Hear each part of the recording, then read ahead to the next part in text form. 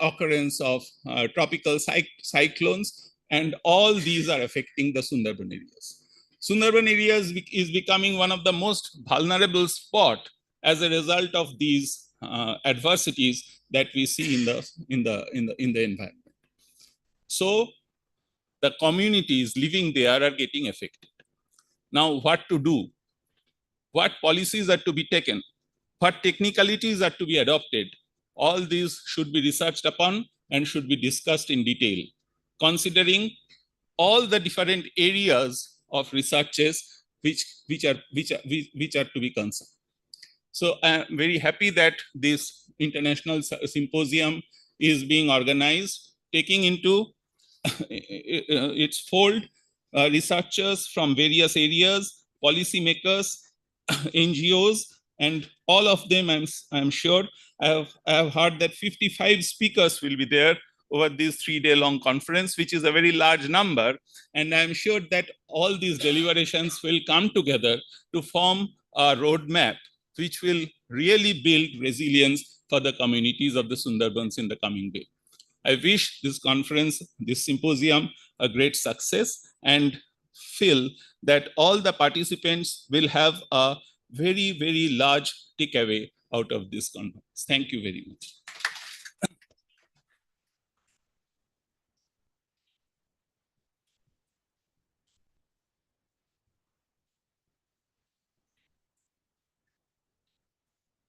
Thank you so much, Professor Datta.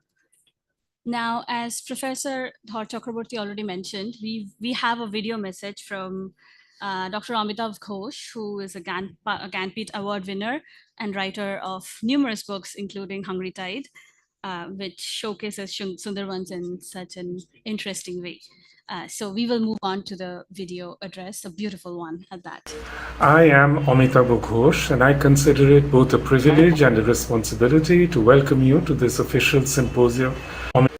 I am Amitav Ghosh, and I consider it both a privilege and a responsibility to welcome you to this official symposium on the Sundarban, a region of unparalleled ecological significance and profound human resilience.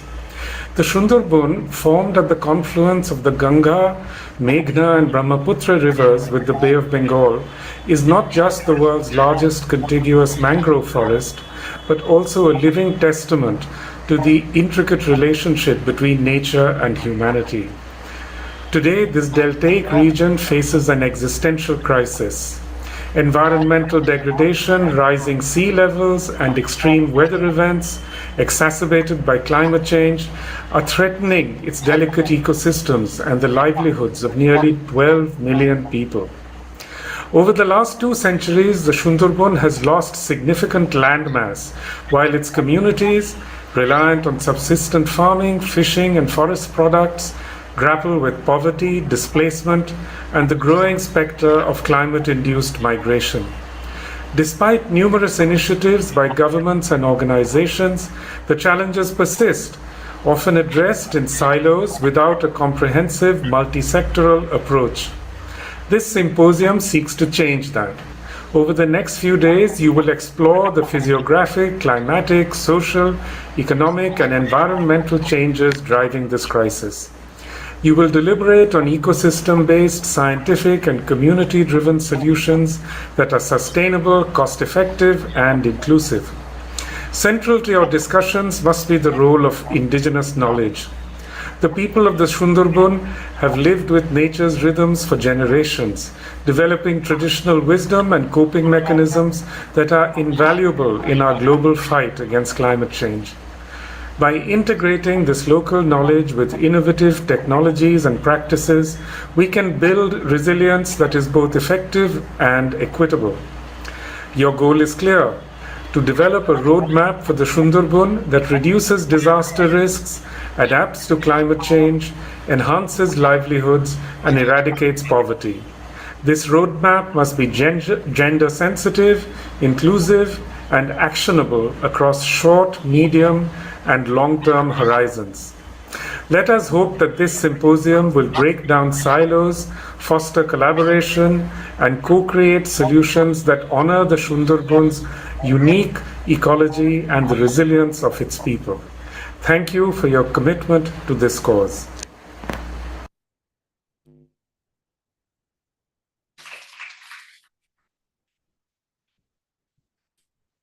Thank you so much to Dr. Ghosh, who couldn't be here in person but sent us this beautiful video.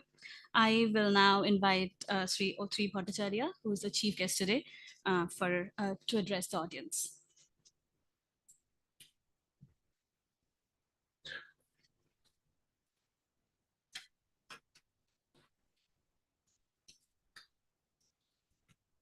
Swamiji Pranam.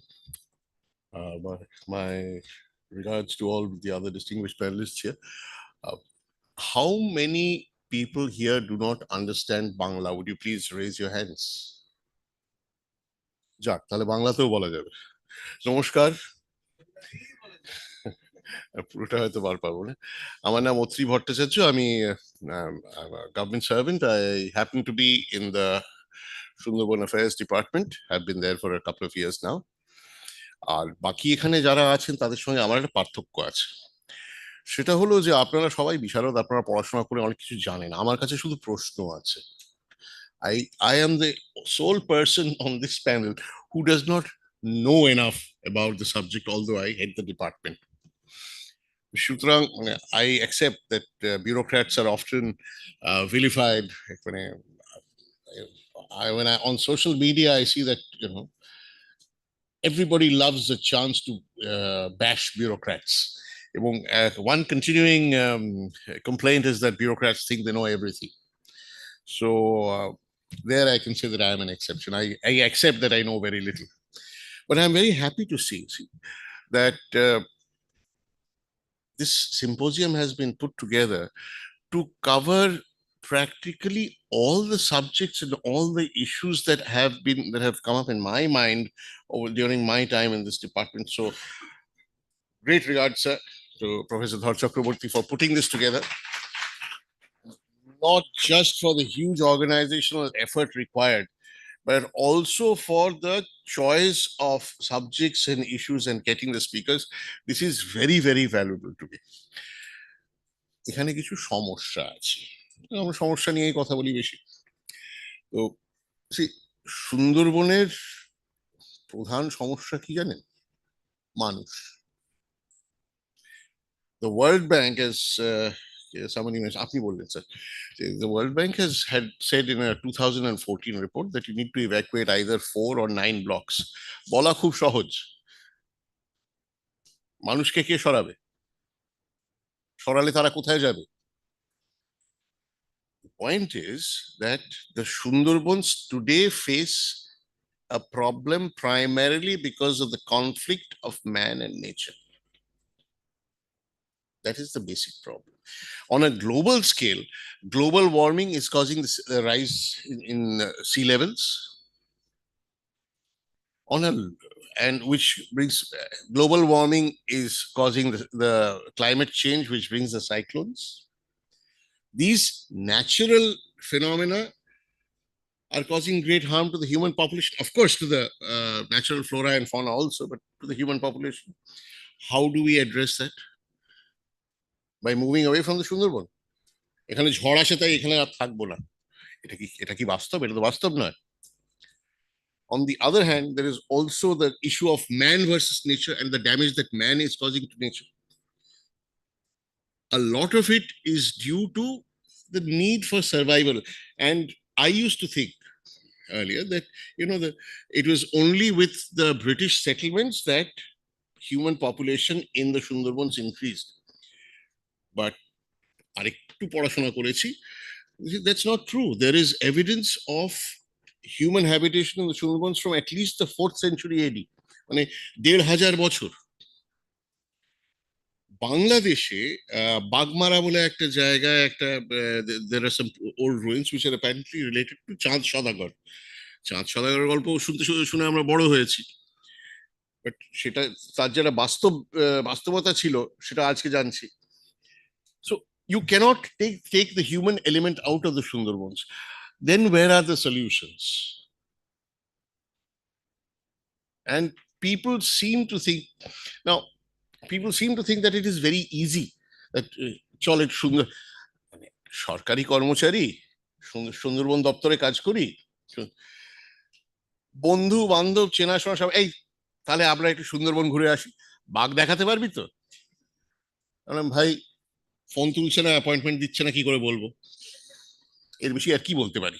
বাঘ যেন বসে আছে দেখা দেওয়ার জন্য। আর বাঘ ছাড়াও যে সুন্দরবনে অনেক কিছু আছে সেটা লোকের খুব একটা খেয়াল থাকে না। আমরা কি দেখি? Now, my department is a kind of catch-all department. There are departments like irrigation, PWD, panchayats, PHU, which supplies drinking water. All of these departments are also working in the Sundarbans area.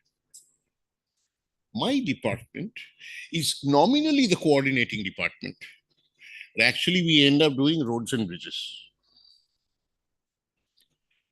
And I'm afraid that I have made a very big contribution. I've said there will be no more bridges. রইলো রাস্তা না, আরো অন্যান্য কাজ আমরা করতে চেষ্টা করছি, শিখতে চেষ্টা করছি, which a lot of that will be addressed. Yes, sir. Now, some of the issues that can be addressed here, and can be addressed only because this is an international symposium. You see, the Sundarban issues are not just local issues, they're international issues. There are two countries here now. At this moment, the country to our east is not very well disposed towards us. খবর কাগজ সংবাদপত্রে সমানে বেরোচ্ছে তারা আমাদের কত গালাগাল দিচ্ছে। কতটা সত্য জানি না, আমার বন্ধু বান্ধব সম্প্রতি যারা গেছেন তারা বলে এটা কিন্তু কয়েকজন বলছে, বাড়িয়ে চড়িয়ে বলা হচ্ছে। Be that as it may, it is a matter of international relations, where there are pronouncements from Delhi, there are pronouncements from Dhaka. And in the meantime, Mr. Adani is supplying electricity there, and their barges are collecting fly ash from here. যাতায়াত চালু আছে, ব্যবসা চালু আছে, কিন্তু অনেক ঢাকঢোল পেটানো হচ্ছে যে সম্পর্ক খারাপ হয়ে গেছে। In this situation, how do we collaborate? Because without collaboration, there is no solution to the problems of the Sundarbans. আমরা একা বলতে পারি না, ওরাও শরিক, আমরা দুই দেশই শরিক। এটা কি করে, এটা কি করে সমাধান করা যায়? I hope this issue can also be addressed, even if it's only in passing. Sundarban ছোট হচ্ছে। Apparently, 100 years ago, which is in the last century, when I was born, and a lot of the people at the back of this room were not born, the area of the Sundarbans was about 16,700 square kilometers. Whereas now it is limited to about 10,200 square kilometers. Eta komlo ki kore? Did the mangroves vanish? Did agriculture increase? Is that, what do we learn from these phenomena? Eta ki kore thamano jay? Ebong, so there's two linked issues, this man versus nature and nature versus man. Can there be a balance? Can our efforts in the Sundarbans provide a sort of pilot case for a global study? Now, of course, we have a very vocal gentleman with orange hair who says that climate change is not happening. I don't agree with him.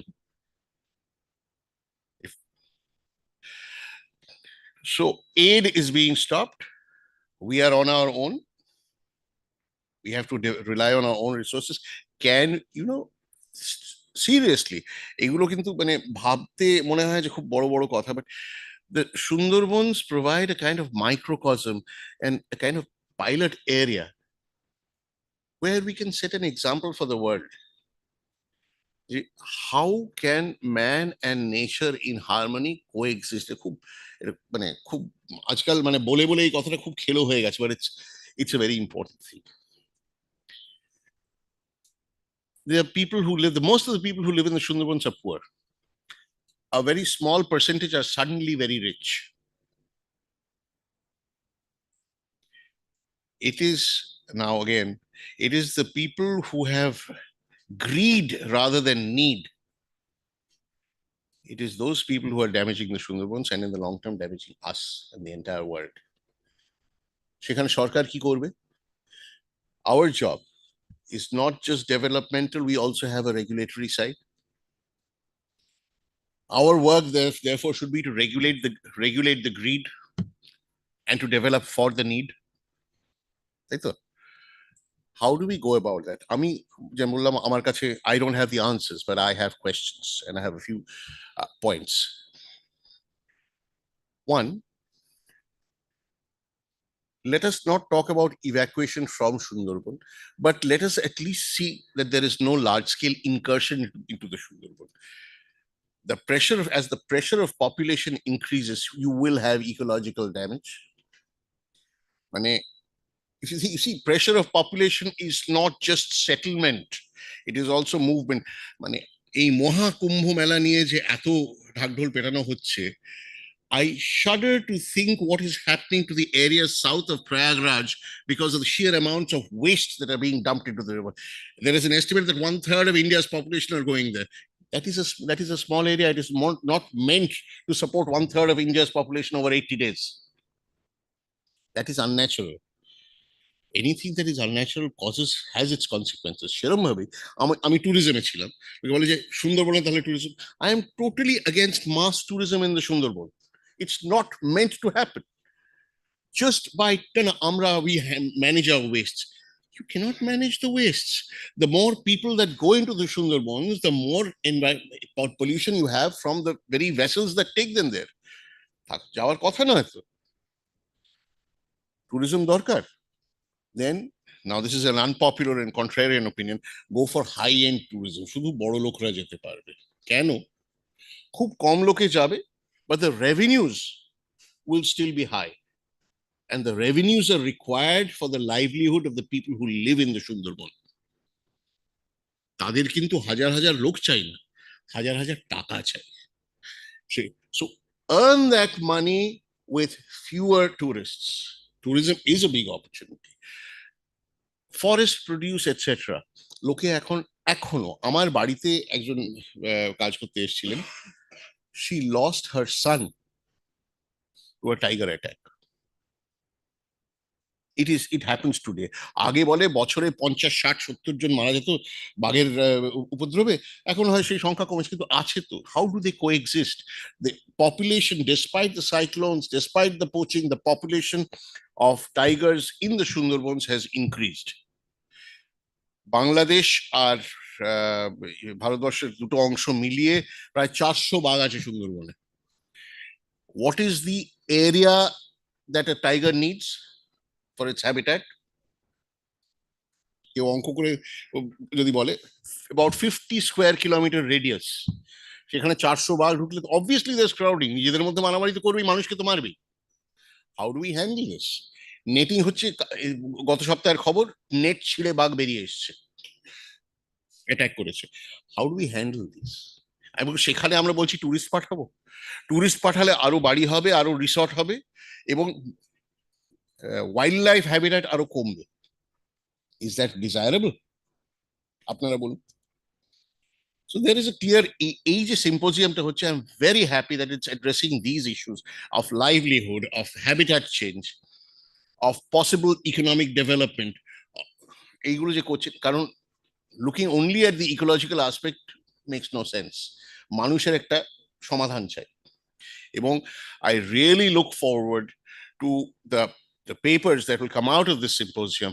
কিন্তু সেখানেও একটা সমস্যা আছে, যারা এখানে বক্তব্য রাখবেন তারা, আমি ছাড়া বাকিরা বিশারদ, they will produce papers of value. Those papers have to be acted upon, but to be acted upon they have to reach the right quarters. তাই না স্বামীজি? এখানে কিন্তু আপনার একটা খুব বড় ভূমিকা আছে, আপনার কথা সবাই শুনবে, শুনবে শুনবে, আপনি বললে তাও শুনবে।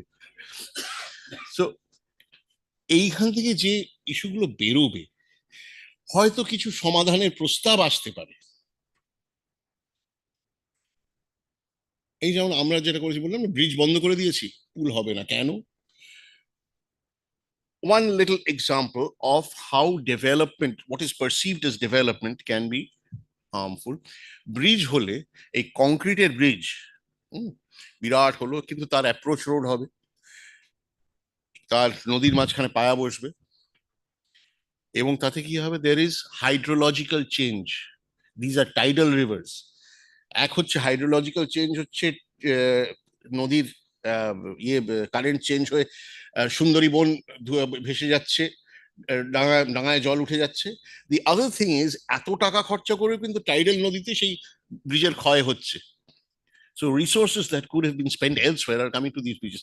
দরকার আছে what we have started now, যে ওই 300 কোটি টাকা দিয়ে একটা ব্রিজ না করে 25-30 কোটি টাকা দিয়ে বড় ফ্লোটিং পন্টুন জেটি আর roll on roll off vessel,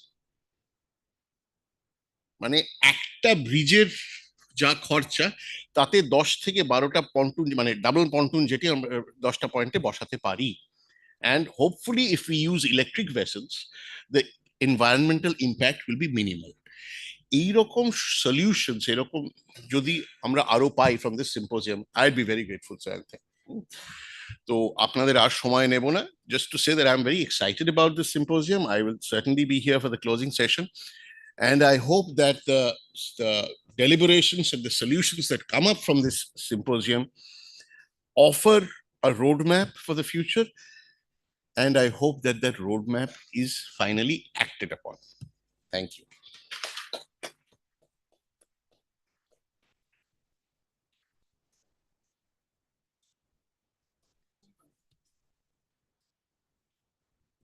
Thank you so much, Sri Bhattacharya, for giving us so many food for thought. Now I would like to invite Revered Swami Atma Priyananda Ji Maharaj for the presidential address. Thank you.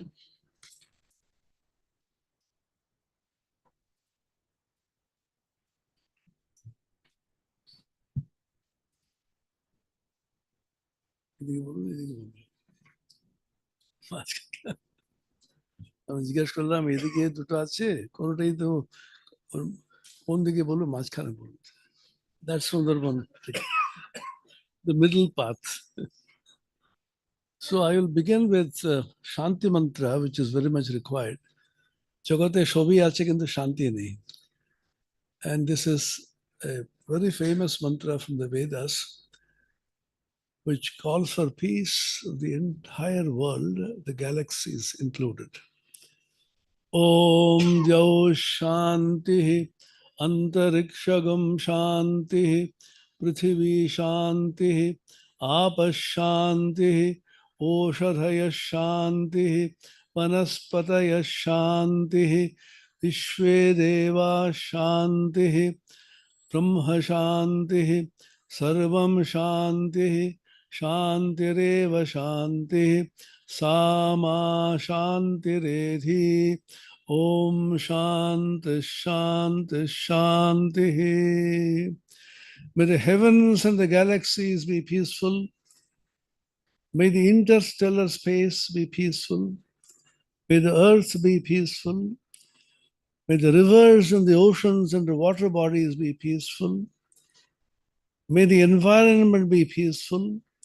May all the trees and the animals and those aquatic animals in the oceans all be peaceful. May the Supreme Being be a source of peace. May that peace envelop me and the entire world. Om, peace, peace, peace. I need to be there in every symposium, so I'm here. Although the subject in which I'm interested, so I have a good companion in Atriji, who says this is not my subject, this is not my subject either. So we talked about interdisciplinary activity. The Pro-Vice Chancellor of the Jadavpur University were talking about it. Now it's the fashion to talk about interdisciplinary. Now people say interdisciplinary being too often used. Let us call it multidisciplinary. I asked somebody, it's the same thing, but something we need a change in name also. Then they said, not multidisciplinary, cross-disciplinary. In India, ancient India, knowledge was considered as one. We call it akhanda jnana. Akhanda means indivisible knowledge. Even now, the doctorate degree that every university in the world gives, except few, is PhD. Whatever be your subject, which is the doctor of philosophy, knowledge was called natural philosophy, and knowledge being one encompassing everything. It is human life and existence, and knowledge about everything is connected with everything else. So the idea of interconnectivity leading to interdependency is the essence of human life and existence. We have ignored it too long, and therefore we are suffering because of that. Human beings thought, and even now think, perhaps will think in future also to their peril, that they are superior beings. They have come to dominate nature. That is one of the philosophical schools. Man is born to dominate nature. These tigers and these lions and these plants and animals are for man's enjoyment. We are superior. We have superior intelligence, superior technology, and therefore we can dominate and go on enjoying. God, of course, some of you don't like the word God because I'm used to using this word. You can replace it with nature, Control R. Very simple. Nature has decided to teach man a very tight lesson by sending the tiniest of the tiniest of the tiniest of the tiniest of viruses. These are the coronavirus, COVID-19, which my biology friends and virologists tell me that it's lifeless. Sir?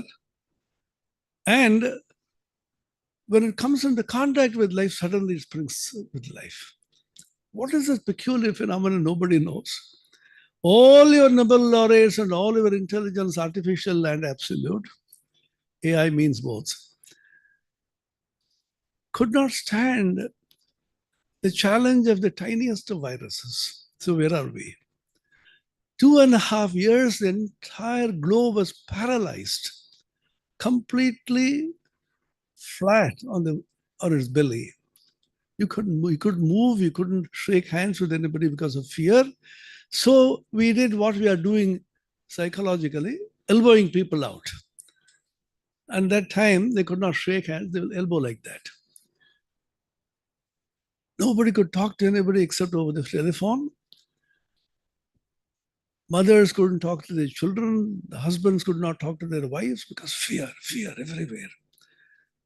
This little virus could do that.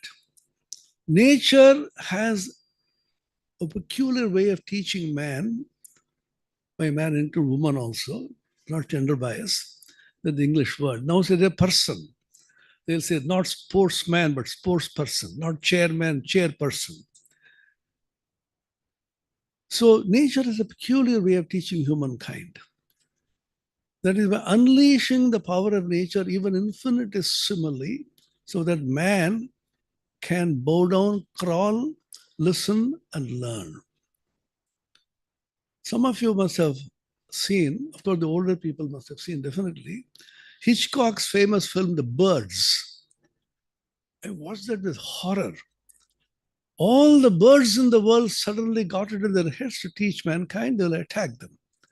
Everywhere there are birds, man had to run and run, and the birds chased them till mankind was completely defeated.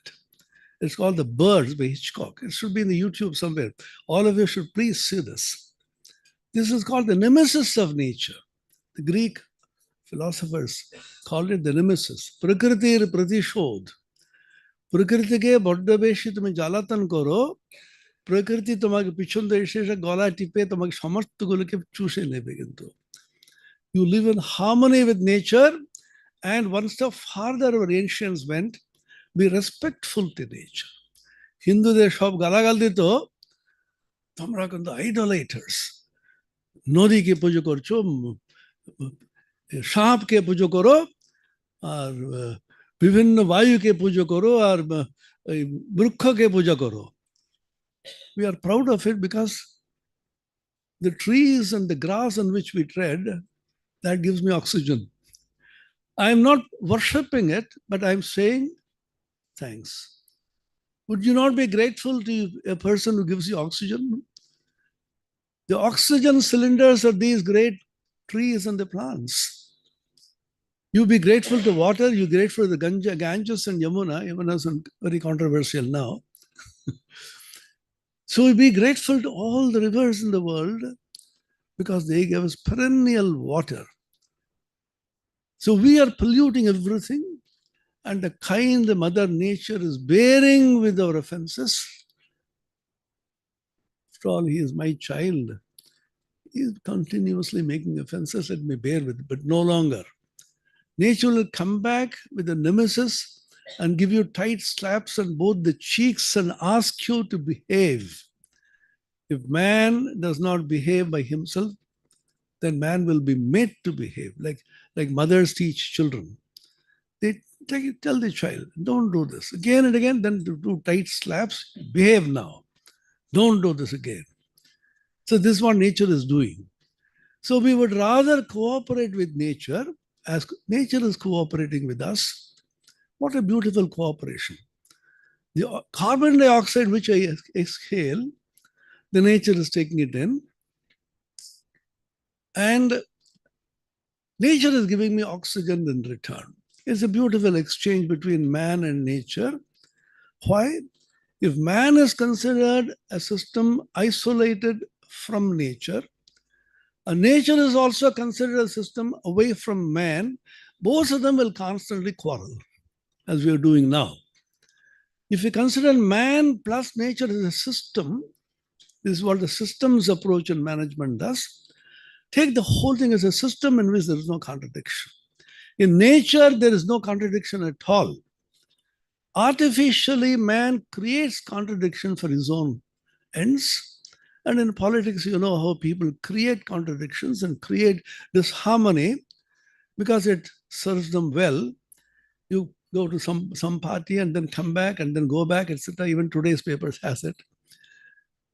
So you want to create contradiction, create conflicts for whose welfare we do not know. The person who creates conflict is severely affected by the very conflict which he creates. So why not be calm and peaceful and cooperate with nature? This is the fundamental teaching of the Vedas, the Upanishads, and Vedanta. Our ancients lived so happily with nature. Every day we were taught as children, get up and worship the sun. Chant the Gayatri Mantra.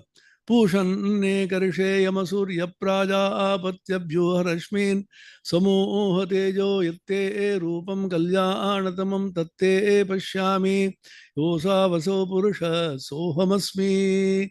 O sun, you give me so much of light and so much of energy. So I bow down to you and I will constantly remember you in my prayers and worship you. People are asked to stand in the Ganges, knee deep, waist deep, and chant the Gayatri Mantra. So these are not mere practices which have been handed down for religious purposes. These are environmental purposes, for ecological purposes, for a happy living on this earth. I'm very happy that Atri Bhattacharya, putting Jeev after Bhattacharya is difficult. When Pranab Mukherjee was the Rashtrapati, in the north they always put G everywhere. They say Pranab Mukherjee G. So Atri Bhattacharya G is a great admirer of P.G. Woodhouse. I was. Gogra Sharmatamra Portam P.G. Woodhouse, not only for the humor of it, the subtle lessons which he used to give. We are talking about Sundarban now, Sundarban and tigers. This is a little joke from P.G. Woodhouse, inspired by your presence. Ekjon Bag dekhte geche. Now, interestingly, we don't have to go to see tiger. Tigers are coming to us. And we are chasing them away. Why? Because we are encroaching into their habitats. They say, it seems there's a 10-story building built. Tiger is very curious. Let me go and explore. And when the tiger comes, we are panicky. We catch it and then try to throw them back into the wild habitat, which we encroach. Again, they'll come back. Don't worry. We can have perhaps a big 14-story building in Salt Lake or somewhere, Newtown, for tigers. Let them live happily there. so that you can go and see them now and then. Don't leave them in the streets. PGO does a joke. একজন tiger দেখতে গেছে, দেখে মানে হান্টিং ছিল তো খুব ওখানে, to hunt a tiger, and he was killed by the tiger. Then what happened to him? PGO does bolche. Oh, it's very simple. He shot at the tiger. The man thought tiger was dead. Tiger thought it was not, and that is the end of the man. That is the subtle humor of PG Woodhouse. ইদানিংকালে ছেলেমেয়েরা কিচ্ছু পড়ে না, আমার খুব দুঃখ। বহুবার জিজ্ঞাসা করি ইংরেজিতে, বাংলাতে কোন লিটারেচার পড়া একেবারে উঠেই গেছে। আমি যখন ফিজিক্স পড়াতাম বিদ্যামন্দিরে কলেজে, আমি একবার ছেলেদের বললাম, দেখো তোমরা রবীন্দ্রনাথের গীতাঞ্জলি অন্তত কিছুটা পড়েছো তো, নোবেল প্রাইজ উইনিং বুক। ওরা ফ্যাল ফ্যাল করে তাকালো, হ্যাঁ আমরা তো সায়েন্সের ছেলে, জানেন তো। সায়েন্সের ছেলে মানে লিটারেচার দিকে মূর্খ থাকে না, সায়েন্সের দিকেও মূর্খ তো বটে। জীবন, life is one complete whole, can't cut it out in compartments. কেউ যদি কবিতা না পড়ে, কেউ যদি আমাদের ড্রামাটিস্ট এখানে বসে আছেন, দ্য ফেমাস ফিজিসিস্ট, কেউ ড্রামা না পড়ে, শেক্সপিয়ার না পড়ে, মিল্টন না পড়ে, রবীন্দ্রনাথ না পড়ে, আমাদের বেদ উপনিষদের এগুলো না পড়ে, কি করে সমৃদ্ধি আসবে তোমার? তোমাদের একমাত্র এখানে এন্টারটেনমেন্টটা হচ্ছে ইউটিউব নিয়ে বসে থাকবে, সেখানে যত উল্টোপাল্টাগুলো দেখতে থাকবে। আর বড় কনফারেন্সে আমি দেখেছি, ওখানে অনেকে থাকতে পারে হয়তো ভয়ে, আমার ভয়ে হয়তো হচ্ছে না, কোণে বসে, এইখানে সামনে বসে না, আমি এখানে বলবো। ইন্টারন্যাশনাল কনফারেন্সও দেখেছি, কোণে বসে ব্রাউজ করতেই থাকবে সব সময়, কি যে দেখে কি জন্য জানি না। So the hunger for knowledge, just like a tiger is very hungry for its prey, every one of you should be very hungry for knowledge of any kind. যা আছে তুমি খেয়ে নাও, because knowledge is sacred. Gyanen সদৃশম পবিত্রম ইহ বিদ্যতে, আমাদের বলা আছে গীতাতে। Every kind of knowledge is extremely sacred, and you be interested in life itself, life in its expansive form, in its variety. Try to understand life, try to study a human being. Asiatic Society was founded by William Jones 250 years ago. And there clearly the mandate is given, anything concerning human beings and life of any branch of knowledge is welcome to be studied here. That was the ancient Indian idea. And this university, which was founded, envisioned by Swami Vivekananda, I'll briefly talk about it. For two reasons I am supposed to speak more. One is the food is not ready. Because I've done administration all my life, I told the Swami, quietly find out when the food will be ready, not before 1, he said. Then he said, please keep speaking. I am the person supposed to be engaging you so that you don't feel, go out and say, where is the food? So you have to wait for at least 20-25 minutes. I will not retain you that long, but still, I've got a chance to speak. I've been teaching all my life, nearly 40 years. Teachers also usually speak much. And teachers and monks is much worse. So please don't mind me speaking about the university. This university was envisioned by Swami Vivekananda, as all of you know. And when I went to the Ministry of Education, then called the Ministry of Human Resource Development, once again, bureaucrats, joint secretaries and secretaries, ministers. So then said, how long is your university functioning? I said, 120 years. What? You started just now? I was the first vice chancellor. Are you that old? It was conceived in the heart and mind of Swami Vivekananda in 1902. All of you know, Swami Vivekananda passed away on 4th of July 1902. He chose to pass away. We cannot say he passed away. He decided enough is enough, I am going. He said as much and said, বড় গাছের তলায় ছোট ছোট গাছগুলো কিন্তু বড় হতে পারে না ওই ছায়াতে। Our problem is, even if you want to pass away, we can't. Suicide is a very bad option. কারণ বলছে তারপরে প্রেত ইউনিতে গিয়ে কোথাও থাকতে হবে, এটাই এখানে নরকে আছি আমরা, কিন্তু দ্যাট মাচ ওয়ার্স বলছে ওরা। স্বামীজি পেয়েছিলেন ইচ্ছা মৃত্যুর বর। যারা স্বামীজি জীবনী পড়েছেন জানেন, অমরনাথে যখন গিয়েছিলেন, ক্ষীর ভবানী কাশ্মীরে দুটোতে গিয়েছিলেন, তখন অমরনাথ ওনাকে অমরত্ব প্রদান করেছে বললেন। So the will, the capacity to be able to die at will. I choose to die and I die. আমরা কি করলাম, বাড়িটা ছেড়ে দিয়ে নতুন বাড়ি নেব। He said, let me kick this body out. And he said, I may throw away this body as a worn-out garment, but I shall not cease to work. I shall inspire men everywhere until the world shall know that it is one with God. We believe Swami Vivekananda is even now working through all of us, all of you, the whole of humanity in a subtle body, not in a mystical or esoteric and miraculous, supernatural, conventional sense, but as a faith that great power is working. All of you, please, will agree, whether you agree that he is a God, is incarnate, an Rishi, and all that, that's mythology. All of you will definitely agree with me when I say that there is a great power. Intellectually, spiritually, it was a tremendous power burst upon humanity. And he said, I will change the course of thought of humanity to completely in a different direction.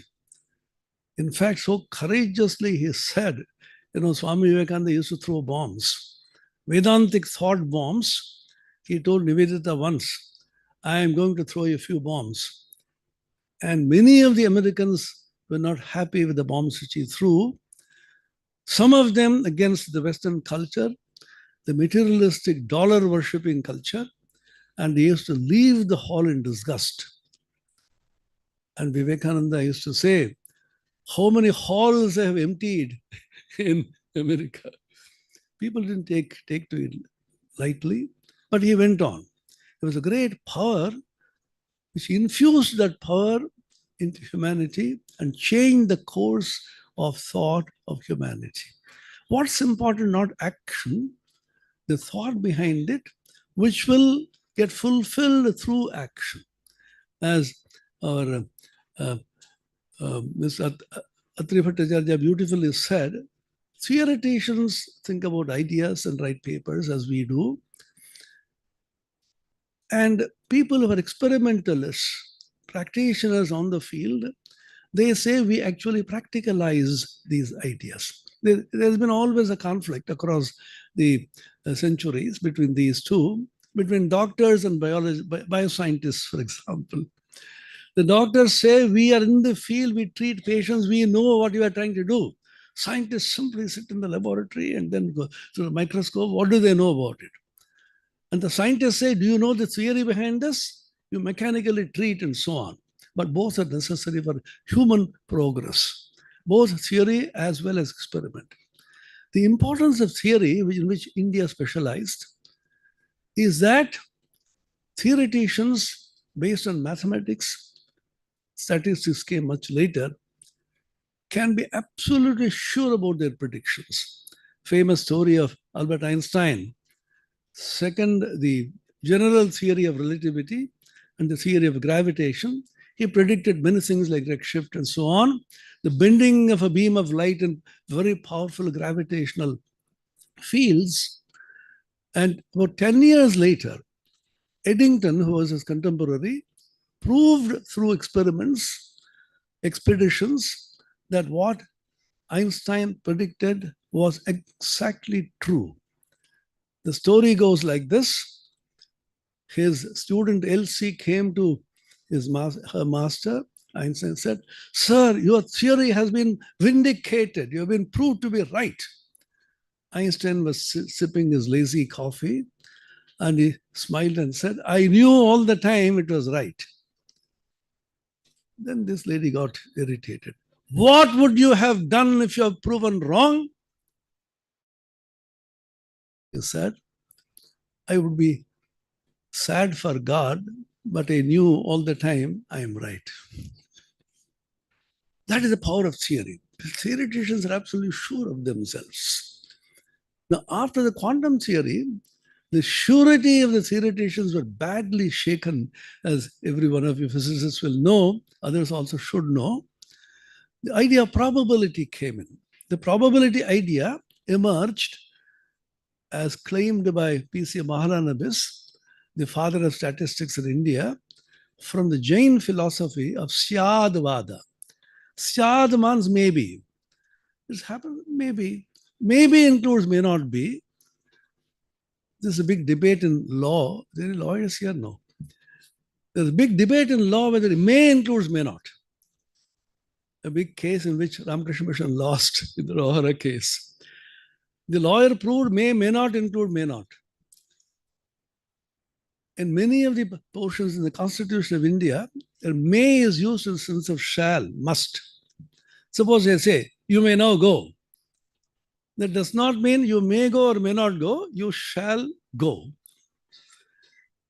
So may and may not in the Syadvada, in the Anekantavada in the Jainism, gave birth to the idea of statistics and probability. This particle is a particle here. It may be there, may not be there. How much may and how much may not, that also has been quantified. It's called the probability of the particle being there is 0.5, 0.7, not beyond 1. What is the probability that some of you may be in this hall, some of the students may be roaming around outside? What is the probability of a students of environment and disaster management department being in this hall? Probability perhaps is 80%, 90%. Suppose he is not here. What is the probability somewhere in Narendapur campus? It will be quite high. What is the probability being anywhere in India? Almost 1. What is the probability that is somewhere in the world?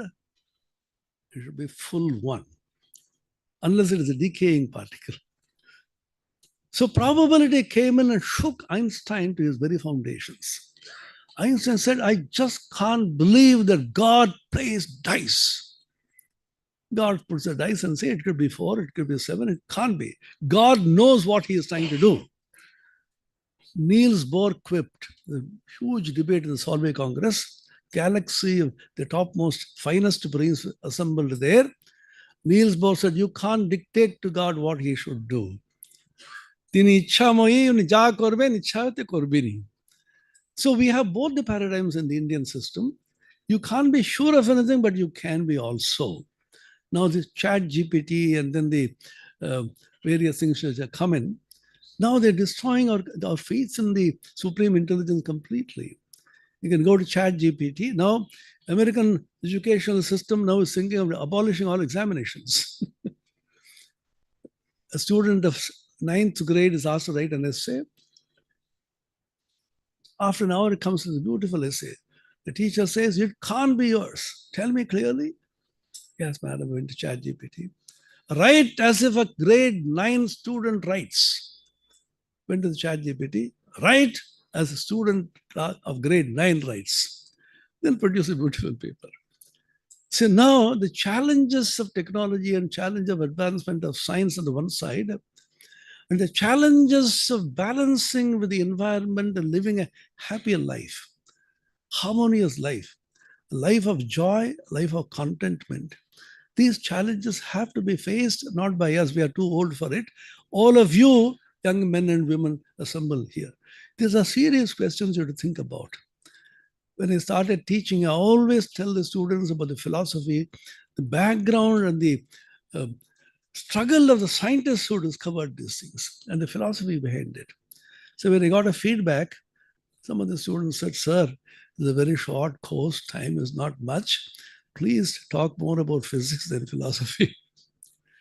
When I meet them after 10 years, 15 years, that they come back for the alumni meet, they say, we remember only those things and not physics anymore.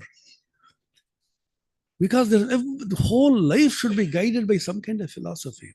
Tigers are also now guided by some philosophy. The corona was guided by a philosophy sent by God who said, go and teach mankind a good lesson. So this university, therefore, was conceived by Swami Vivekananda, the 4th of July, and a couple of days earlier also. Sister Nivedita had come to Belur Math on the 2nd of July, 1902, crying, said, "You have asked me to start a school for the education of Indian girls, but nobody is coming to education." Nivedita had to go from pillar to pillar, from home to pull girls out of their homes. Education is not bad, please study. And the parents were looking askance. They were slightly suspicious why a Western woman is coming and then asking us to go and study. She didn't know what to do. She came to her guru, Swami Vivekananda, and asking, "What should I do? What kind of subjects will attract them?" It is recorded, Swami Vivekananda listened for a long time and quietly said, "You see, my mind is no longer on such things. I can't give you any opinion. I'm preparing for death. But you should take your meals with me today." After she had finished eating, Swami Vivekananda poured water on her hand to wash. She protesting, saying, "Swamiji, you are my guru. I can't bear you serve me. I should serve you." Vivekananda smiled and said, "Jesus the Christ washed the feet of his disciples." Nivedita had just had it in the tip of her tongue to say, but that was the last time they ever met. Nivedita never met him again. On that historic occasion, it is recorded in the reminiscence of Swami Vivekananda by Josephine MacLeod as having been told by Nivedita, the spiritual impact which has come to Belur Math will last 1500 years and it shall be a great university. Do not think I imagine it, I see it. That was the beginning, genesis of this university. And the last day, 4th of July 1902, Swami Vivekananda had a walk with Swami Premananda, his very dear brother disciple, Guru Bhrata, and he said, "প্রাচীন ভারতীয় ধারা বজায় রেখে তার সঙ্গে আধুনিক জ্ঞান বিজ্ঞানের অনুশীলনও যাতে হয় এমন একটি বিশ্ববিদ্যালয় বেলুর মঠে প্রতিষ্ঠা করিতে হইবে." And he showed some of the lands there. এই সব জমি নিয়ে এখানে বিশ্ববিদ্যালয় হবে. We fondly imagine that those are the very lands where Swami Vivekananda trod, on which the university is established. So when we conceived the university, we didn't conceive or made to think about this university based on Swami Vivekananda's own ideas, educational vision.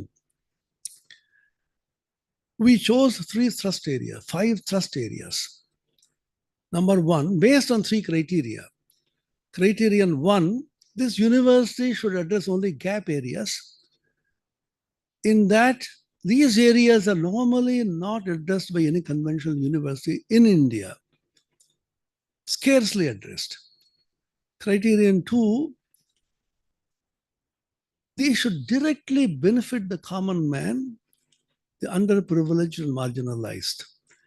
Universities are not meant to create knowledge and write papers and attend conferences, but they should directly benefit the common man, what they now call the translational research, T1, T2, T3, T4, and so on. Can you create knowledge which will flow to the common men and women and enhance the quality of life of the common man? The third, Ramakrishna Mission institutions across the world, in India particularly, should have created sufficient infrastructure of almost a century so that we don't need to invent the wheel once again, and we'll keep these centers as off-campus centers of the university. Among the 5 thrust areas, we chose 1, Indian heritage, cultural heritage, sports heritage, artistic heritage, musical heritage, and so on. Number 2, mathematical sciences. We focus particularly upon pure mathematics, theoretical computer science, and mathematics, physics. So we are adding applied also slowly. Number 3, agricultural, rural, and tribal development. These 2 centers are located in Narendrapur in West Bengal and Ranchi, which is a predominantly tribal area, in Jharkhand, which is also almost 100 years old. And the 4th one was environment and disaster management. At that time, somehow I didn't know what it's all about, what we should do about it. There's nobody, no person to take it forward. But Ramakrishna Mission has been a pioneer and the inspiration of Swami Vivekananda to start a disaster management, which is called relief and rehabilitation. Even Swami Vivekananda himself was alive during the plague. Nivedita was seen everywhere sweeping the streets, and Swami Vivekananda giving out his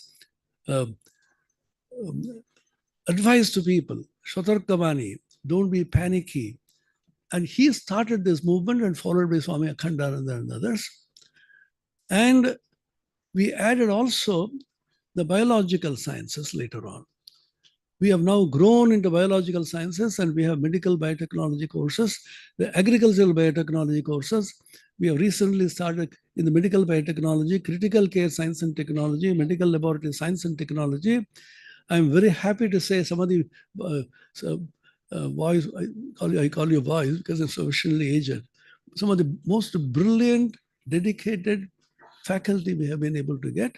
And the students who come in, although they want to be extraordinarily brilliant, we don't want brilliant minds. We want people who are dedicated, sincere, people with great heart and unselfish, pure. What is the use of your intelligence if you're impure and if you're unselfish? And all the boys and girls have been extraordinarily cooperative. And this environment and disaster management began with the government of West Bengal obliging us with the Swami Vivekananda chair in this subject. The first chairholder was Professor P.K. Nag, whom we remember with gratitude now. He built up the department. Then I was worried when he left because he became super animated. Who will come? And we're extremely happy that we got Dr. P.G. Dhar Chakravarti at that time. He just retired as an IAS officer, a very senior person at that. And then he was very glad to come here.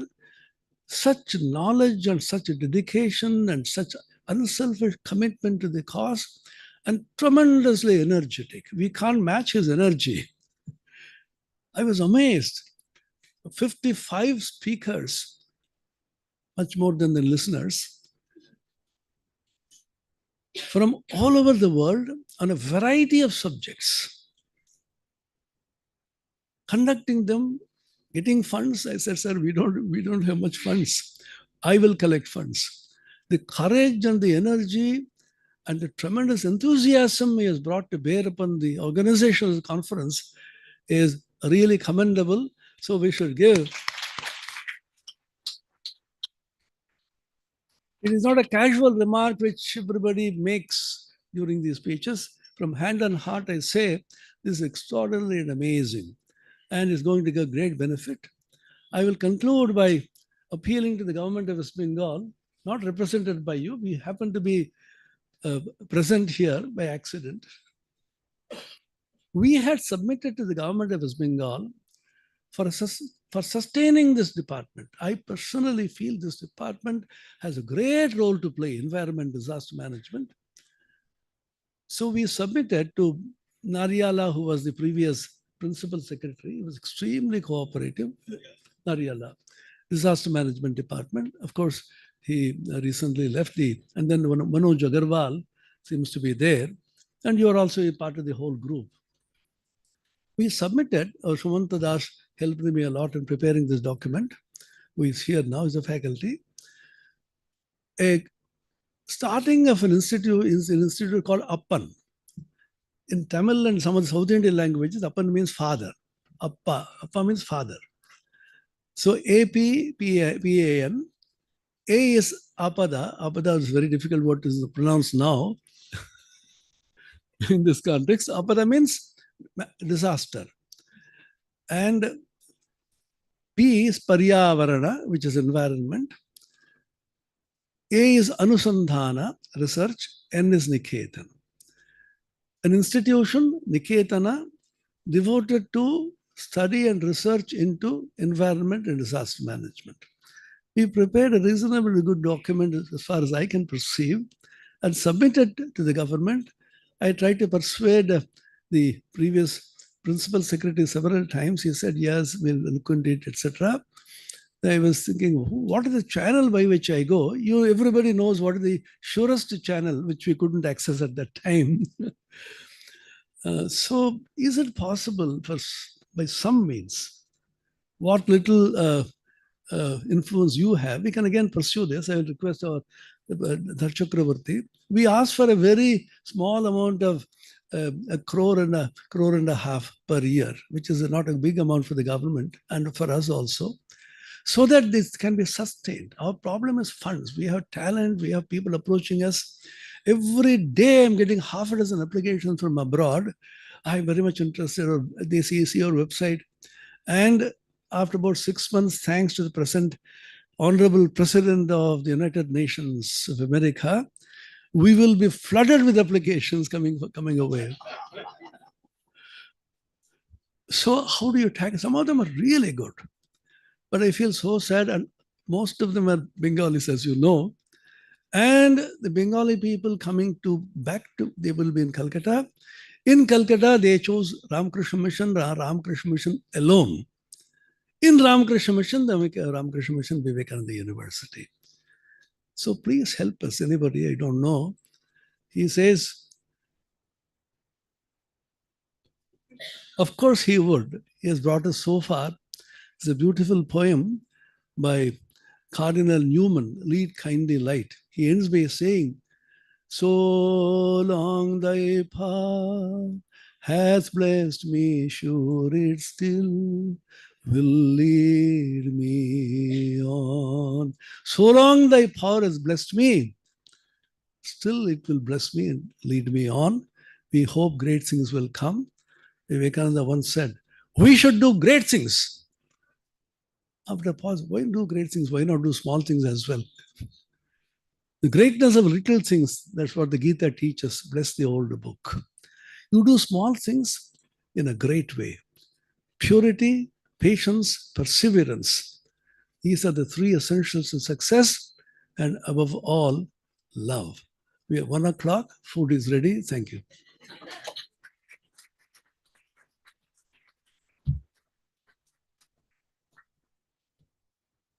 My pranam, Swamiji, and thank you so much for taking us all through this journey. And I feel like the inaugural session already shows us that we are breaking silos here, because we have gotten to hear so many different things, which is not really common in regular scientific conferences or policy symposiums. So here's hoping we'll have something to look forward to for the next 2 days as well. Now I would request Dr. Tuhin Ghosh to come and present the vote of thanks.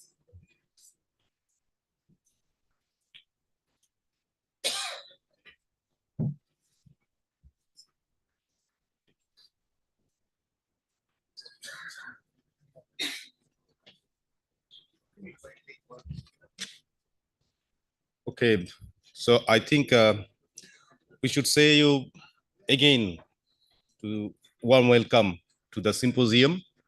And it's very difficult to provide any kind of formal vote of thanks after this kind of illuminating talks. So thank you, sir, everybody here, and for your encouragement, for your support. And I think our Vice Chancellor, sir, is in a hurry because there is one meeting already. Anyway, so formally we are grateful to Indian Council of Social Science Research, Government of India, and Sundarbans Affairs Department of Government of West Bengal for their support, and also Otriji especially individually. Here you are here and you will be here in the valedictory session. So thank you very much. We are thankful to all the keynote speakers for their valuable time and effort and their sincere presence in coming days. We are thankful to the other speakers who will be here. I can see many of them. And the faculty members here in the Ramakrishna Mission, for their tireless effort to fulfill the objective and motive of this conference. I say symposium. We are grateful to the effort from the student volunteers and all the students here. They are very, very sincere and disciplined. I have never seen this kind of discipline nowadays students. We are really thankful to the participants registered with their own interest. We could not really very much propagate our brochure and all these things in several colleges and universities, but still we got considerable number of interest through the registration. And all the support staffs here, including the hall, logistic, canteen, and all the people here, we are really grateful for their kind support and sincere support rather. Thank you very much. আর শেষে যেটা বলার যে যদি কাউকে আমরা বাদ দিয়ে থাকি তাকেও কিন্তু আমাদের ধন্যবাদটা জানানো রইল, কোনোভাবে অন্যভাবে নেবেন না। সবাইকে ধন্যবাদ, অসংখ্য ধন্যবাদ, এবং আগামী দিনগুলো আমাদের আশা করছি খুব ভালো কাটবে, একটু হয়তো লম্বা কাটবে কিন্তু এনজয় করে কাটবে, এবং সেখান থেকে আমাদের যে রোড ম্যাপটা তৈরি করার কথা চলছে সেটা একটা মিনিংফুল কিছু বেরোবে এবং আমরা আগামী দিনে সেটাকে নিয়ে আরো এগিয়ে যেতে পারবো। অসংখ্য ধন্যবাদ। Thank you very much for your participation.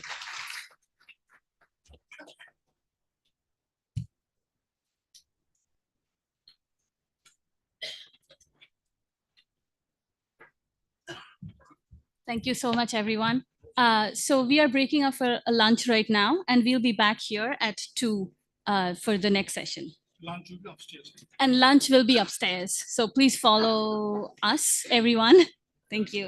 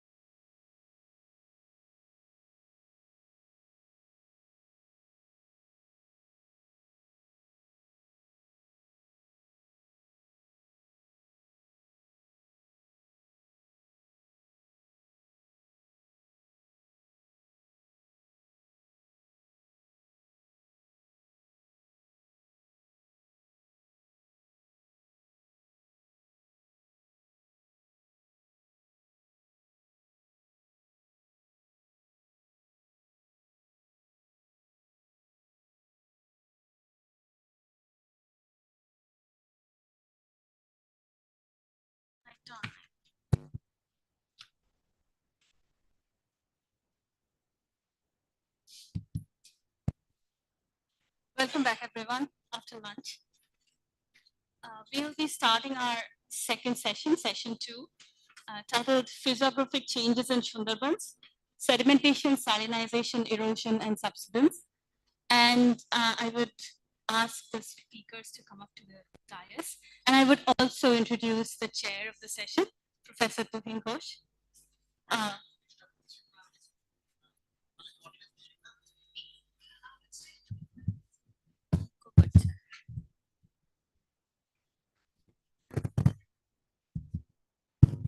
A to Z, go ahead.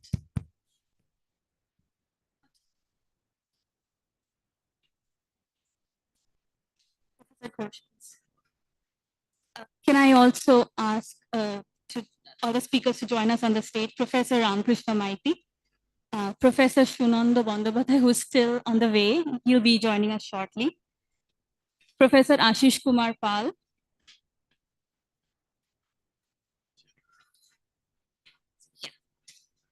Professor Abhijit Mitra, who's still on the way. Professor Mitra is still on the way. Dr. Devajit Datta. And of course, our keynote address speaker, Dr. Kollan Rudra. Thank you so much, everyone.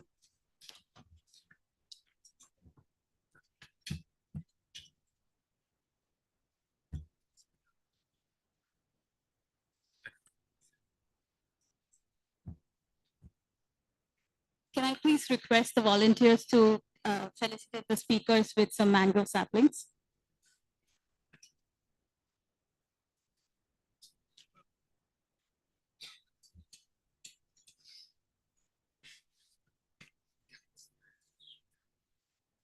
Professor Ashish Kumar Pal, please accept our felicitations.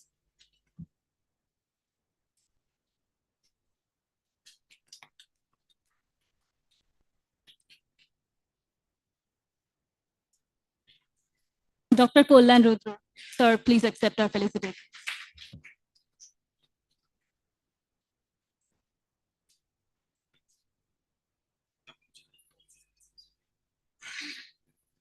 Professor Ramkrishna Maiti, sir, please accept our felicitations.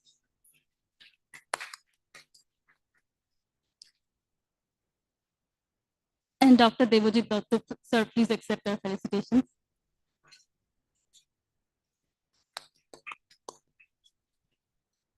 Over to you, Professor. Thank you.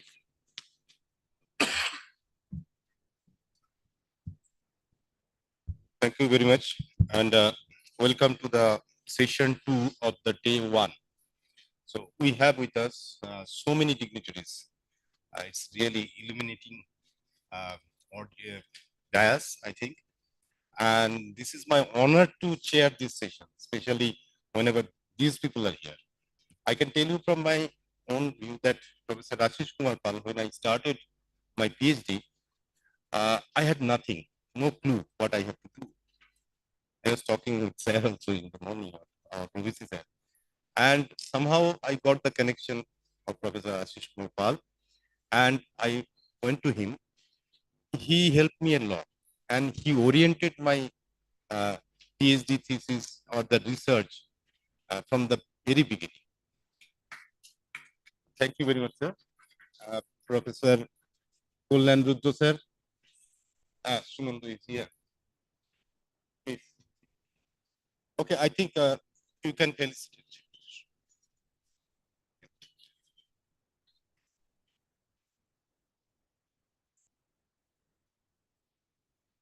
Professor Sunanda Bandabhatay, please accept Sundari tree.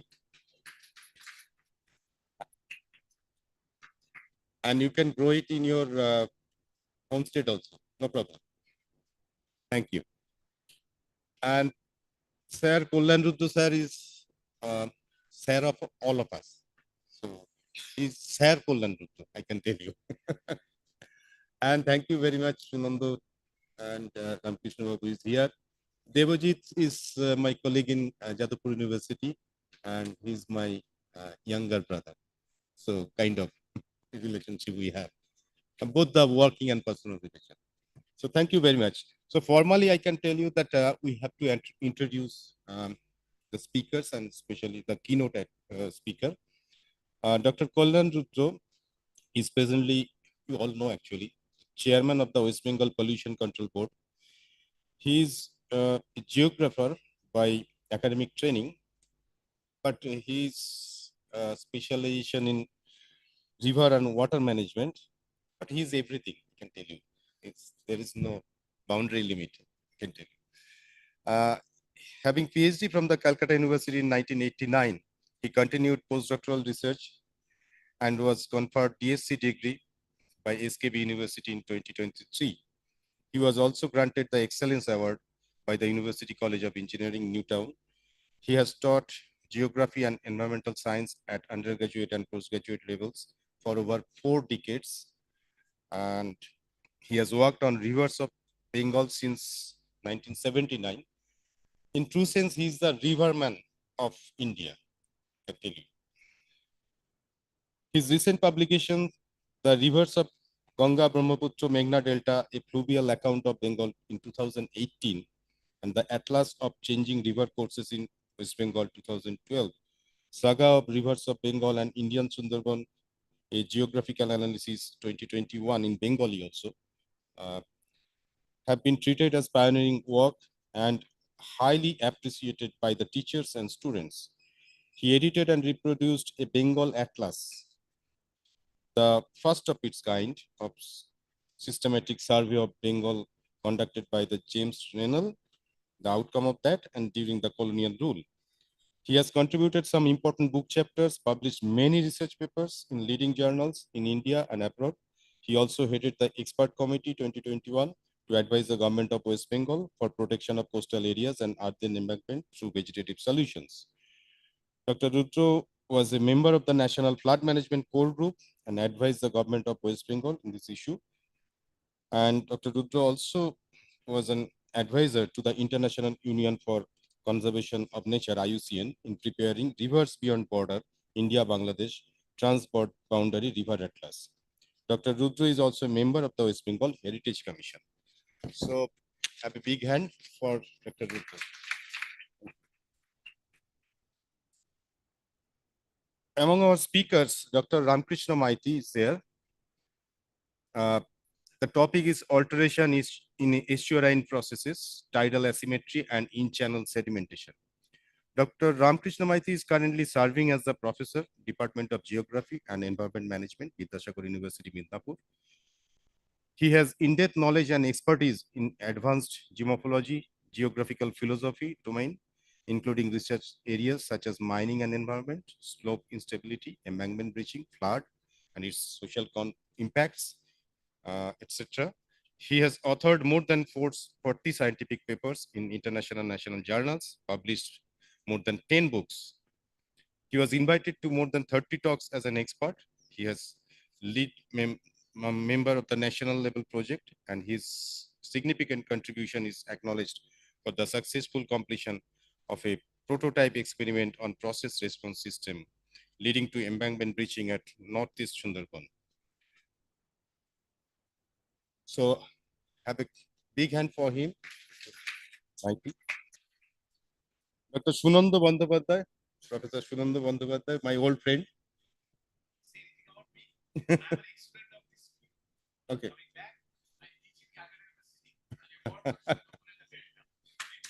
Okay, thank you very much. Professor Ashish Kumar Pal was teaching geography and environment management, Earth System Sciences, remote sensing GIS as a professor in Department of Geography, Vidyasagar University. He is a reputed coastal geomorphologist, guided more than 31 PhD research scholars, and published so many books, published so many numbers of journal publication, book chapters, reference books, edited volumes, so many things. I'm not going in details here. And he was also the editor of the Journal of Geography and Environment and editorial board member of the Journal of Coastal Science. So thank you very much, sir. Professor Abhijit Mitra is still on the way, I think. So we are making the process over and then we will start. I hope that you will be here in a few minutes. Professor Mitra is currently serving as the Director Research Techno India University, West Bengal. Was former head of Department of Marine Science, University of Calcutta. He has more than 35 years of research. He has completed MSc, PhD from University of Calcutta, India. Okay, so he has received a European Union grant along with other grants, and also visited various countries through invitation. And also he has a lot of experience in the coastal areas and mangroves and all these allied subjects, related topics, and especially relevant for this session. And developing alternative livelihood program, also his domain. So he's not here, he will be reaching here. Thank you very much. Dr. Devajit Datta is an associate professor of geography at the Jadavpur University. He specializes in landscape ecology and environmental geography. He obtained BSc from Presidency College, Kolkata, and MSc from University of Calcutta. He was awarded PhD from the IIT Kharagpur. He has extensive work on the management of coastal and forest ecosystem, as well as sustainable livelihood generation of indigenous communities of Eastern India for last 17 years. At present, his prime research interests include blue carbon mapping, political ecology of common property resources, assessment of agro-ecosystem sustainability, and socio-ecological transformations of the coastal landscapes. He has published more than 70 research papers and also got a lot of funds from CSIR, UGC, ACRB, and DST, STARS, and RUSA, JU, all these things. And he is serving as a board member and the regional contact for South Asia of the Young Geographer Working Group of Asian Geographical Association. So thank you very much, Dr. Datta. So today's session, this session is basically aimed to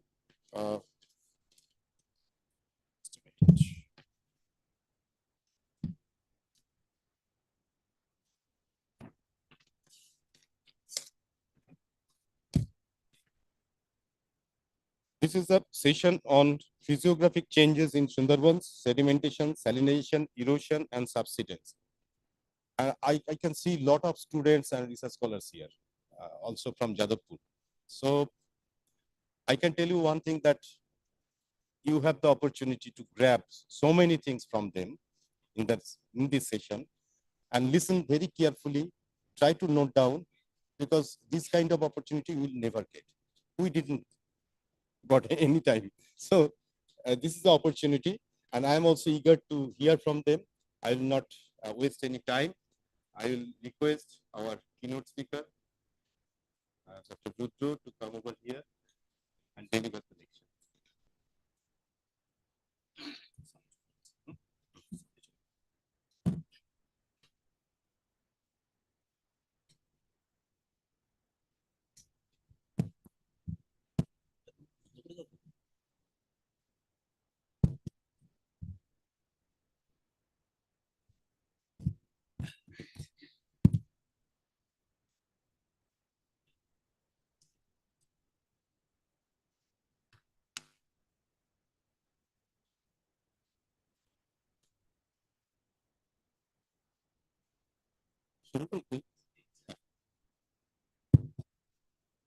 আপনাদের চেহারা এবং গায়ের রং দেখে মনে হচ্ছে আপনারা সবাই বঙ্গ সন্তান।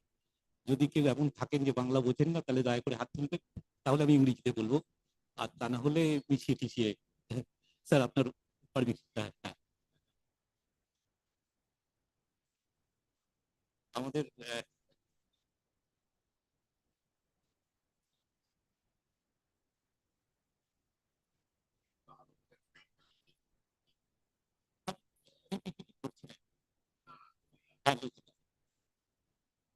আমি এই জন্য শুরু করছি স্যার, আমাদের এক মাস্টারমশাই ছিলেন সুন্দর, আমি কিছুটা 80 পেজের প্রফেসর সত্যেশ চক্রবর্তী, সাহেবদের থেকেও ভালো ইংরেজি বলতেন, আর আমাদের বলতেন মাঝে মাঝে সাহেবরা অনেকদিন চলে গেছে, বুঝলি একটু বাংলায় ভালো করে কথা বলতে শিখতে। তো এনিওয়ে, আজকের যে topic, it is a wide topic. এটা physiographic changes in Sundarban, sedimentation, erosion and subsidence. মানে এর মধ্যে তিনটে সাব থিম ঢোকানো আছে। সেডিমেন্টেশন,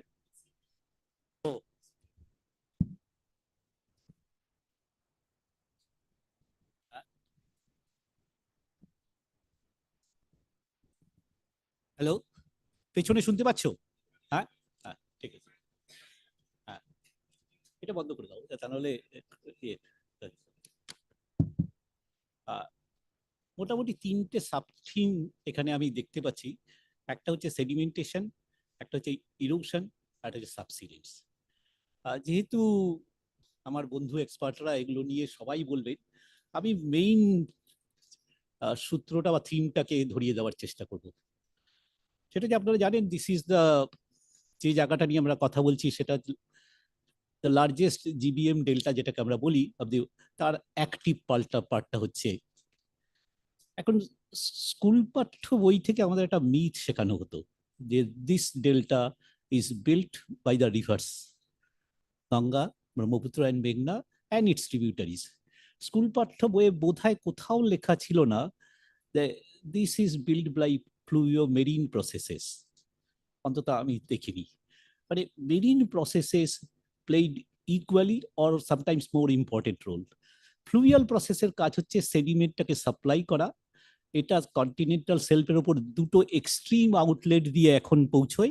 একটা হচ্ছে ইস্ট বেঙ্গলে মেঘনা, আর আমাদের এদিকে হচ্ছে হুগলি এস্টুয়ারি। ইন্টারমিডিয়েট যে আরো 11টা এস্টুয়ারি আছে, they are beheaded only during the peak of the monsoon they get some water or contribute some water. বাকি সারাটা প্রায় 8-9 মাস এই দুটো এক্সট্রিম এস্টুয়ারির মধ্যে দিয়ে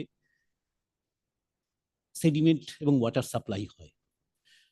এটা কন্টিনেন্টাল সেলফের ওপর যখন ডিপোজিটেড হয়, টাইড ওটাকে টাইডালি পুশব্যাক করে, কারণ টাইড এখানে ফ্লাকচুয়েট করে, কোথাও 2 মিটার, কোথাও 3 মিটার, কোথাও 5 মিটার, আর স্টর্ম সার্জের সময় আরো অনেক উঁচুতে। আর প্রত্যেকটা এস্টুয়ারির একটা ইন্টারটাইডাল স্পেস আছে। Those who are not embanked, যেগুলোর উপর এমব্যাঙ্কমেন্ট নেই, they widen and shrink during the high and low tide. আর ইন্টারটাইডাল স্পেস যেখানে ও ওয়াইডেন হয় 24 ঘন্টায় 2 বার করে, that is the most active part of the sedimentation. এটা নিয়ে আশিস, সুনন্দ ওরা অনেক কাজ করেছে, ওরা নিশ্চয়ই বলবে, আমি এটা নিয়ে বেশি ঢুকছি না। এই সেডিমেন্ট লোডটা প্রথম যদি আমি সেডিমেন্টেশন দিয়ে শুরু করি, 1980s এর একটা পেপার বলতো যে Ganga carries about 800 million tons of sediment load annually at about Farakka point. আর 2009 থেকে 14 পর্যন্ত যখন আমি আইআইটির কনসোর্টিয়ামের সাথে কাজ করছিলাম, we measured the sediment load at Farakka point. It was reduced to about 170 million ton. মানে 80 কোটি টন থেকে নেমে এসে 17 কোটি টনে হচ্ছে। This is possibly because of we have built so many large reservoirs যেখান থেকে we can allow this to release the water, but sediment load largely remains trapped behind the, এটা ডিভিসি হতে পারে, and we have built a mighty barrage at the apex of the delta which also traps the sediment load. ফলে recent একটা study বলছে যে গঙ্গা সিস্টেমে sediment load reduce করছে annually at the rate of about 4 million tons per year, আর Brahmaputra reduce করছে about 6 million tons. Still Ganga Brahmaputra system, যেহেতু গঙ্গা ব্রহ্মপুত্র মেঘনা মাইটি সিস্টেমটা দিয়ে মেঘনা দিয়ে বেরোচ্ছে, relative stability of the coast depends on how much sediment load reaches the coast and what is the action of the tide. এর মধ্যে যে ডমিনেট করবে তার উপর রেজাল্টটা নির্ভর করবে। ফলে ওই পার্ট অফ দি ডেল্টা, সুনন্দরা নিশ্চয়ই বলবে, আশিস নিশ্চয়ই, ওটাকে আমরা বলি প্রোগ্রেডিং ডেল্টা মেঘনা এস্টুয়ারিতে। আমি দেখছিলাম যে গান্ধীজি যখন নোয়াখালীতে গেছিলেন তখন ইট ওয়াজ এ কোস্টাল টাউন। এখন ওখান থেকে আমি রিসেন্টলি বাংলাদেশ যাওয়া সম্ভব হয়নি, কোথায় অন্তত 22 কিলোমিটার সরে এসছে সমুদ্র। এইটা হচ্ছে growth, because it receives the combined sediment load of the Ganga Brahmaputra মেঘনা সিস্টেম কভারিং মোর দেন 17 মিলিয়ন স্কোয়ার কিলোমিটার। এই সেডিমেন্ট লোডটা এই ক্লাইমেট চেঞ্জের অ্যাকশনকেও নেগেট করতে পেরেছে, সে টাইডাল ওয়েভটাকে ঠেলে সরিয়ে একটা ডেল্টা বিল্ড করেছে। পসিবলি 1 সেঞ্চুরিতে আমি যা রাফ হিসেব করে দেখছি, about 500 square kilometre of land they have gained. This part of the delta, যেহেতু not only the Farakka but also many other structures on the Ganga basin, DVC, Massanjore, Kangsabati, এই সব জায়গায় এত সেডিমেন্ট লোড ট্র্যাপড হয়েছে যে this part of the delta, Hooghly estuary দিয়ে যে sediment লোডটা আসতো সেটা এখন আর আসে না। ফলে সেটাতে ফলে হচ্ছে কি, দিস পার্টে ডেল্টা বিল্ডিং হচ্ছে না। বেরাদার this can be described as retrograding delta, যেখানে গত 50 বছরে অন্তত 130 স্কোয়ার কিলোমিটার, আমি দেখছিলাম যে 10টা সি ফেসিং আইল্যান্ডকে যদি আমরা বেছে নিই, ফ্রম সাগর টু একদম ইস্টার্ন ইন্দো বাংলা, সবগুলো irrespective of having forest cover are not, forest cover থাকলেও হয়েছে, ফরেস্ট কভার না থাকলেও হয়েছে, সবগুলো আইল্যান্ড ছোট হয়েছে। এই নিয়ে অ্যাংজাইটি, বিশেষ করে সাগর আইল্যান্ডের যে কপিলমুনির আশ্রমটা, এটা নিয়ে এ সিরিজ অফ মিটিং গভর্নমেন্ট লেভেলে হয়, কোনো কোনো সময় আমিও থাকি।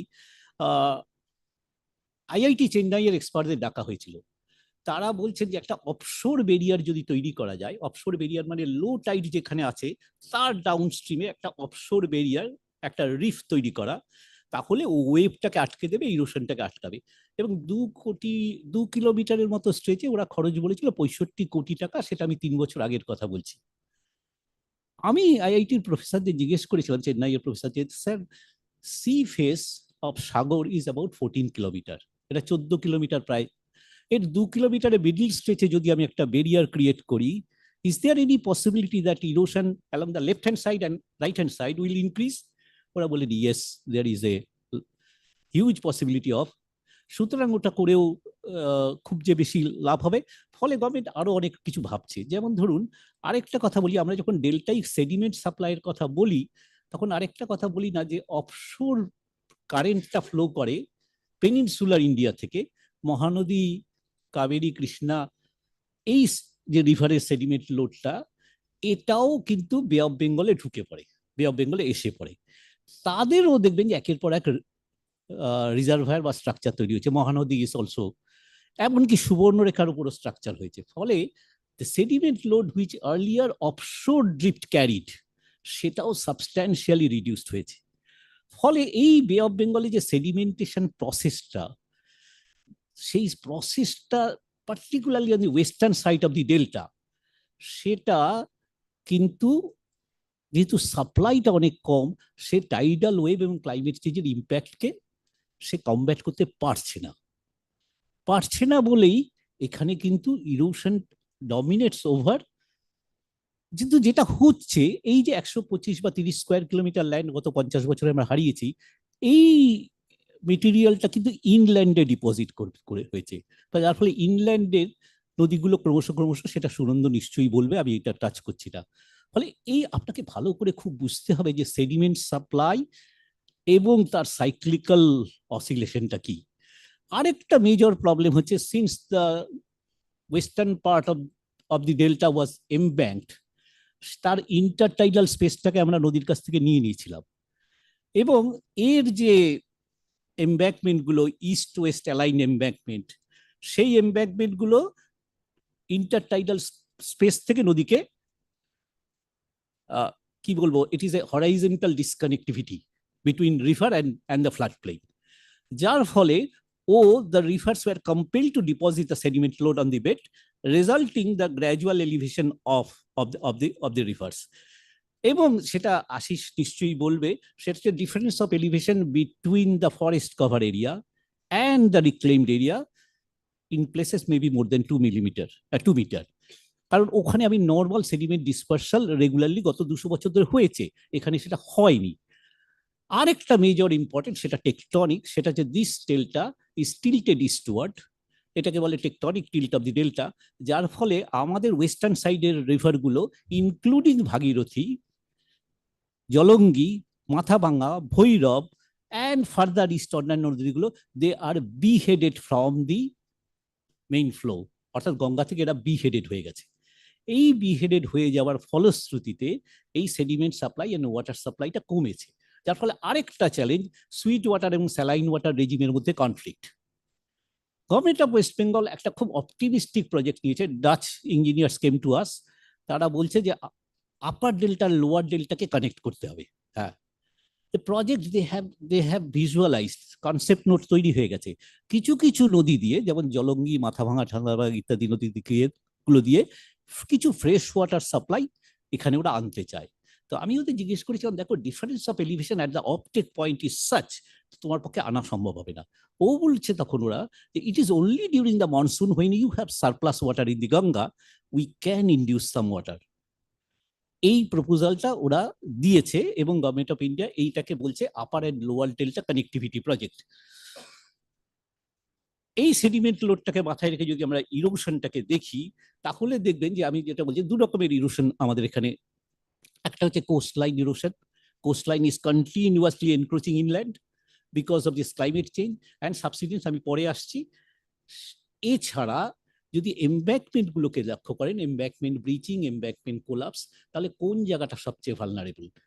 আমরা দেখেছি যে ইস্ট ফ্লোয়িং কনভেক্স ব্যাঙ্কগুলো আর ইস্ট ফ্লোয়িং কনকেভ ব্যাঙ্কগুলো, তারা সবচেয়ে বেশি ভালনারেবল। কেন জানেন? সাইক্লোন এখানে অ্যান্টি সাইক্লোনিক সার্কিটে ঘোরে এবং ওরা নদীটা হচ্ছে নর্থ থেকে সাউথে নামছে। ইমাজিন করুন, এই দিক থেকে ঘুরে সি থেকে উঠে ও যাচ্ছে, ও কাকে অ্যাটাক করবে সবচেয়ে বেশি? ইস্ট ফেসিং কনকেভ ব্যাঙ্কগুলোকে। যার ফলে মোস্ট ভালনারেবল পয়েন্টস হচ্ছে যেগুলো বারবার কোলাপস করছে, সেটা হচ্ছে ইস্ট ফেসিং কনক্লেভ। আমরা 207টা 207 vulnerable stretches we have identified, having a length of about 320 kilometer, যেটা সবচেয়ে বেশি ভালনারেবল, বারবার কোলাপস করছে। এখন এই প্রসেসটাকে প্রোটেক্ট করা it is extremely difficult challenge. যার ফলে এখন নতুন কথা ভাবা হচ্ছে যে পোস্ট ইন্ডিপেন্ডেন্স পিরিয়ডে বারবার যেটা চেষ্টা করা হয়েছে সিভিল ইঞ্জিনিয়ারিং ওয়ার্ক দিয়ে এটাকে প্রোটেক্ট করা, that has partially failed, or আমি বলবো পার্শিয়ালি সাকসেসফুল। এইবার একটা কথা বলা হচ্ছে যে একটা new kind of engineering approach নেওয়া হচ্ছে, সেটা হচ্ছে এটাকে বলে, আপনি বলতে পারেন এটাকে ecological engineering, combining the hard and soft engineering. Hard and soft engineering মানে হচ্ছে when there is absolutely essential আমি কিছু এমব্যাঙ্কমেন্ট তৈরি করবই করব, কিন্তু যেখানে আমি ফ্রন্টাল স্পেস আমি পাচ্ছি, যেখানে আমি ইন্টারটাইডাল স্পেসটাকে ফ্রন্টে পাচ্ছি, সেখানে আমরা একটা বায়োশিল ক্রিয়েট করতে চাইছি, যাতে ও ফার্স্ট থ্রাস্ট অফ দি সাইক্লোনটাকে ও অ্যাবজর্ব করতে পারে। কিন্তু সব জায়গায় এই অ্যাভেলেবল স্পেসটা নেই। হ্যাঁ, এই নেই বলেই, যার ফলে ফ্রন্টাল এরিয়াতে যদি আমি দেখি, সাগর থেকে আরম্ভ করে, সাগরে আরেকটা এক্সপেরিমেন্ট করা হয়েছিল, সেটা হচ্ছে কিছু টেট্রাপড ফেলে দেওয়া হয়েছিল।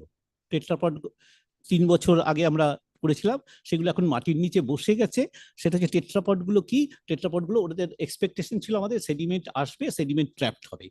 আর WWF এর অনুরাগরা আরেকটা কাণ্ড করেছিল, তুই বোধহয় জানো, সেটা হচ্ছে যে চাকা, অর্থাৎ কুয়োর চাকা, সেগুলো ইন্টারটাইডাল স্পেসে ফেলে দাও।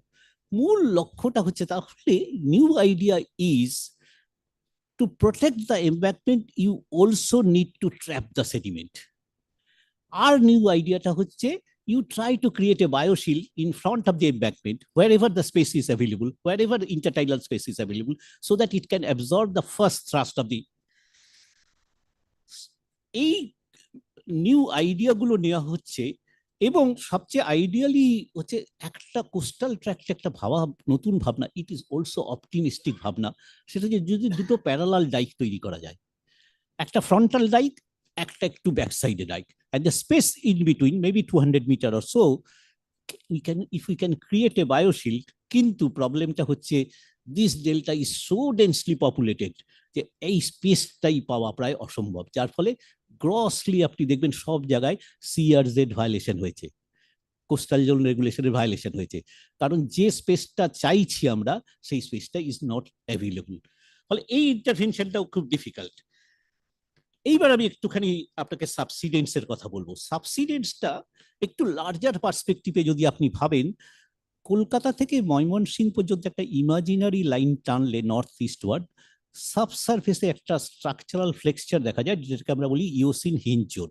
আমি ছেলে মেয়েদের জন্য বলছি, আচ্ছা যে হার্ড রকটার ওপর সেডিমেন্ট জমা হয়েছে সেটার হঠাৎ একটা বেন্ড আছে, হিঞ্জ মানে একটা কবজার মতো আছে, ও নর্থ ওয়েস্টার্ন সাইডের স্লোপটা হচ্ছে 2 থেকে 3 ডিগ্রি, ঠিক তারপরে কোথাও কোথাও 6 ডিগ্রি হয়ে গেছে।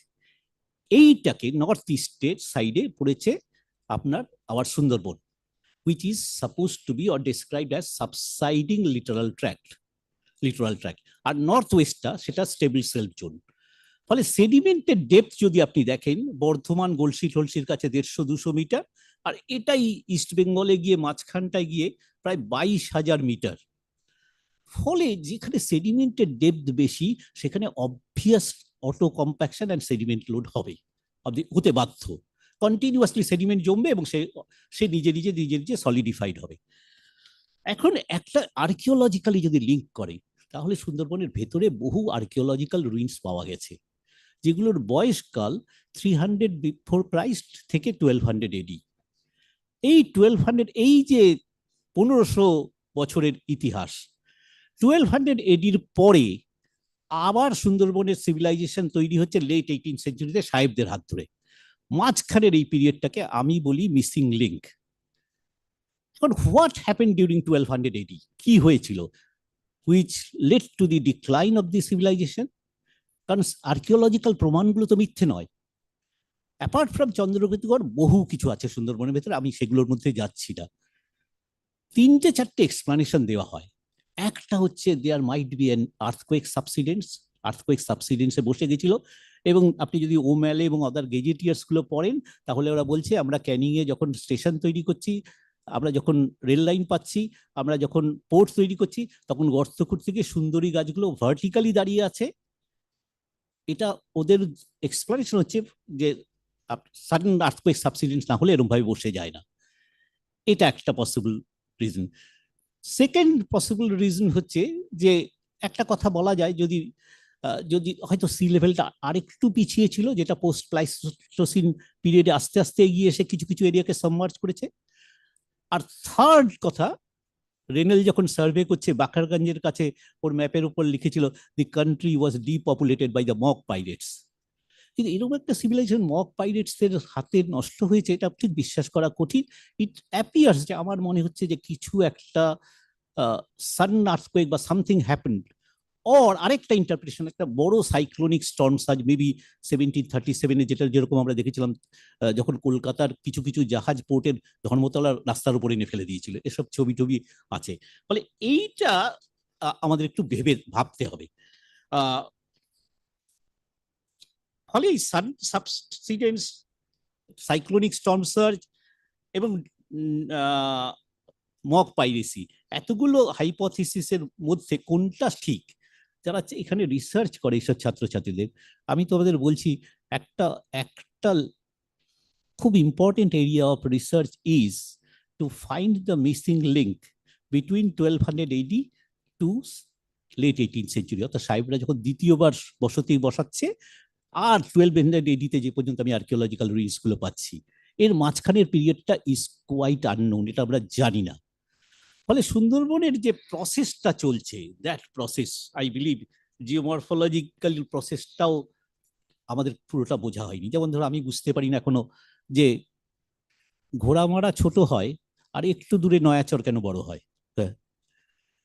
ফলে এই যে হাইড্রোডাইনামিক্সটা আমার অন্তত জানা নেই।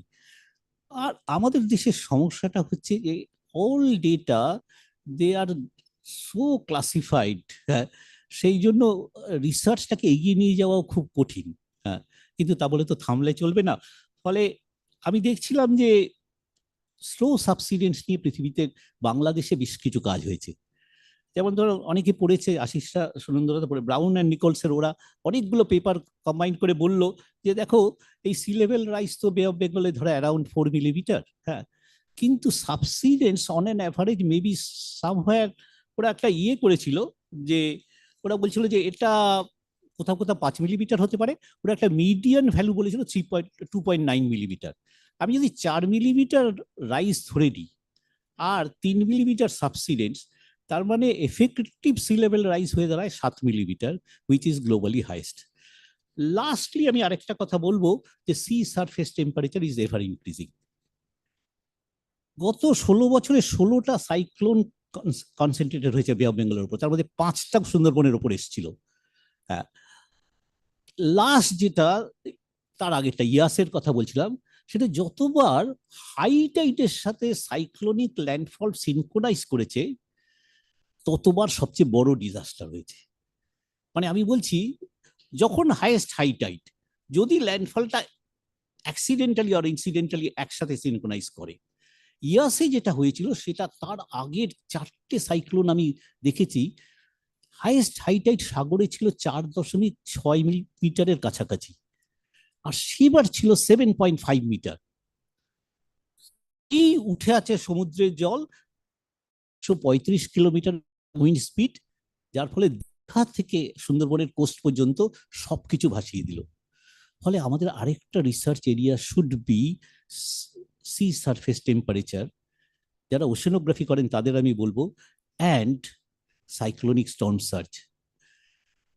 এই কথাগুলো নিয়ে আমি আমার কথা শেষ করব, কারণ আমি পরের পার্টটা আমি শোনার জন্য এখানে বসে আছি। আমার বয়স হয়েছে কিন্তু আমার শেখার অন্ত নেই, ফলে ওরা যারা এসছে এরপরে যারা বলবেন তারা আমার থেকে অনেক বেশি জানেন। আর আমি আমার ছেলে মেয়েদের বলবো যে নিজের সাবজেক্টের বেরিয়ার, তুমি জিওগ্রাফার, তুমি হিস্টোরিয়ান, তুমি আর্কিওলজিস্ট, সেটা ভেবো না, নলেজের কোনো বেরিয়ার হয় না। আর কম্বাইনিং দ্য নলেজ, তবে তুমি সত্যের কাছাকাছি পৌঁছতে পারো। Thank you all for your patient hearing.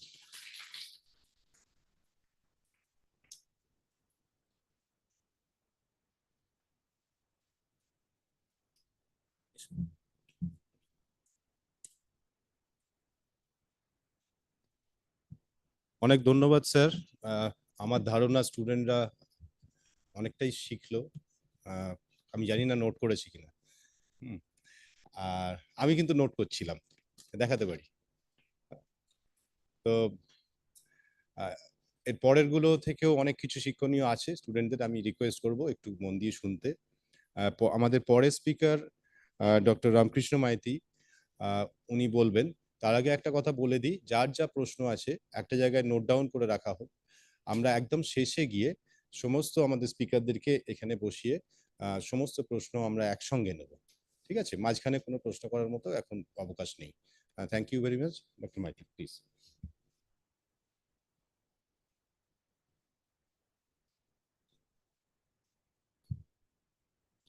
Respected Chair,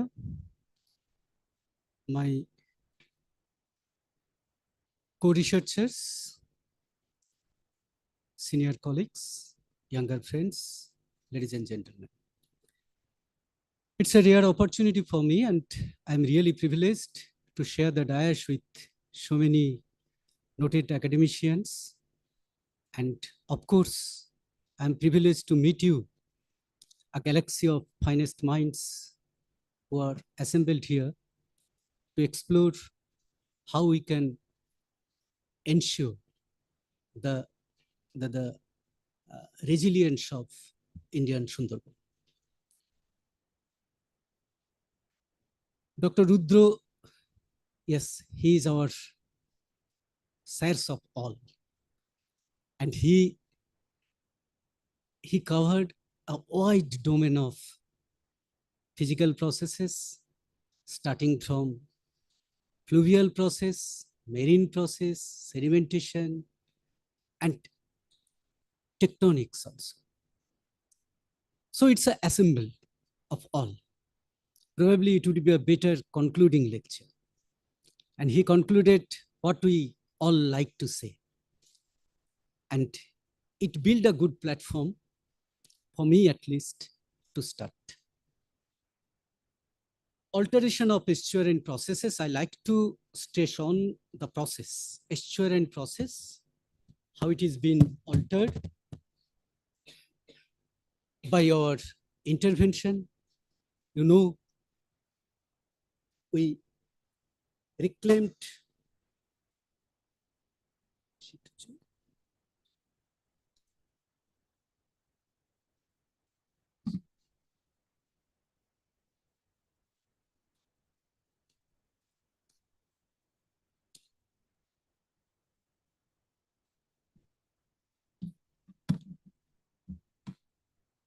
okay, no problem. I'll sit. I would sit physically, no problem. Ah, okay.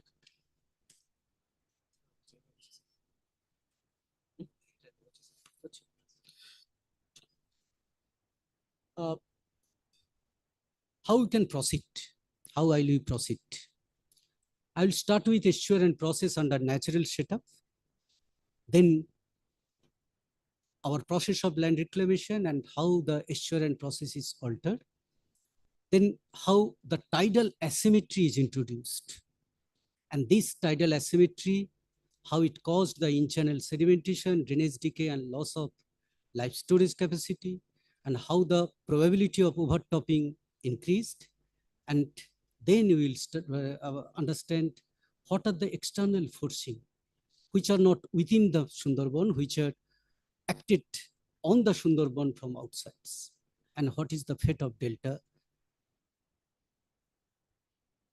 And we will try to understand the system as an integral part of all these processes together. As we know, 54 out of 102 islands of Sundarban are reclaimed with the help of 3500 kilometer of embankment. And the process of reclamation is very simple. It is the natural setup. We constructed embankment on either side of this tidal creek, and we cleared the forest from the enclosed area.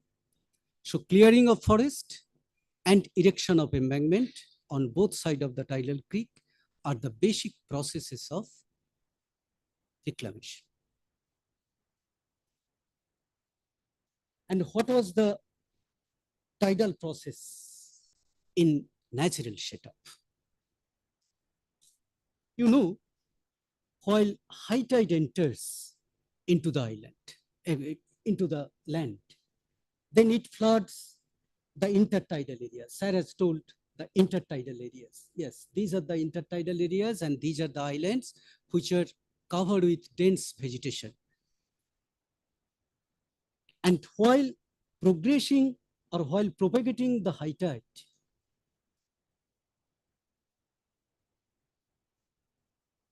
this tidal wave or tidal water cannot proceed much or cannot move faster, because this vegetation retards its velocity. So velocity is reduced due to shearing resistance out of these vegetations. So velocity of high tide becomes low than the low tide. Here, low tide is stronger.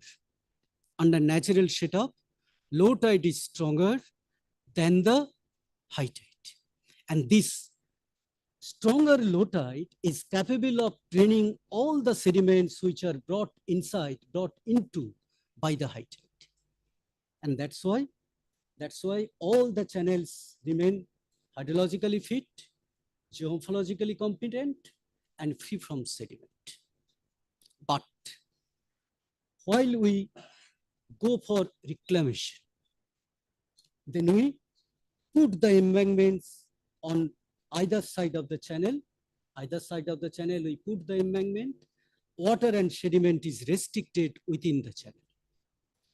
Intertidal area is excluded from the channel, Sarah has told. That means there is no shearing resistance from the vegetation for high tide propagation. Velocity of high tide is more due to absence of shearing resistance, number one.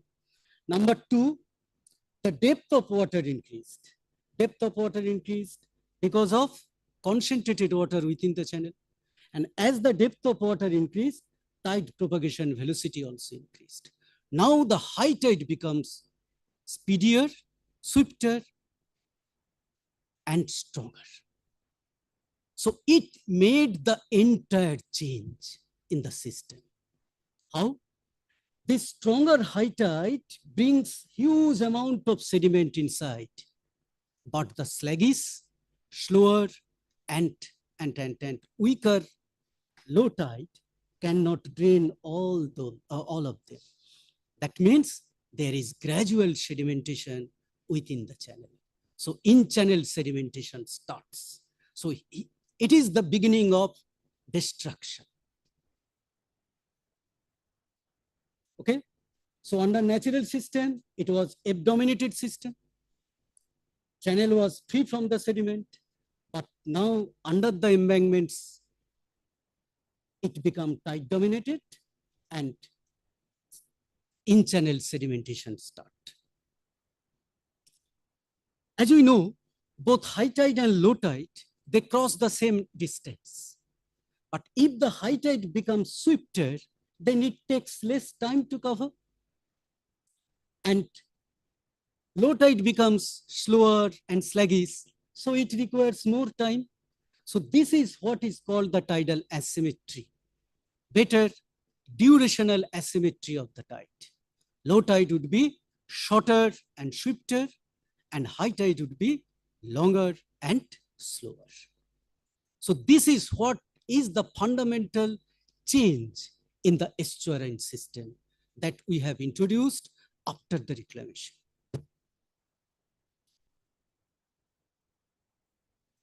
One article I like to cite in this connection, Chatterjee et al., they made 30 say temporary tidal gauge stations throughout the Sundarban area, and they made a rigorous survey on the tidal character during 18th to 21st March 2011. And these are the high tide data and these are the low tide data. And after analyzing this data, what we found that this amount of asymmetry, this intensity of asymmetry gradually increases inward. That means tidal asymmetry increases landward, tide domination increases landward. That means more and more sediments are pushed inside. And what Shah has told, that new lands are coming in the interior part by the infilling of channels. Channels are infilled. New and new lands are coming up within the channels. So new lands are coming up here, but another danger it made to the outer part of the system. Now, one survey we made to understand the morphology of the channels under embanked conditions and without embankment. In the Ajmalmari Reserve Forest, and this is the location of A, section A. This is the section A, B, C, D, and E. And all these are the natural channels without having any intervention. F, G, and H also. And you see the health of the channels. Channels are free from the sediments. But side by side, there is another channel which is embanked on either side. You see the location of number 1, number 2, number 3, number 4. And everywhere you see the part of the channels are filled with sediments. That means if you put the embankment on both sides of the channel, automatically you are introducing the drainage decay. Okay. So this drainage decay was studied in details. Say, look at this channel, sorry.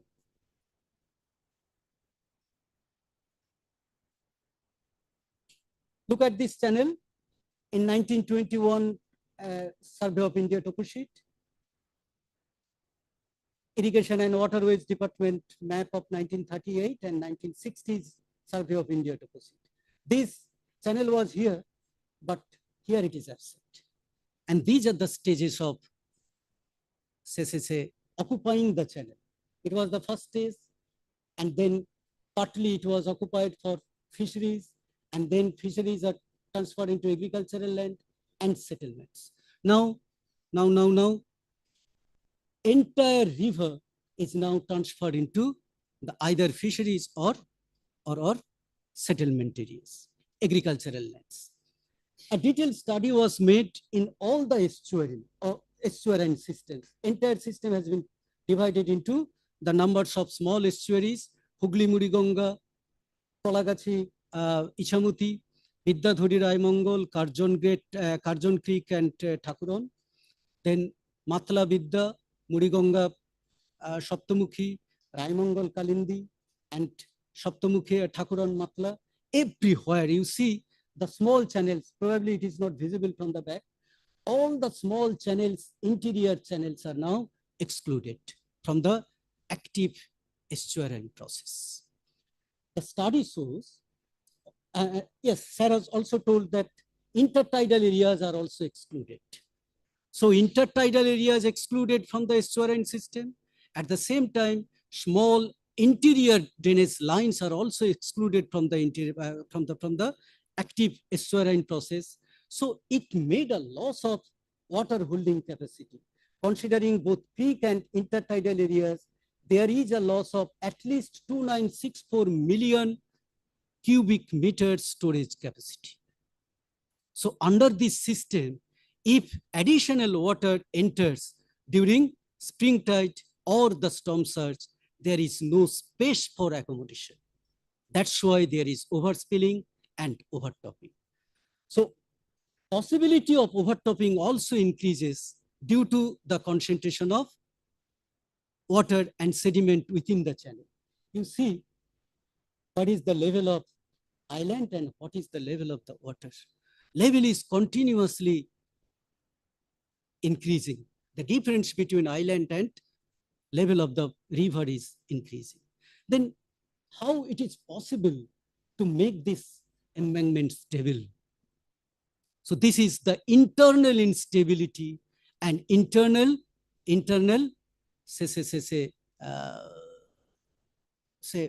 disturbance that we have introduced by us. Yeah. So this overtopping is most dangerous way of mechanism of is the most dangerous mechanism of embankment breaching. You see, it is the river and it is the island, and when more water enters into the river, water overtops. When water overtops, then supercritical flow occurs on the islandward side of the embankment. And this side is not protected at all. In most of the cases, we see the protection in the riverward side of the embankment. But actually, erosion occurs on the opposite side. During high tide, this islandward side of the embankment erodes. And when during low tide, waters return to the river, then this side, opposite side enters. So it requires only 6 hours of high tide and 6 hours of low tide for the entire erosion, entire obliteration of the embankment kilometers after kilometers. So it is the most dangerous way of embankment breaching, and possibility of overtopping is increased.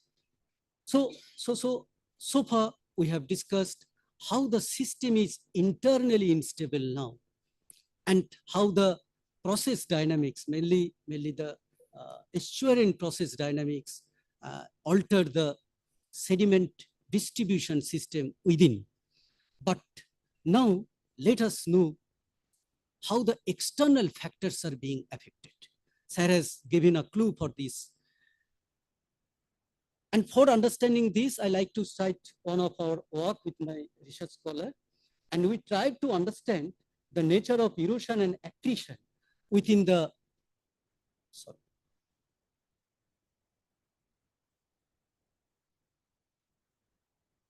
nature of erosion and accretion in the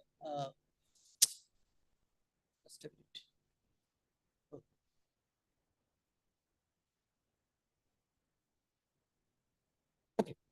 So what we found, that more and more land is being created inside, in the interior part of the island, Sundarban, but the outer islands, that is the sea-bound islands, are mainly being eroded. Sarah has given this description, and surprisingly, most of those islands are under natural forest cover. Professor Bandyopadhyay sir is sitting here. They have made an extensive survey on 250 islands covering both Indian part and Bangladesh part of the Indian Sundarban, mainly Bangladesh part of the Sundarbans, mainly the western part of the Sundarbans. And they found since 1904 to 2016, continuously this part is being eroded. And where the erosion is more? Indian part. Indian part of islands are eroding 2.55 times more than the Bangladesh part. So question arises why it happens. And you see, all these islands are erosion prone and most of them are under natural forest cover. So mangrove is not capable to protect these islands from erosion. And sir told that Hooghly River is supplying the sediment from its western margin. And if we understand the tidal character of Hooghly River, then we will see, starting from Sagar Island to Garden Reach, the tidal character is changing. Here at Sagar Island, flood time is 5 hours 35 minutes and ebb time is 6 hours 35 minutes. But if we come to the Garden Reach, this flood time is reduced to 2 hours 48 minutes and ebb time 9 hours 28 minutes. That means if we proceed inward, more and more asymmetry occurs. That means high tide becomes more and more stronger and it pushes more and more sediment inside, but the sluggish and slower and weaker low tide cannot drain all those sediments. And our survey, our work on the suspended sediment shows that the concentration of suspended sediment is very high in between Noyachor to Sagar Island. But while coming to the estuary part, southern part, its concentration reduces drastically. That means all the sediments are pushed inside. And it is due to the tidal character. And if we come from west to east, then you see the suspended sediment concentration reduces. That means these are the islands which are starved of the sediments. So sediment starvation is the main cause. There is no much sediment to replenish the islands. And there is sea level rise stress. Sir told the subsidence stress is also there. So to compensate with this sea level rise and subsidence, sufficient amount of sediment has to be required. But that sediment is not available. Okay? And these are all the islands which are facing erosion.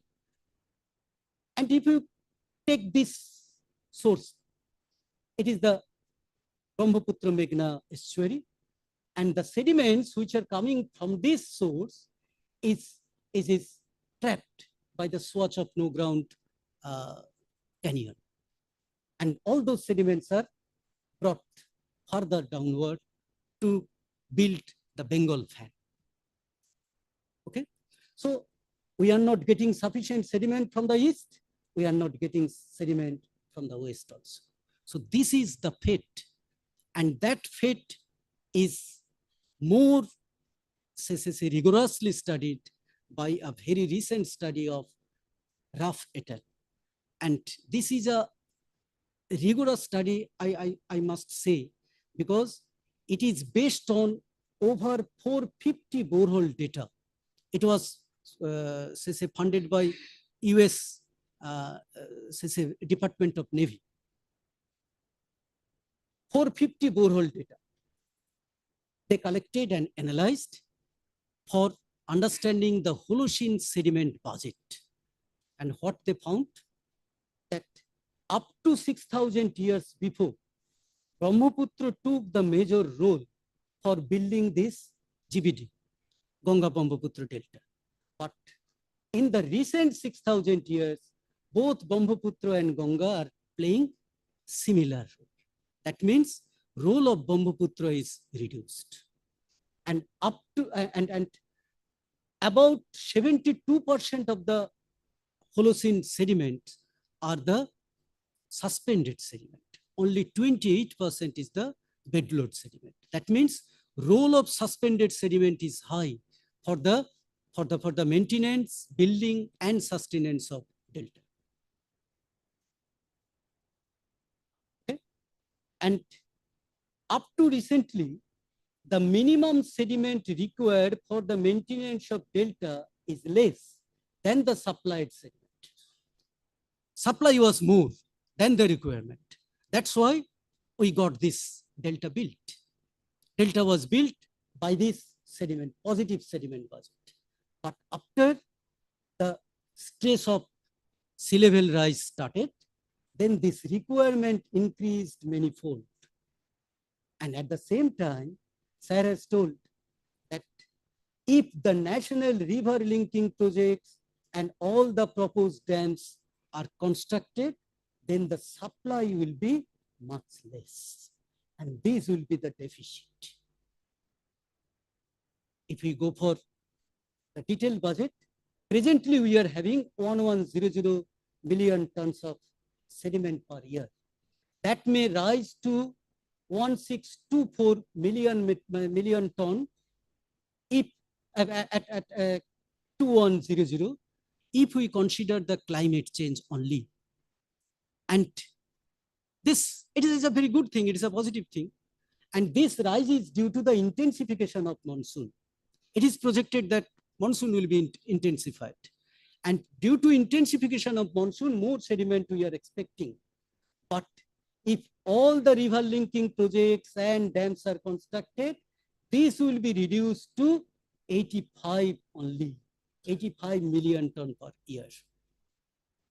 And there will be a deficit of 2228 million ton per year deficit. So it's the right time to make a international forum composed of all the riparian states, riparian countries, to ensure the sediment supply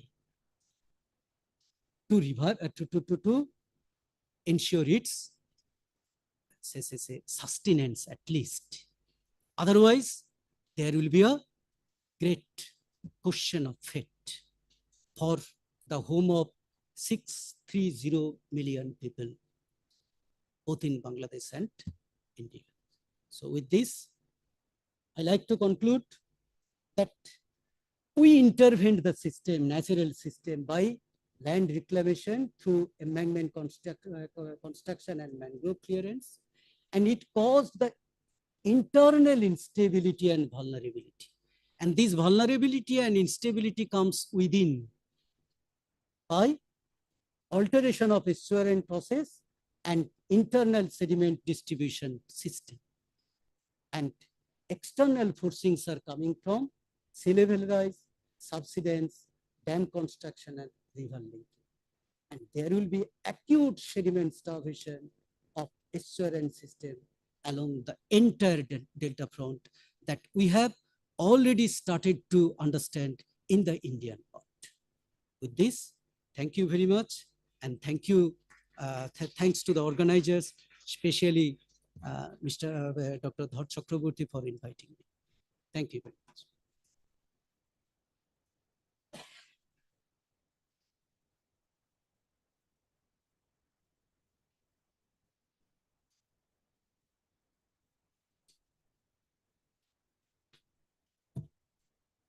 I think there is no need to introduction.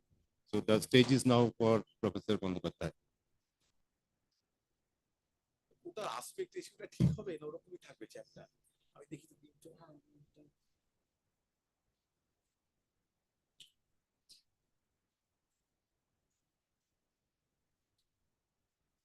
সকলকে নমস্কার জানাচ্ছি এই স্কুলে বাংলা ভাষায় পড়তাম বাংলা মিডিয়ামে পড়তাম তো আমি একটা অপরচুনিটি পাচ্ছি বাংলায় বলতে আমি সবসময় সেটা গ্রহণ করছি কল্যাণ দা রাস্তা দেখিয়ে দিয়েছে আচ্ছা, তো এখানে একটা ব্যাপার হচ্ছে, এখানে যারা আছেন মনে হয় না যে কেউ জানেন না সুন্দরবন, এরকম খুব একটা লোকজন ওটা নেই। হ্যাঁ, তো আমাদের একটা ব্যাপার হচ্ছে কি, একই জায়গা এবং বেসিক জিনিসগুলো না আমরা সবাই জানি, এবং আমার আর রামকৃষ্ণ এবং সম্ভবত পরে আশিসদা দেখলে অনেক ওভারল্যাপ। তো ওই জায়গাগুলো আমি তাড়াতাড়ি চলে যাবো, কারণ জায়গাগুলো অনেক কিছু বলে দিয়েছে। আমি প্যাটার্ন একটু কনসেন্ট্রেট করি। হ্যাঁ ভাই, যেটা ভাই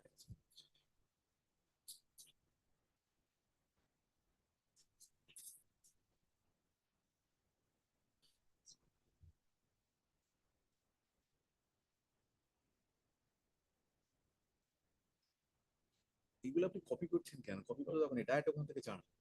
এখানে lot of things are there which I don't want to share with anybody.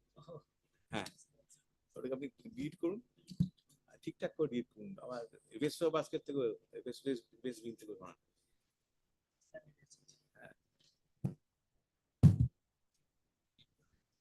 আচ্ছা, ওকে।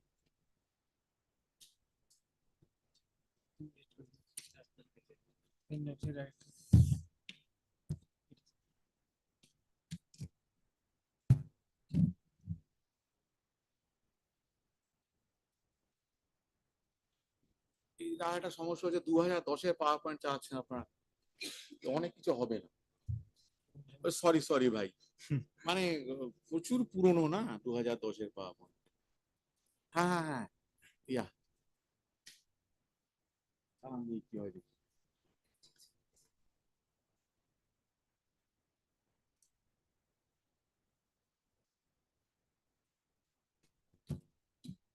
চলবে মনে হচ্ছে, একটুখানি আছে। আচ্ছা, আমার ওখানে মাইক্রোফোন নিয়ে তো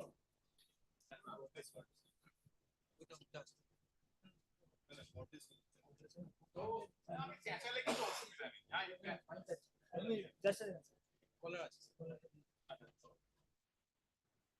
গঙ্গা ডেল্টা ওই থেকে ব্রহ্মপুত্র আসছে, basin area 1 billion square feet. Sediment discharge শুধু গঙ্গার হচ্ছে 500 বিলিয়ন স্কয়ার কিলোমিটার, সেটা এই স্কয়ার মিটার হচ্ছে ডিসচার্জ। সেডিমেন্ট ডিসচার্জ এই দুটো মিলিয়ে আমরা জানি 1 বিলিয়ন টন। এটা আমরা জানি, মোটামুটি এটা আমাদের সকলেরই জানা আছে। এখন আমি যদি এই জায়গাটা একটু বাড়ি,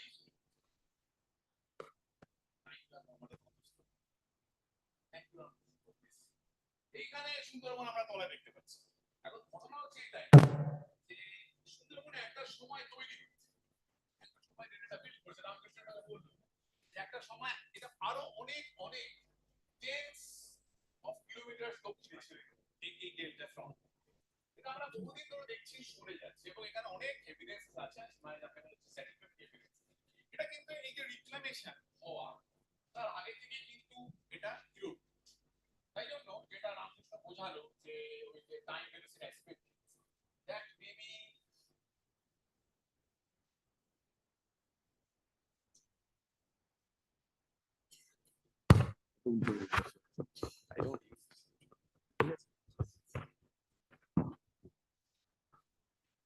হ্যালো, ঠিক আছে? এরা আজব লাগছে না আমাকে, এনিওয়ে ও ভাই দিয়েছে, আর কি করা যাবে। হ্যাঁ, স্পেস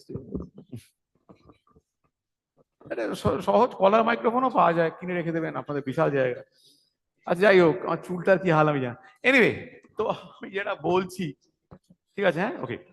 তো আমি যেটা বলছি যে এটা কিন্তু অনেকদিন ধরে ক্ষয়ে আসছে, বিফোর এনি সর্ট অফ রিক্লামেশন, যার জন্য সেডিমেন্ট আসছে না, এটাই বোধ ব্যাখ্যা যে এই জায়গাটা কেন ক্ষয়ছে।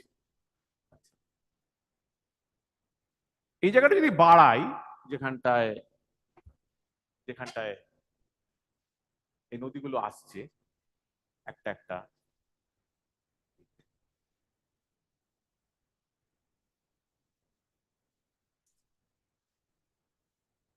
আড়িয়াল খান থেকে যদি শুরু করি, গড়াই, মাথাভাঙা, ভৈরব এবং ভাগীরথী 1967 সাল, আমরা দেখবো এখান দিয়ে কোনো জল ঢুকছে না। কারণটা শীতকাল। বর্ষাকালে জল ঢোকে, একটু সেডিমেন্ট ঢোকে, সেটা কিন্তু ডেল্টাটাকে মেনটেন করার জন্য যথেষ্ট নয়। এই জায়গাটায় আমরা দেখতে পাচ্ছি 1967 সালে গঙ্গা কিছুই নেই, কোনো জল ঢুকছে না অলমোস্ট, এখানটা পুরোপুরি চড়া। তখন ফারাক্কা ব্যারেজ তৈরি করা হয়। আমরা পশ্চিমবঙ্গের অধিবাসী সম্বন্ধে আমরা সবাই জানি। এই জায়গা হয়, তাহলে যেটা দাঁড়াচ্ছে এই যে নদীগুলো আছে তার মধ্যে প্রত্যেকটাই বন্ধ, সেডিমেন্ট প্রায় আসে না, আসে না বলা যাবে না, প্রায় আসে না।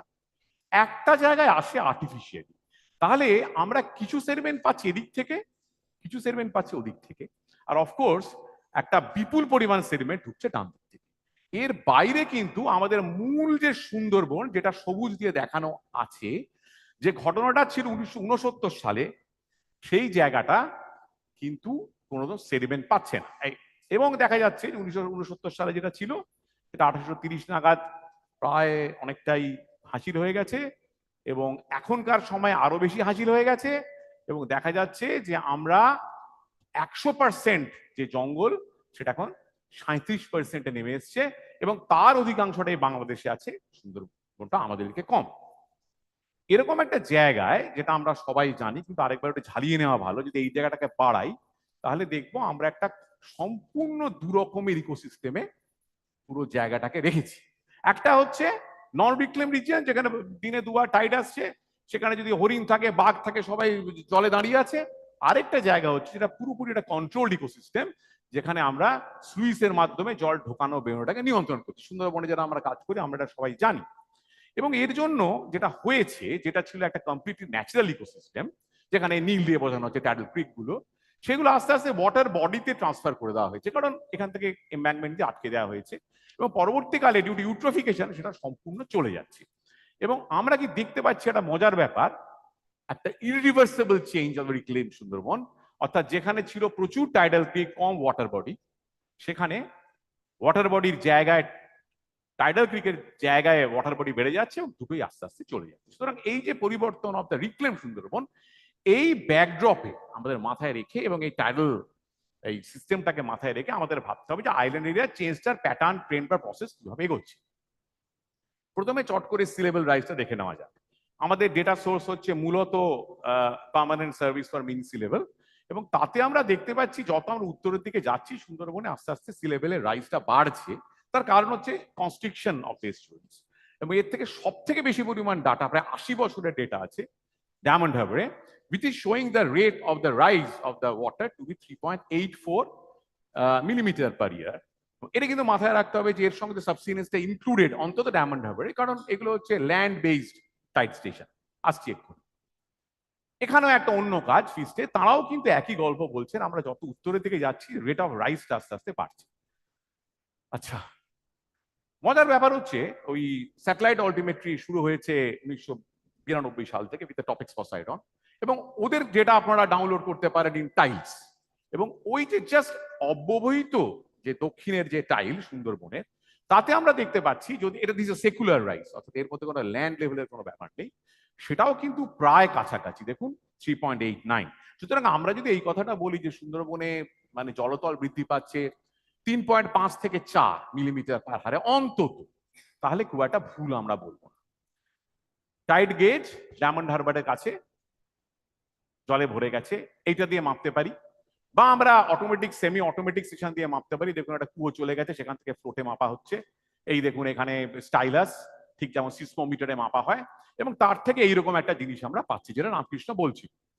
এখানে দেখুন এইটা হচ্ছে টাইডাল রেঞ্জ, মিন সি লেভেল, আর এইটা হচ্ছে মজার ব্যাপার, যত আমরা উত্তরের দিকে যাচ্ছি তত আমার টাইডাল রেঞ্জটা কিন্তু ক্রমশ বাড়ছে। দেখুন এইখানে সাগর, এইখানে হচ্ছে Canning, so we are the tidal range going up as we go north.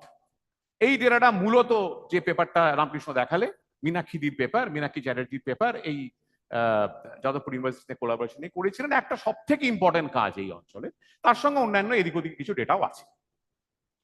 আরেকটা জিনিস আছে যেটা রামকৃষ্ণ বললো, এটা মজার ব্যাপার, যারা আগে বলে তাদেরটা আমার সবসময় রেফার করতে হয়, কারণ তারা অনেক কিছু বলে দেয়। আচ্ছা, তো যাই হোক, তো এইটা ওই ডায়গ্রামে দেখুন আপনি, এইটা হচ্ছে ফ্ল্যাট টাইড, এইটা হচ্ছে এফ টাইড। হুশ করে উঠে আস্তে আস্তে নামছে, তার মানে প্রচুর জল ঢুকে আস্তে আস্তে বেরোচ্ছে। এইটা আমার মনে হয় না যে আগে এফ টাইড ছিল এখন ফ্ল্যাট টাইড হচ্ছে, এটা আমার মনে হয় না। তার কারণ হচ্ছে একটা ইকুইলিব্রিয়ামে থাকা মানে হচ্ছে there won't be any flood domination, won't be any F domination. সুতরাং that will be make the estuary stable. But of course, if you put embankment, you are driving an estuary equilibrium to an F-dominated, flood-dominated estuary. তাহলে এইখানে এই যে ব্যাপারটা ঘটছে, এটাও আবার দেখা যাচ্ছে as you go north, ওই ক্যানিং, এই সাগর, এবং বাংলাদেশে ভাবলে এই হিরন পয়েন্ট, ওই মংলা, আমার এই অ্যাসিমেট্রিটাও বেড়ে যাচ্ছে নর্থে। তাহলে দেখুন আমাদের এন্টায়ার সুন্দরবনের প্রোফাইলে, whether it is in Bangladesh or in India, we have a sharp north south একটা প্রোফাইল আছে, টাইডাল, আমাদের টাইডাল যে ক্যারেক্টারিস্টিক্স, ঠিক আছে। এবং যেটা আমরা জানি যে এই ডেটাটা প্রচুর আছে, দেখা যায় যে আমার 5 ঘন্টা ধরে জলটা ঢোকে, 7 ঘন্টা ধরে বেরোয়, প্রায় 2-3 মিটার পার সেকেন্ডে ঢোকে, সেটা 1 মিটার পার সেকেন্ডে বেরোয়, অর্থাৎ যে সেডিমেন্টটা সে নিয়ে ঢোকে সেই সেডিমেন্ট নিয়ে বেরোতে পারে না, এবং সেটা জমে হচ্ছে এই জায়গাটায় রিক্লেম রিজিয়নে। তার কারণ হচ্ছে এখানটা তার পক্ষে ঢোকা সম্ভব নয়, কারণ we have put embankment on the both sides. এখন এটার জন্য গল্পটা কি হচ্ছে, এই যে জায়গাটা আমার আছে, যে জায়গাটা একটা প্রিস্টিন সুন্দরবন, যেখানে জল উঠছে, জল নামছে, জল উঠছে, জল নামছে প্রতিদিন, প্রতিনিয়ত 2 দিন, এবং যেখানে আমরা দেখতে পাচ্ছি ডেফিনেটলি কোনো সেডিমেন্টেশন হচ্ছে, যেমন একটা সাদা প্লেট যদি আমি দিই, আমি দেখবো সেটা সেডিমেন্টে পড়ে গেছে। এই জিনিসটা কিন্তু আমার ইন্টেরিয়রে হচ্ছে না, যে জায়গাটায় রিক্লেম করে দেওয়া হয়েছে।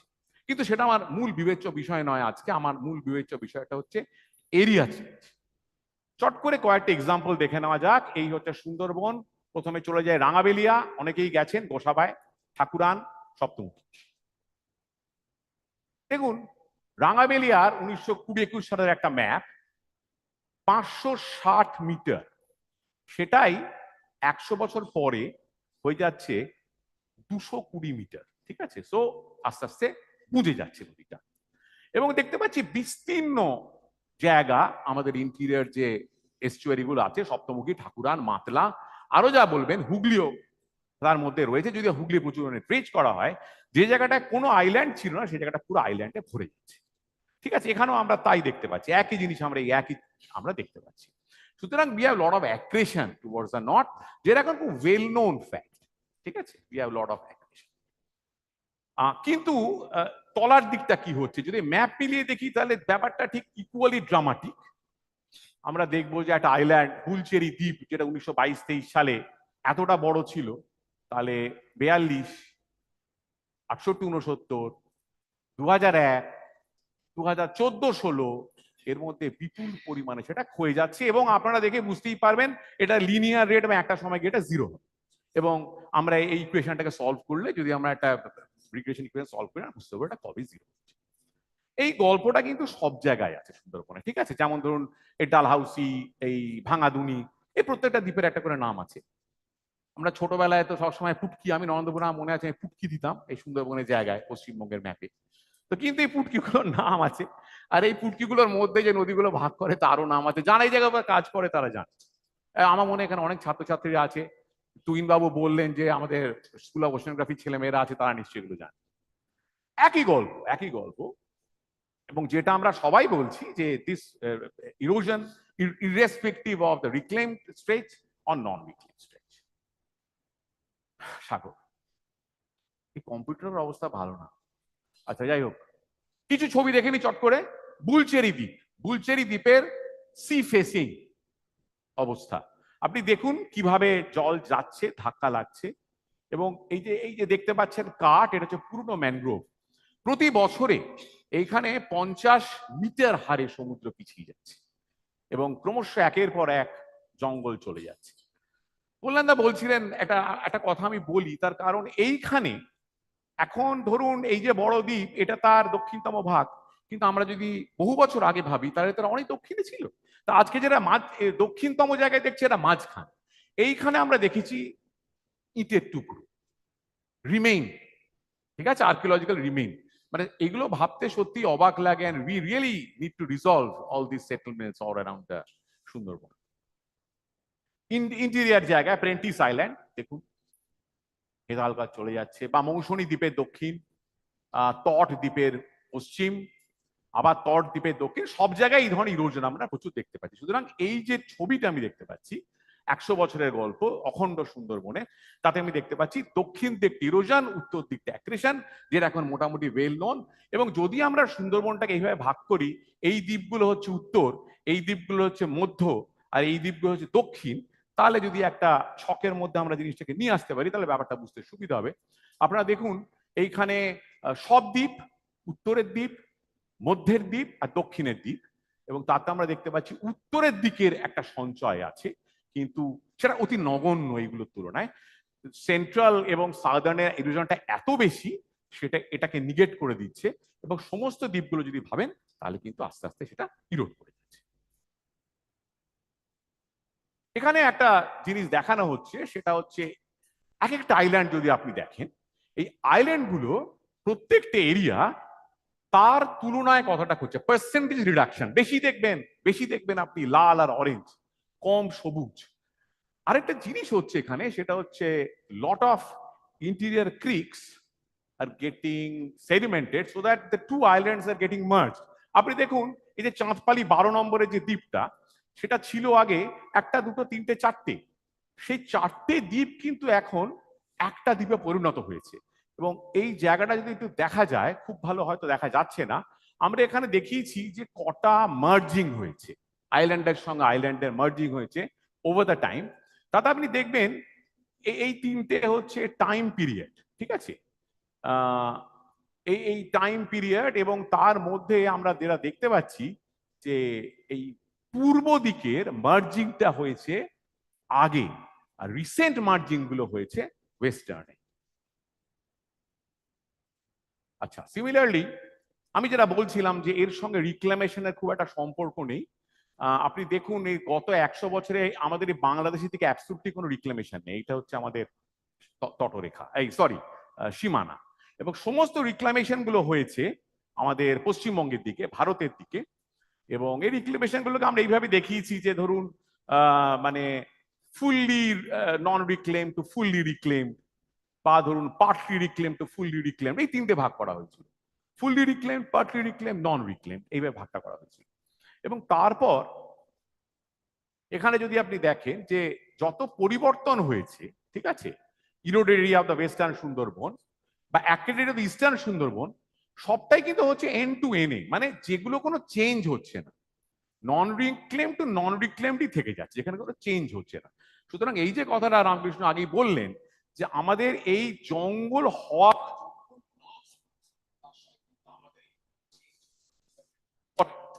সুতরাং এই দক্ষিণের দিকে ম্যানগ্রোভ বসিয়ে আমরা কিন্তু এই কোস্টাল ইরোশনটাকে আটকাতে পারবো। এবার আমরা কারণের, একটা ডেল্টা তৈরি হবে হয় সেইটা দিয়ে ডিটারমাইন্ড হবে সে কেমন ভাবে ইভলভ করবে, বা ঢেউ দিয়ে।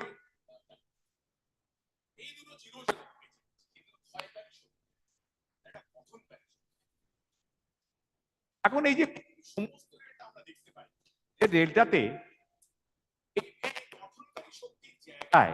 বিনাশকারী শক্তিগুলো বেশি শক্তিমান হয়ে যাচ্ছে, সেইখানে ইরোশন হচ্ছে। এবং আমরা তো এর আগে দেখেইছি এখানে ঘটনাটা কিরকম। এই যে ছবিটা, এখানে মোটামুটি একটা অ্যাভারেজ জিনিস বোঝানো হয়েছে যে এই যে সেডিমেন্টটা আসছে সেটা সোয়াচার নো গ্রাউন্ড দিয়ে চলে যাচ্ছে দক্ষিণে, এবং এই সেডিমেন্টটাও কিন্তু এইদিকে আসতে পারছে না। আরো এখানে কয়েকটা জিনিস দেখানো আছে, একটা সামারি করা আছে কোথায় কোথায় সি লেভেলটা কেমন বাড়ছে।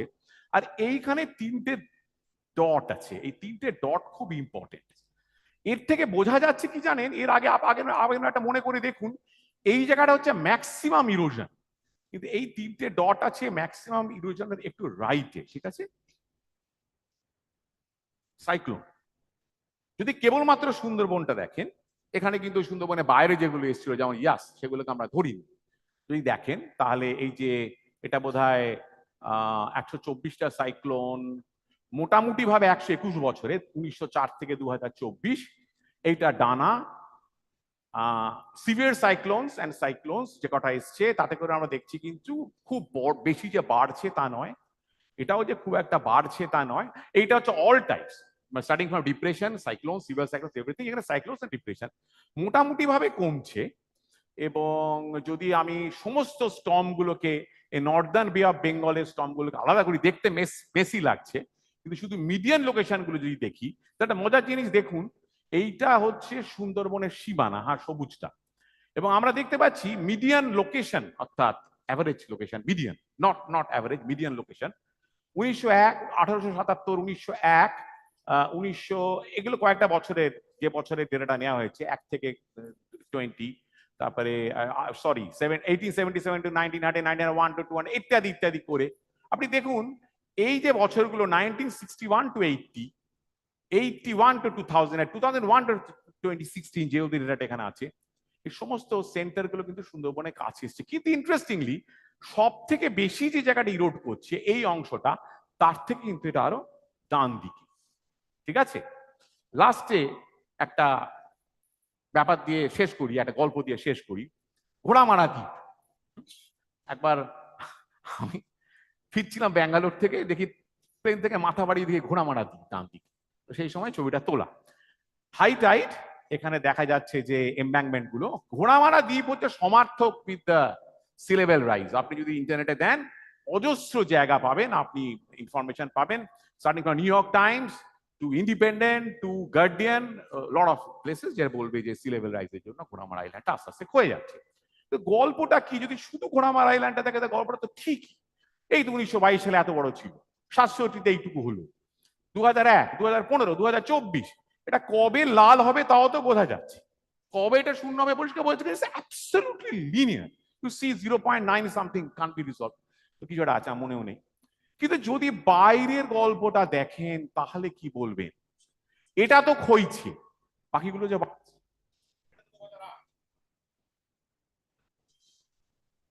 ঠিক আছে।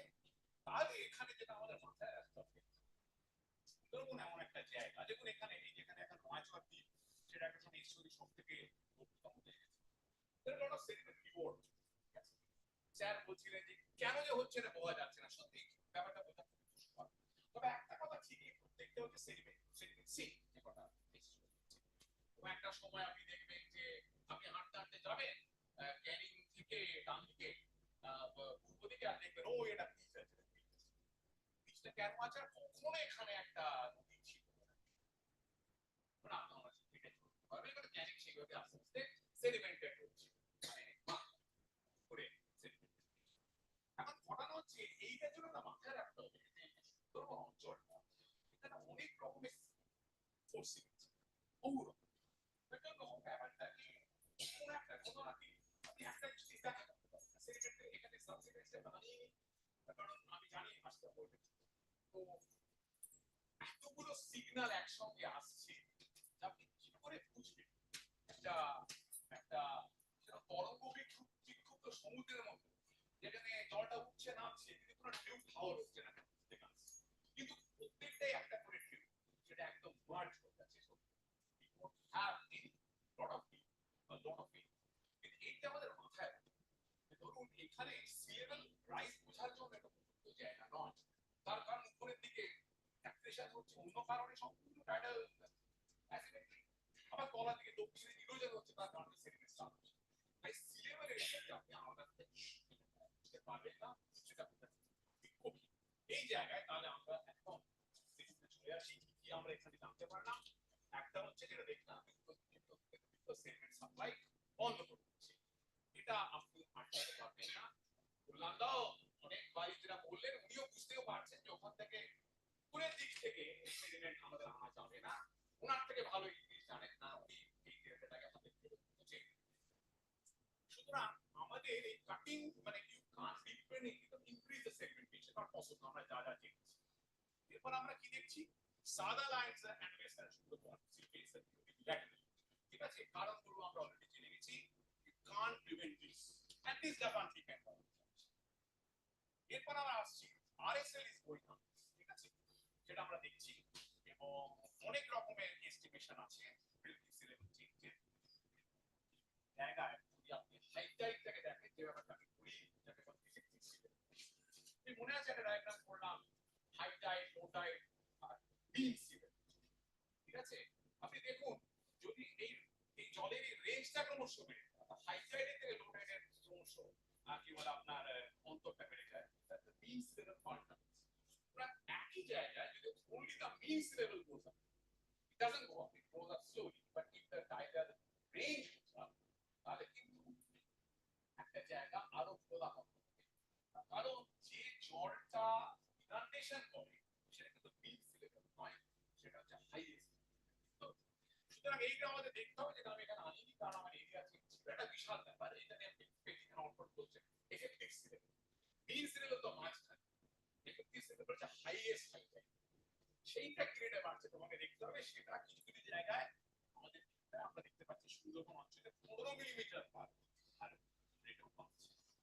তো টাইডাল রিভার ম্যানেজমেন্ট, যেটা হয়তো পরবর্তীকালে আমি শিওর দিতে সেমিনারে ডিসকাস হবে কি করে কাজটা হয়, টাইডাল রিভার ম্যানেজমেন্ট এটাকে আমরা খানিকটা ফাঁকা আর চলছে।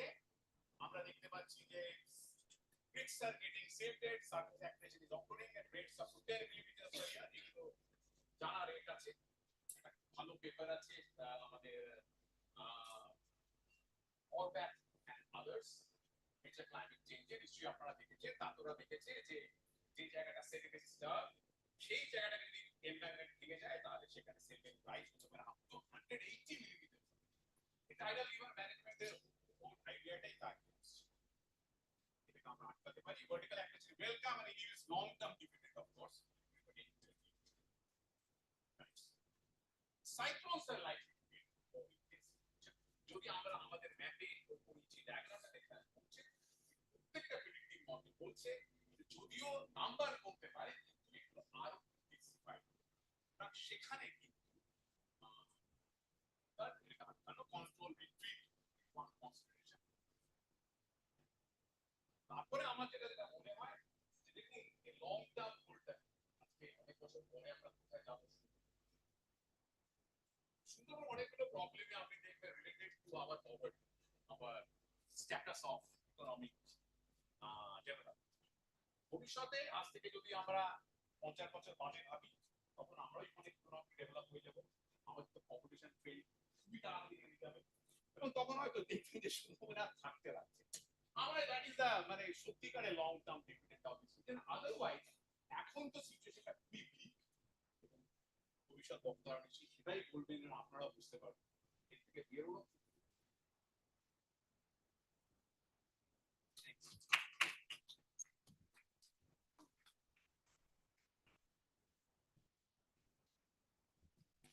Thank you very much professor Bandyopadhyay. এবং স্পেশালি আমি বলবো স্টুডেন্টদের কাছে, রিসার্চ স্কলারদের কাছে, উনি কিন্তু অনেকগুলো চিন্তা ভাবনার জায়গা মাথার মধ্যে এনে দিয়েছেন। মানে নিজেদেরকে একটু যদি জিজ্ঞেস করা হয় যেটা উনি বলছেন তার কেনটা জিজ্ঞেস করা হয়, অনেক কিছু কিন্তু প্রশ্ন উত্তর যখন আমাদের হবে, ইন্টারাকশন যখন হবে, প্রফেসর বন্দ্যোপাধ্যায়ও থাকবেন ডেফিনেটলি, আমরা আশা করছি অনেক প্রশ্ন পাবো। ঠিক আছে, এর আগের বক্তারাও অনেকগুলো প্রশ্নের কিন্তু জায়গা রেখে দিয়েছেন, পরেও থাকবে। তো আমার মনে হয় স্টুডেন্ট রিসার্চ স্কলাররা একটু রেডি থাকুন, ইন্টারাকশনটা আমাদের বেশ ভালো রকমই হবে। প্রত্যেক বক্তাই কিন্তু নিজস্ব সময়সীমার মধ্যে রাখছেন এই একটা কারণেই যে ইন্টারাকশনের সময়টা বেশি রাখা হচ্ছে। ঠিক আছে, তো এই স্কোপটা থাকছে। পরবর্তী বক্তা প্রফেসর আশিস কুমার পাল স্যার।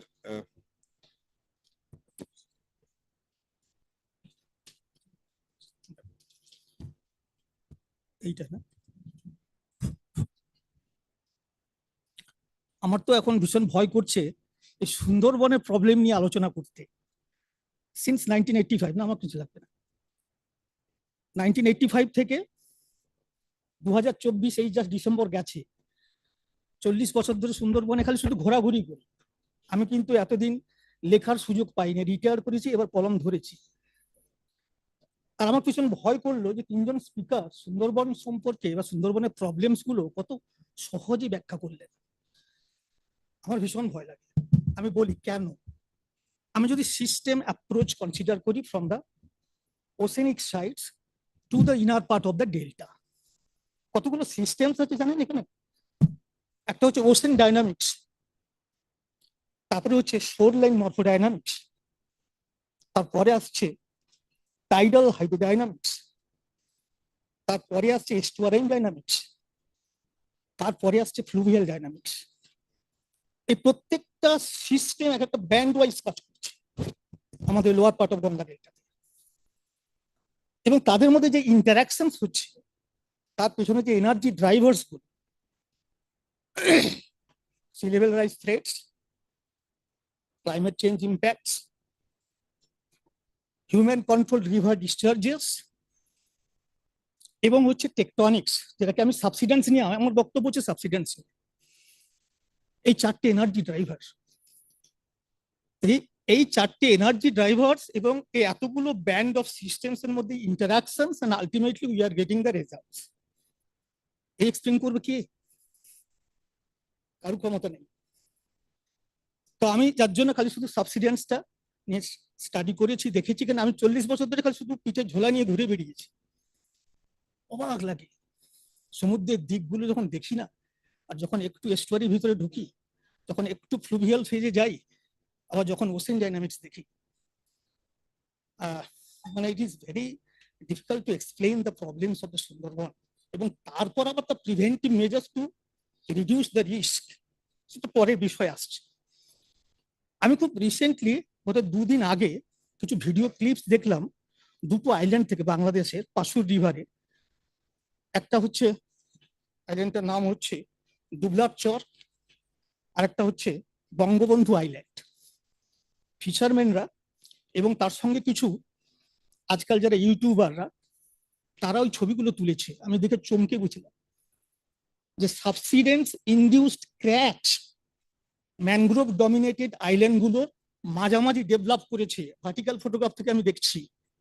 আমার যে এক্সপেকটেশন সেটাকে আমি বলবো যে কেন ম্যানগ্রোভ ডমিনেটেড আইল্যান্ডগুলো, যেখানে হিউম্যান ইম্প্যাক্টস এর কোনো রকম আমরা কোনো সিগনেচার পাচ্ছি না, সেখানে এত র্যাপিড ইরোশন কেন হচ্ছে, যেটা উনি বুলচেরি আইল্যান্ডের কথা বললেন। এবং অন্যান্য যে আইল্যান্ডগুলো, আমি দুটো আইল্যান্ড বাংলাদেশের পাশু রিভার থেকে বললাম, আর আমাদের ধুলিবাসানি আইল্যান্ড হচ্ছে মাতলা, আর হচ্ছে হ্যালিডে আইল্যান্ড অলরেডি গন। আমি 2006 থেকে খুব মাইনিউটলি অবজার্ভ করছি হ্যালিডে আইল্যান্ডকে। 2009 যখন আইলা হলো, 2012 পরে তার কোনো এক্সিস্টেন্স নেই। রিসেন্টলি আবার একটা চর ল্যান্ড। আর যেটা টট আইল্যান্ডের একদম এক্সট্রিম সাউথে, এই গোবিন্দনগর না কি বলে ভিলেজটা আছে, হ্যাঁ, গোবিন্দপুর বোধহয় এটা হবে, এই জয় আইল্যান্ড, লাস্ট ভিলেজটা কি নাম, গোবর্ধনপুর, রাইট। গোবর্ধনপুর দক্ষিণ দিকটাতে 2010-এ একজন স্কলারের সঙ্গে আমি কাজ করতে করতে গেছিলাম। আমি সাবসিডেন্স ইনডিউসড ক্র্যাক দেখেছি যে এটা কি জিনিস হতে পারে। এবং সেখানে ম্যানগ্রোভ ফরেস্টের উপরে 3টে জিনিস আমি সিগনেচার, আমার কাছে ফটোগ্রাফি আছে হিউজ, 1 লক্ষের বেশি ফটোগ্রাফ আমার বাড়িতে এখন স্টোর করা আছে। আমি এবার রিটায়ার করেছি, এগুলো সব বোঝাবো। তো সেখানে দেখলাম যে পিট লেয়ার এক্সপোজ হয়েছে। ম্যানগ্রোভ ফিল্ডসে ম্যানগ্রোভ কিভাবে একটা কনসলিডেটেড মাড ব্যাংক থেকে সাবসাইড করছে, আর আর্কিওলজিক্যাল টুলস ছড়ানো আছে। এই জিনিস না দেখলে বিশ্বাস করা যায় না। তারপর এই সম্প্রতি দেখছি ওই আইল্যান্ডে কিছু নেই, টোটালি এটা এনগালফড বাই দ্য অ্যাডভান্সিং সি। আমি এই ঘটনাটা প্রথমে বলে রাখলাম। এখানে আমি একটা ড্রোন ফটোগ্রাফ দিয়েছি ইন্ডিয়ান সুন্দরবনে, যেখানে দেখবেন tidal rivers, tidal creeks, mud flats and halophytic vegetations all are interacting with each other in the sedimentary depositional environment by the energy drivers, and ultimately producing the micro topographic variations with heavy rate of the silt accretions. এইটাতে হচ্ছে এটা tidal lands of the Indian Sundarban. এখানে মানুষের কোনো role নেই, কিন্তু huge rate of অ্যাক্রিশনস আমি 8টা আইল্যান্ডে মেজারমেন্ট করেছি, এই ম্যানগ্রোভ ডমিনেটেড আইল্যান্ড। আমি ডেটাবেসটা পরে দেখাচ্ছি। এবং সেটা টাইডাল ফেজ ধরে ধরে করেছি। এবং সেটাকে যদি আমি আমার টোটাল 48টা ফেজ হয় বছরে মাল্টিপ্লাই করি, তার ডেটাটা কত আসে। ওইখানকার একটা অ্যাক্রিশন বা সেডিমেন্টেশন রেট, আর একটা রিসেন্টলি আমাদের 2023-এ ইনকয়েসের একটা ওয়েভ রাইডার বই, আমরা নিজে সেই বোটে ছিলাম, আমি 30 কিলোমিটার দক্ষিণে দীঘা থেকে যেতে হবে, সেখানে যখন অ্যাঙ্কর করা হয়, অ্যাঙ্করের যে প্ল্যাটফর্মটা তার ডেপথ হচ্ছে 30.5 মিটার। আমি ওই জায়গায় জিপিএস ডেটাটা নিয়ে এসে 1972 যখন ম্যাথমেটিক চার্টে আমি পুট করলাম, ডেপথ ছিল ওটা 45.5 মিটার। মানে within the span of 39 years 15 metre depositions of sediments at the subaqueous part of the delta. এগুলো ছোট ছোট এক্সপেরিমেন্ট আমি করেছি নিজের মতো, খালি আমার যে স্টেটমেন্টটাকে এস্টাবলিশ করবার জন্য। এবং তার জন্য এই সাবঅ্যাকুয়াস পার্ট আর একটা হচ্ছে এই টাইডাল পার্ট, এই দুটো জায়গাতে এত রেট অফ সিল্টেশন, তারা কিন্তু কম্পেনসেট করছে কার সঙ্গে জানেন? সাবসিডেন্স রেট। ওখানে সাবসিডেন্স হচ্ছে, আমি সেই ডেটাটা দেখাবো, আমার কন্টুর অফ সাবসিডেন্স রেট আমি দেখাবো। আমার এই স্কলার পিএইচডি থিসিস সাবমিট করেছে, স্প্রিঞ্জার পাবলিশ করবে। এটাকে আমরা বলছি লাইজ অফ দ্য ল্যান্ডস্কেপ। সুন্দরবনের মানুষ টোপোগ্রাফি দেখে, ডিপ্রেশনস দেখে, ভেতরে যে মৃত্তিকা লুকিয়ে আছে জানে না। সেটাকে লাইজ অফ দ্য ল্যান্ডস্কেপকে আমরা কন্টুরের মাধ্যমে দিয়ে দেখিয়েছি। অর্থাৎ সাবসিডেন্স রেট কোথায় কতটা, এবং এগুলো আমি ভ্যালিডেট করেছি কখন জানেন? আইলা, বুলবুল, আমফান, ইয়াস, চারটের পরে প্রত্যেকটা আইল্যান্ডে কোন কোন জায়গাতে কোন কোন ডিপ্রেশনে কতটা ইনান্ডেশন এবং মান্থ লগ ইনান্ডেশন, এটা আমার ভ্যালিডেট করে দিল স্টাডিটাকে। যেখানে যেখানে টোপোগ্রাফিক ডিপ্রেশন, সেই জায়গাগুলোতে সার্জের যে ওয়াটার যখন পেনিট্রেট করে মান্থ লং ইনান্ডেশনস তৈরি করেছে। So all the study is validated by this hydrologic measures. এটা করে তখনই আমার মনে হয়েছে যে what will be the future of the Sundarban. Inundation rate ভীষণভাবে বাড়বে। Drowning effects from the sea sides already started. আমি সমুদ্রের পার ধরে ঘুরি, ন্যাচারাল ফিল্ডে ঘুরি, এবং সেখানকার ইম্প্যাক্ট এবং সাবসিডেন্স ইনডিউসড ক্র্যাকস গুলোকে দেখি। আমি মেরিন সায়েন্স থেকে কাজ শুরু করেছি, আইআইটিতে ডক্টর নিয়োগীর কাছেও কাজ করেছি 3.5 মাস জিওলজি জিওফিজিক্সে। তারপর professor Manotosh Bandyopadhyay geography department, এবং তারপর আমার সমেনি কো রিসার্চার্স অমলেশ চৌধুরী আমাদের মেরিন সায়েন্সের, ওনার আন্ডারে কোন কোন জায়গা ভিজিট করি। এই আমাদের ইউকের একজন প্রফেসর আছেন, উনি তখন ঝোলা নিয়ে ঘুরে বেড়ান সমুদ্রে পারে, কারণ এই ডাইনামিক্সকে ধরার ক্ষমতা খুব কম লোকের আছে। কিন্তু আমাদের সুন্দরবনকে এক্সপ্লেন করতে হবে। আমি একটা স্পেসিফিক কম্পোনেন্ট নিয়ে অ্যানালিসিস করব, যেটা হচ্ছে আমার সাবসিডেন্স রেট। এবার এই এটা কোথায়, এটা চেঞ্জ হচ্ছে, এটা না এটা, ওকে। ডেল্টাইক পার্টস অফ দ্য সুন্দরবনস আমি দেখাচ্ছি আমার স্টাডি স্যাটেলাইট ডিরাইভ ডেটা দিয়ে মডেলিং করে আমরা যেটা করেছি। আমাদের নিজস্ব স্টাডিটা দেখাচ্ছে 2.3 মিলিমিটার, এটা মিনিমাম রেট অফ সাবসিডেন্স, ম্যাক্সিমামটা 6.9 মিলিমিটার অনলি সাবসিডেন্স। আমি এফেক্টিভ বা relative sea level rise rate আমি পরে বলবো। এবং আমরা সেন্টিনেল-1 এর সার ডেটা ইউজ করেছি 2014-2022। তারপর মডেল বেস স্টাডি, এবং তার সঙ্গে considering the human nature induced contributing factors, the land subsidence rates are explained আমার এই স্টাডিটার মধ্যে। এখানে আপনি দেখুন কম্পোনেন্টস গুলো কি, আমার যে সিস্টেম অ্যাপ্রোচের কম্পোনেন্টস গুলো কি কি আমি জাস্ট বলে দিই। একটা হচ্ছে টাইডাল ল্যান্ডস, যেটা লাল এরিয়াটা, দ্য ফরেস্ট বেল্ট। তারপর উপরের দিকটা রিক্লেমড পার্ট অফ দ্য সুন্দরবন, সেই নর্থ ইস্ট থেকে শুরু করে সাউথ ওয়েস্ট পর্যন্ত। তারপরে হচ্ছে এস্টুয়ারাইন যে সেডিমেন্ট সিঙ্ক এরিয়াগুলো, আর তারপরে সাবঅ্যাকুয়াস পার্ট অফ দ্য ডেল্টা। প্রত্যেকটা জায়গাতে সাবসিডেন্স হচ্ছে, কে কম্পেনসেট করছে আর কে কম্পেনসেট করতে পারছে না। অটোমেটিক স্পেস কে জেনারেট করতে পারছে ফর সেডিমেন্ট অ্যাক্রিশন, আর কে পারছে না, তার জন্য সাবসিডেন্সে ইম্প্যাক্ট তৈরি হচ্ছে over the reclaimed part of the Indian Sundarban. এটা কার্পো চিফ 2018-তে যে কাজটা, আমাদের সুন্দরবনের লোকেশনটা দেখুন। ওয়েস্টার্ন পার্টে হিঞ্জ লাইন, দুটো দিকে থ্রাস্ট বেল্ট টেকটনিক্স, সেই দুটো টেকটনিক্স মাঝখানে যদি আর্থকুইক বা ট্রেমার্স হয়, এবং এখানেই আমাদের সমস্ত reclaimed part of the Indian Sundarban আছে, এবং সেই জায়গাতে সাবসিডেন্স রেটটা হচ্ছে খুব সিগনিফিকেন্ট। আর সাবঅ্যাকুয়াস পার্টটাতে দক্ষিণ দিকে দেখানো আছে, যে সমস্ত স্টাডিগুলো হয়েছে তারপর চিপে নিজের যে স্টাডিটা আমি দেখাচ্ছি, ম্যাক্সিমাম সাবসিডেন্স সাবঅ্যাকুয়াস পার্ট 25 মিলিমিটার, তিনটে মেথডে করেছে।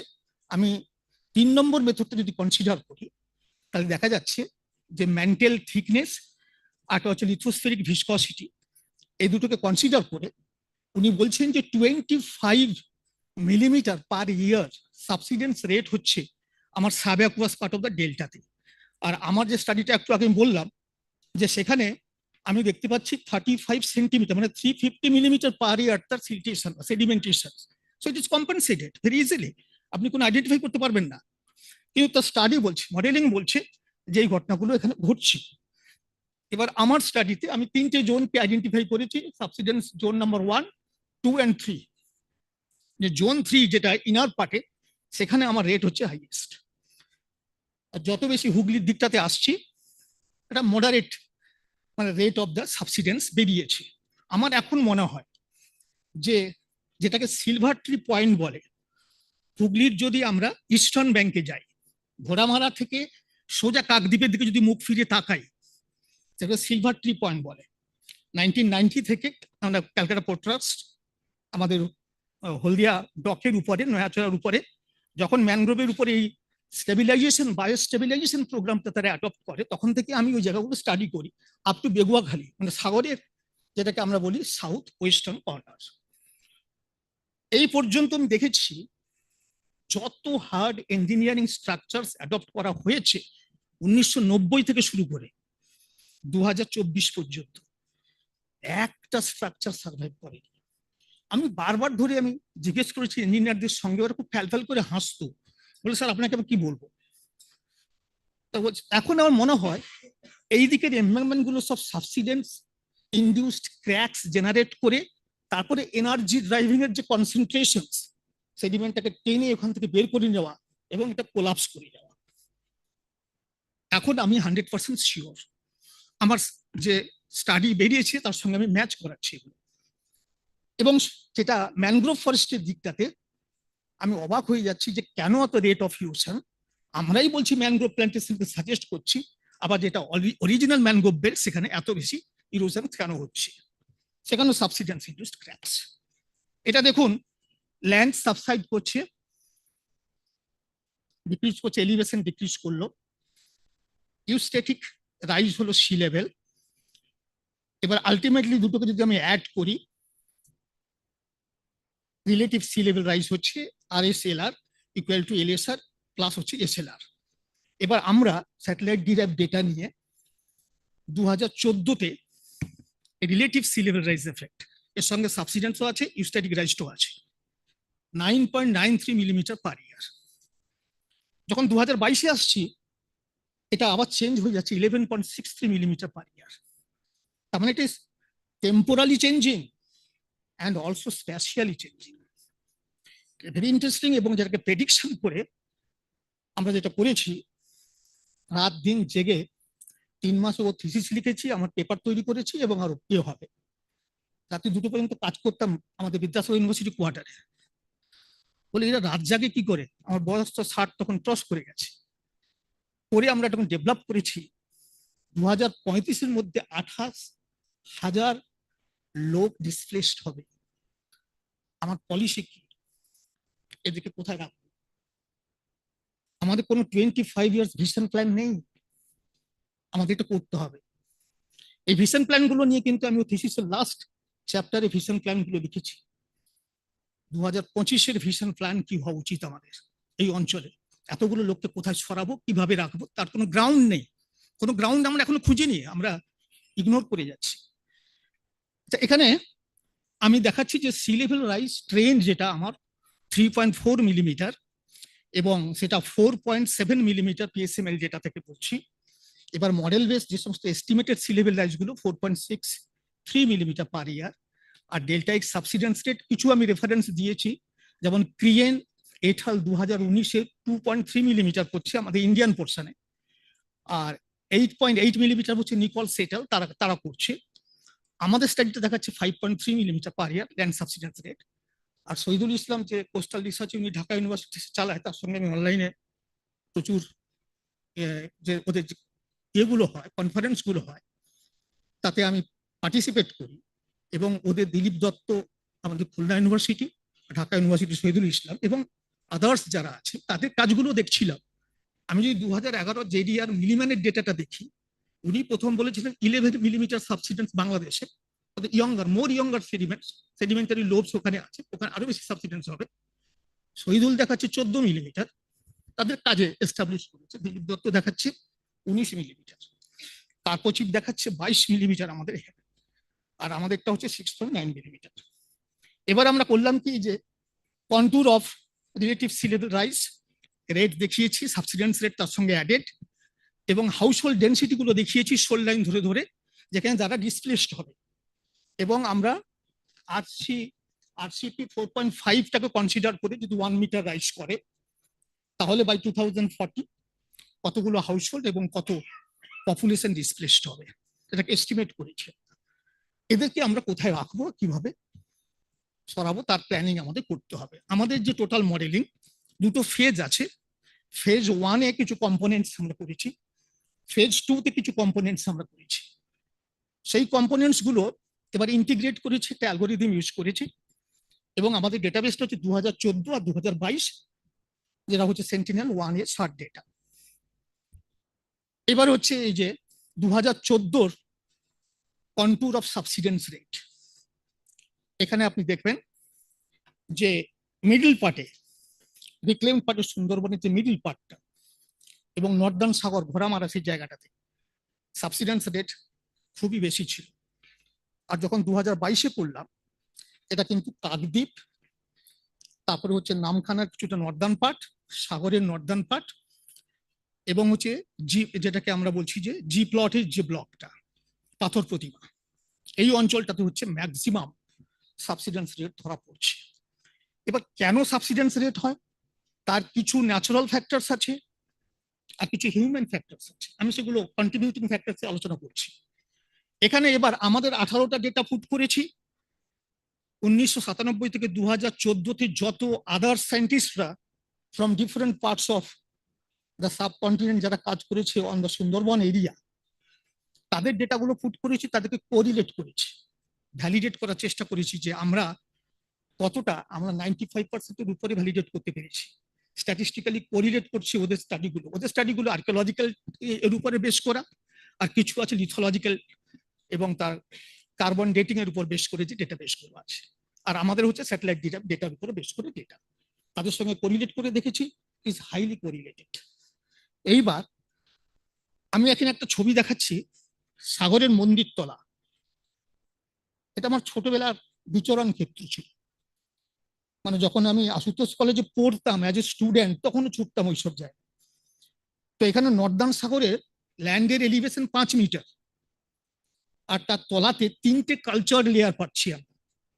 এই 3টে কালচার লেয়ারের 2টো লেয়ার, মানে যেটাকে রিভার সাইড অফ দ্য এমবেঙ্কমেন্টে এক্সপোজড হয়েছে, সেগুলোকে ইজিলি আইডেন্টিফাই করা যাচ্ছে, এবং সেগুলো কিভাবে ইরোশন হচ্ছে এবং তার সমস্ত টুলস গুলো ওখান থেকে বার করা যাচ্ছে। এবং এখানে তার যে কম্প্যাক্টেড যে লেয়ারগুলো, এখানে কিন্তু সাবসিডেন্স তাকে প্রুভ করে। এবং এই 3টে লেয়ারের মাধ্যম দিয়ে আমরা বুঝতে পারি যে এখানকার এই যে প্রেজেন্ট এমবেঙ্কমেন্টের ক্র্যাশ, যেটাকে মাস কংক্রিটাইজেশন, এটা একটা হার্ড ইঞ্জিনিয়ারিং স্ট্রাকচার। আমাদের গোপীনাথ বাবু কাল আসবেন, ওনার সঙ্গে আমরা আলোচনাও করেছি, যে এই ধরনের এমবেঙ্কমেন্ট এখানে কেন তৈরি করা হয়েছে। 7.40 metre from the mean low tide level crest, তার তলাতে আমার 2টো কালচার লেয়ার রিভার সাইডে এক্সপোজড হয়েছে, আর ল্যান্ডওয়ার্ড সাইডে জাস্ট 1 মিটার তলাতে, মানে কিভাবে যে মাটির তলাতে আর্কিওলজিক্যাল টুলস গুলো ছড়িয়ে আছে, না দেখলে যেটা যখন আমরা ট্যাঙ্ক এক্সকাভেশন সাইট গুলো ভিজিট করি অবাক হয়ে যাই।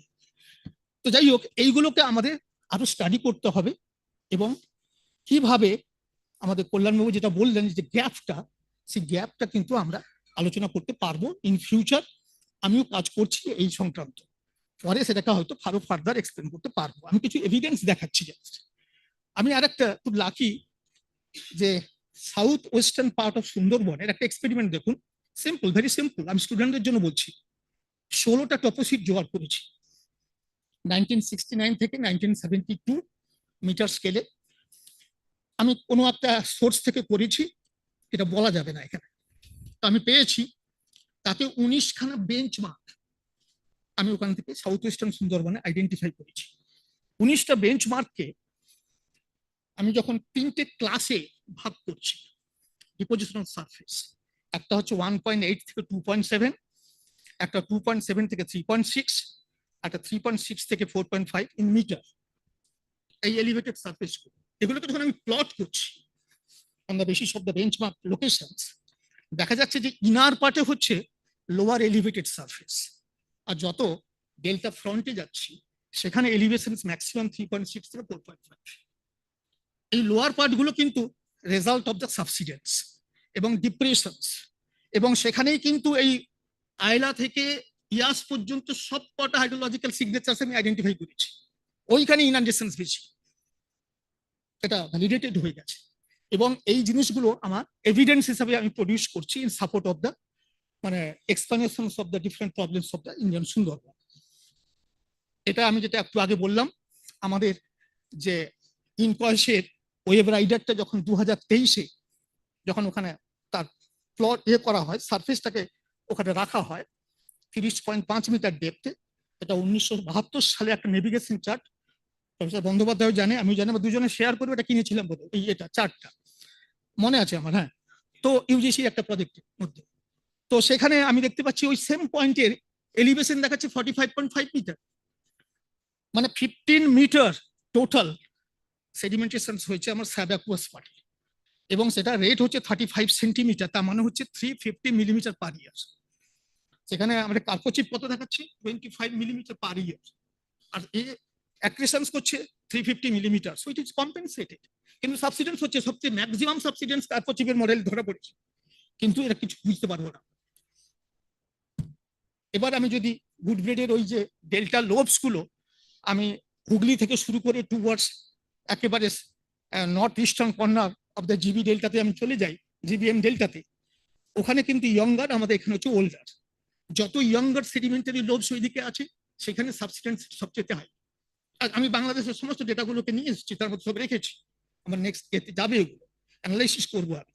কিন্তু আমাদের ওয়েস্ট বেঙ্গলের পোর্শন থেকে ওদের সাবসিডেন্স rate very high. It is very natural. Delta always tends to subside due to the autocompactions of the younger sedimentary depositional environment. It's a common theory.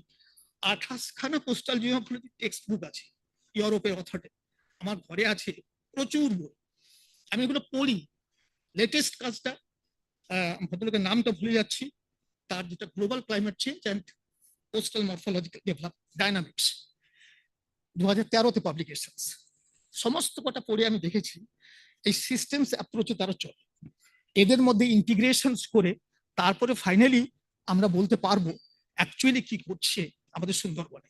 এখানে একটা ছোট্ট ডায়াগ্রাম, যে টোপোগ্রাফিক ডিপ্রেশনস গুলো দুটো এমব্যাঙ্কমেন্টের মাঝখানে আইল্যান্ডে একটা বেসিন শেপের লাগছে। 1810 থেকে রিক্লামেশন শুরু হয়েছে এবং সেটা 1963 সার্জেলিয়া লাস্ট, 1942-এ মৌসুমী, সাগরটা হচ্ছে 1810 থেকে শুরু, প্রায় 150 বছরের কাছাকাছি রিক্লামেশন এরিয়াতে তার স্পিল গ্রাউন্ডটা বন্ধ হয়ে গেছে, চোকড হয়ে গেছে, কোনো সেডিমেন্টেশন নেই, শুধুই সাবসিডেন্স। তো অটোমেটিক্যালি সেখানে ইনান্ডেশন হবে না, কোথা থেকে হবে, মানে আর কি করে সেখানে গিয়ে হবে। এবং ওই জায়গায় আমরা 25 লাখ পিপুলের কথা বলছি, শুধু আমি সকাল থেকে গল্প শুনছি, আমি জানি, আমাকে জিজ্ঞেস করবেন না যে আমি কোথেকে বললাম। More than 40 lakh people are residing in Sundarban at present, 25 lakh নয়, কিন্তু এটা অনেক পুরনো ডেটা। তো এই যে তাদের আইল্যান্ডের দিকে রিক্লেমড আইল্যান্ড যে ব্লকগুলো, কোস্টাল ব্লকস, তো তাদেরকে আপনি কোথায় সরাবেন, কোথায় নিয়ে যাবেন, কোথায় রাখবেন? আমি 1995-এ যে ডিএম এমব্যাঙ্কমেন্ট ছিল সাগরের, যেটাকে আমরা বোটখালি বলি, আমি নিজের চোখে দেখেছি। আমি ফিল্ড সার্ভে যেতাম, চোখের জল পড়তো, দাঁড়াতে পারতাম না, ওদের সঙ্গে গল্প করতাম, কথা বলতাম। একটা এমব্যাঙ্কমেন্টের দুটো সাইডে ত্রিপল খাঁচে থাকতো। আমাকে তখন যে মনসা বিদ্যালয় নাকি বলে, ওই যে নামটা ভদ্রলোকে ভুলে মারা গেছেন, আমাদের পঞ্চায়েত সাহেব ছিলেন, হ্যাঁ, বঙ্কেশ বাবু, বঙ্কেশ মাইতি, উনি একটার পর একটা রিপোর্ট সংগ্রহ করে আমাকে কলকাতাতে পাঠাতেন। আমি দেখতাম, বলছে আপনারা কলকাতার মানুষ, এখানকার মানুষের দুঃখ দুর্দশা কি করে বুঝবেন? আমি বললাম না, আমি কিন্তু বুঝি। তা না হলে আমি কলকাতা ছেড়ে দিয়ে, এত ভালো বিছানা ছেড়ে দিয়ে আমি কেন ওই সমুদ্রের পাড়ে ঘুমাতে যাব? আমি যাই আপনাদের ওখানে, এবং সেখানে দেখেছি উনি প্রথম একটা এক্সপেরিমেন্ট করেছিলেন, বোটখালির মুখটাতে কনসলিডেটেড মাড ব্যাংকের উপরে ম্যানগ্রোভ প্ল্যান্টেশন করেছেন। এমন এটা কেন করতে গেছেন? কনসলিডেটেড মাড ব্যাংক যখন এক্সপোজ হয়, ওটা বেস লেভেল ইরোশনে পৌঁছে গেল, এবং সেখানে যদি ফার্দার ওয়েভ এনার্জি, যেটাকে vertical surface etching process continue করে, ওই জন্য সকালবেলা যে আমাদের রুদ্র সাহেব যেটা বলেছিলেন, ওই যে WWF এর এই যে রিং সার্কেল বানিয়ে কংক্রিটের তারা পুঁতে দিয়ে একটা ম্যানগ্রোভ প্ল্যান্ট ওখানে পুঁতে দেওয়া হচ্ছে। আমি সার্জিলিয়ার একটা জায়গাতে ওই ফিল্ডটা দেখে এসেছি, এক্সপেরিমেন্টাল সাইটটা, এবং সেখানে কিছুটা অ্যাক্রিশন রেট তৈরি হচ্ছে, কিন্তু সেটাকে কন্টিনিউ করতে গেলে আরো সময় দিতে হবে, এবং আদৌ কতটা সাকসেসফুল আরো টাইম লাগবে। আমি 5 বছর বাদে ওটা সাকসেস রেট আমি বলে দিতে পারবো। তো যাই হোক, এখানে দেখুন, এখানে যদি কোনো রেন ওয়াটার হয়, আমফানে 166 মিলিমিটার রেনফল হয়েছিল 24 ঘন্টা সুন্দরবনে। এইসব জায়গাতে রেন ওয়াটার ফ্লাড হয়।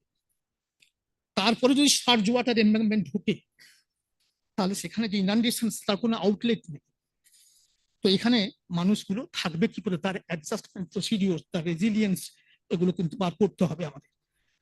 এবার আমি আরেকজন, যেটাকে বলছি হুইজার অ্যান্ড ভার্মিনা, 2021-এর কাজ, GBM ডেল্টাতে ওরা গ্লোবাল ডেটা ইউজ করেছে, স্যাটেলাইট ডেটা।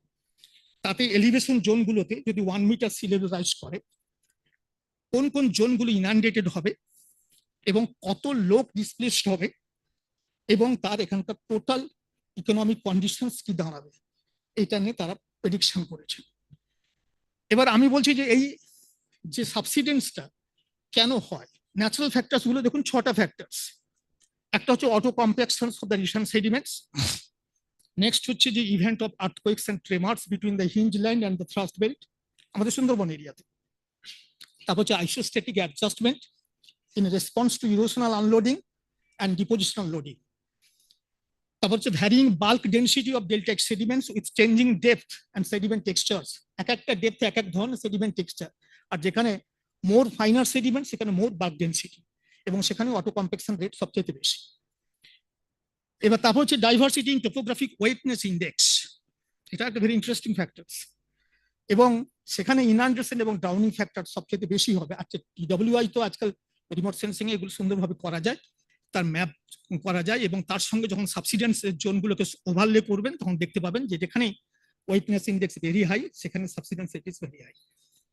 তারপরে 6 নম্বরে যেটা আসছে, variation in the density values in the physiographic components of the deltaic platforms. আমি প্রফেসর বন্দ্যোপাধ্যায় একটা ডায়াগ্রাম দেখাচ্ছিল, সেখানে আমিও আমার বইতেও লিখেছি, যখন আমি 2002-এ যে আমার বইটা কোস্টাল জিওগ্রাফিতে পড়েছিলাম, আমি অবাক হয়ে গেছিলাম যে একটা পোর্শনে, যেটা ওপেন টাইডাল ল্যান্ডস, যেখানে রেগুলার লো টাইডস এবং হাই টাইডস এর যে এক্সপোজার এবং সাবমার্শন হয়, সেখানে 14 kilometre per square kilometre density of the drainage under natural conditions. যখনই রিক্লেমড এরিয়াতে আসছি, ওরা রিডাকশন করে আসছে 6 কিলোমিটার পার স্কোয়ার কিলোমিটার। মানে আমরা ন্যাচারাল যে সিস্টেমসটাকে কিভাবে নষ্ট করেছি, এবং এই ড্রেনেজ ডেনসিটি যেখানে হাই হবে, সেখানে সাবসিডেন্স রেট কিন্তু বেশি হবে। আবার পজিটিভ সাইড কি, ড্রেনেজ ডেনসিটি বেশি হলে সেডিমেন্ট অ্যাক্রিশন রেট আরো বেশি হবে। ওপেন টাইডাল ল্যান্ডসকে তারা কম্পেনসেট করে নেবে। আমার রিক্লেম এরিয়া তো পারছি না করতে, তাহলে সেটাকে আমরা কি করব? এটা তো স্কিম্যাটিক মডেলটাকে আমি রিপ্রেজেন্ট করেছি, দুটো টাইম 1 আর টাইম 2 সিচুয়েশনসের সঙ্গে কম্পেয়ার করেছি, এবং সেখানে দেখিয়েছি যে কেন এক্স্যাক্টলি সাবসিডেন্স রেট কিভাবে সেটা হচ্ছে।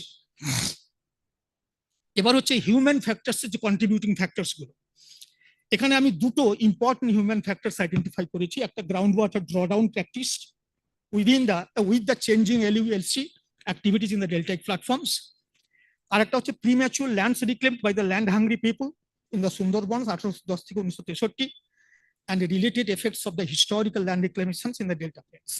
এই দুটো হচ্ছে major causes, the human factors.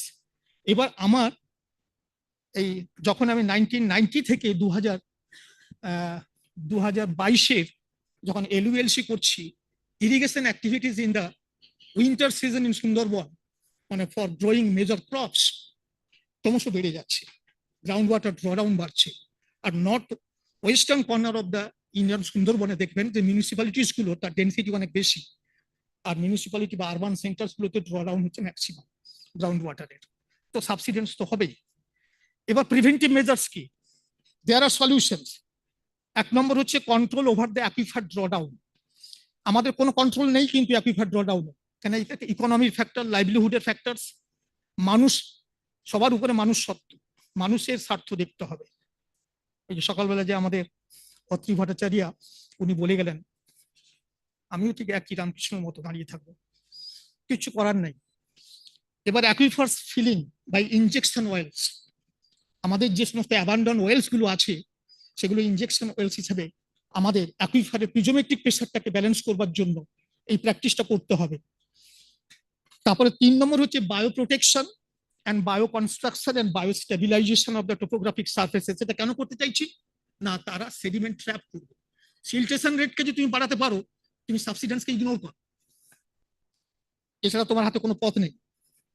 আচ্ছা, তারপর টাইডাল রিভার ম্যানেজমেন্ট প্র্যাকটিস, যেটাকে আমরা টিআরএম বলছি, দিলীপ দত্ত নোয়াখালীতে করেছিলেন, নোয়াখালী বলছি খুলনাতে করেছিলেন। আমরা যদি একটু আপার ডেল্টা প্রজেক্টে এটা করি, তাহলে কিছু আন্ডার হাইট এমবাঙ্কমেন্ট করে মনসুনের সময় জোয়ারকে ঢুকিয়ে দিতে হবে এবং সিল্টেশন রেট বেড়ে যাবে। কত করে বেড়েছে জানেন? উনার এক্সপেরিমেন্টে 19 মিলিমিটার 1 বছর। আমরা ওটাকে বাড়িয়ে নিই না, প্রতি বছর মনসুনের সময় একটু আমাদের তাহলে হাউজিং স্ট্রাকচার সেভাবে তৈরি করতে হবে, ওয়েটল্যান্ডে কিভাবে সুন্দরবনের লোকেরা থাকতে পারবে, এটা আমাদের টেকনোলজি সেটাকে আমাকে সাপোর্ট করবে। তাদের বাড়ি এমন ভাবে করুন যাতে ওরা ওই যে সময়টা ভেজা থাকবে, যে সময়টা জল ঢুকে যাবে জোয়ারের জল, সিল্টেশন রেটটাকে বাড়িয়ে নিয়ে গিয়ে আবার এমবাঙ্কমেন্টটাকে যে একটা এন্ট্রি বা 2টো এন্ট্রি রেখে আবার যাতে ফিল আপ করে দেবো। আর লাস্টে যেটা আমরা খুব সহজে করতে পারি, mapping the risk Jones of the land subsidence rates in the vulnerable tracts to inform the resident people about the lives of the landscapes. আমরা নিজেরা যদি জিআইএস এবং মডেলিং টেকনিক্সে আমরা যদি সাবসিডেন্সের যদি কন্ট্রোল জেনারেট করতে পারি, আমরা সাধারণ মানুষকে বলবো, ভাই এই জায়গাগুলো highly vulnerable, highly risk zone, তোমরা বিশেষ করে মনসুন পিরিয়ডে একটু সাবধানভাবে জীবনযাপন করবে, তোমরা কিভাবে অ্যাডজাস্ট করতে হবে সেটা শেখো।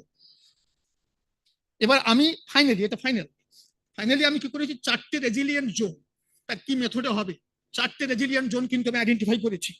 এটা দরকার হলে আমি এখানে দিয়ে যাবো, আপনার যখন পলিসি হবে, ডিসকাশন হবে। একটা হচ্ছে frontal resilience by arresting fresh silts, anchored floating pipes, যেটা প্রফেসর রুদ্র এবং গভর্নমেন্ট অফ ওয়েস্ট বেঙ্গল যেটা চেষ্টা করছে করার জন্য, অফশোর বা নেভার সার্ভাইভ। কি করতে হবে? ফ্লোটিং পাইপস নিউজিল্যান্ডে প্র্যাকটিস হয়, ইউরোপে প্র্যাকটিস হয়, অস্ট্রেলিয়াতে প্র্যাকটিস হয়। এই কোস্টাল ম্যানেজমেন্টে সারা পৃথিবীর মডেলগুলোকে কাজে লাগান, ফ্লোটিং পাইপ দিয়ে এটাকে অ্যারেস্ট করুন এবং সেখানে সিলটেশন হবে। অফশোর বার হলে অফশোর বারও কিন্তু একই দশা, 2 বছর বা 3 বছর, আবার ওটা কেটে আবার জল ঢুকে যাবে। এত সোজা নয়, তার জন্য আমি খুব ভয় পাই। এত সহজে আপনারা বলছেন, আমি কিন্তু এত সহজে বলতে পারবো। তারপরে হচ্ছে কি, fixing the geo fibres mats on the submerge floods, beach nourishment এবং mangrove saplings at the submerge flats হচ্ছে ফ্রন্টাল রেজিলিয়েন্স। আমাদের এগুলো করতে হবে, মানে জাস্ট ট্র্যাপ করতে হবে সেডিমেন্টকে। সেকেন্ড হচ্ছে তার পেছনে থাকছে প্রোটেক্টিভ রেজিলিয়েন্সিস, এখানে আন্ডার হাইট এমবাঙ্কমেন্টস থাকবে with the measures of the TRM in the inner deltaic islands. আর একটা হচ্ছে যে এমবাঙ্কমেন্ট করবো সেটা ক্লাইমেট রেজিলিয়েন্ট এমবাঙ্কমেন্ট স্ট্রাকচার হতে হবে। তার ইঞ্জিনিয়ারিং গাইডলাইন্স বেরিয়ে গেছে, মিনিস্ট্রি অফ আর্থ সায়েন্স করেছে, এটা ওয়ার্ল্ড ব্যাংক থেকেও তারা ফরওয়ার্ড করেছে। সেই ক্লাইমেট রেজিলিয়েন্ট এমবাঙ্কমেন্ট স্ট্র্যাটেজি এই অনুসারে এমবাঙ্কমেন্ট বানাতে হবে, এনভায়রনমেন্ট ফ্রেন্ডলি, শুধু মাস কম্পিটিশন করলে হবে না। 3 নম্বর ডিফেন্স যেটা রেজিলিয়েন্সি, তার ঠিক পেছনের জোনটাতে last line of defence systems কি করতে হবে, মানুষের মধ্যে স্ট্রং অ্যাওয়ারনেস ডেভেলপ করতে হবে, how to cope with the hazards and to reduce the various risk associated with the land subsidence rates. তারপরে ক্লাইমেট চেঞ্জ ইম্প্যাক্টস এবং sea level rise threats, environment friendly land use practices with restoration of the wetlands and indigenous trees, biostabilization of the open and the bare grounds of the growing pastures, fodders, agroforestry, etc. Cyclone-proof housing structures to be needed to cope with the climate change-induced coastal hazards, developing rehabilitation grounds. আমাদের কোনো rehabilitation ground নেই for the emerging climate refugees in the delta Sundarbans, are funding sources to be generated to manage the hazard zones and the risk zones in the low-lying delta platforms. এটা হচ্ছে আমাদের third band of the Sundarban এরিয়াতে থাকবে। লাস্টের যেটা থাকছে adaptive resilience, এর পরেও মানুষের নিজস্ব কর্তব্য আছে। এই যে আমাদের অত্রি ভট্টাচার্য বলেছিলেন, এত গ্রিডি মানুষ আছে না, তাদেরকে আপনি কি করে কন্ট্রোল করবেন এটা দেখার দায়িত্ব আমাদের নয়। তাহলে সেই অ্যাডজাস্টমেন্ট টেকনিক্স যখন করা হবে ওই অঞ্চলে, সবার জন্য একই রুল হবে যে কিভাবে in every sphere of the livelihoods with applications of the innovative ideas in different fields for the survival in changing current conditions. এই যে আমি ডেটাটা দেখাবো বলেছিলাম, Prentice island, Lothian island, Jambu island, Bhanchi island, তারপরে Chargheri tidal flat, Haripur tidal flat, Chemaguri tidal flat, Hamilton island. 1985 সাল থেকে আমি কাজ শুরু করেছি, 2023 পর্যন্ত আমি ডেটাবেসটা দিয়েছি। টাইডাল সাইকেল অনুসারে দেখুন, সবচেয়ে কমটা হচ্ছে 10 মিলিমিটার পার ইয়ার, আর ম্যাক্সিমামটা হচ্ছে 20 মিলিমিটার পার ইয়ার। এগুলো এক একটা আইল্যান্ডে, টাইডাল ল্যান্ডে, এখানে শুধু ম্যানগ্রোভ ফিল্ড। আর এই যে ম্যানগ্রোভ প্ল্যান্টেশন আমাদের করতে হবে, এবং সেটাকে শুধু ম্যানগ্রোভ প্ল্যান্টেশন করে দিয়ে সরে পড়লে হবে না, কিন্তু কি করতে হবে লাস্ট বলে দিই, এটাই লাস্ট স্লাইড। আমাদের দায়িত্ব কি থাকছে দেখুন, কেউ করে না কিন্তু, আমি ফিল্ডে ঘুরি ঝোলা নিয়ে কাউকে দেখি না। কি করতে হবে?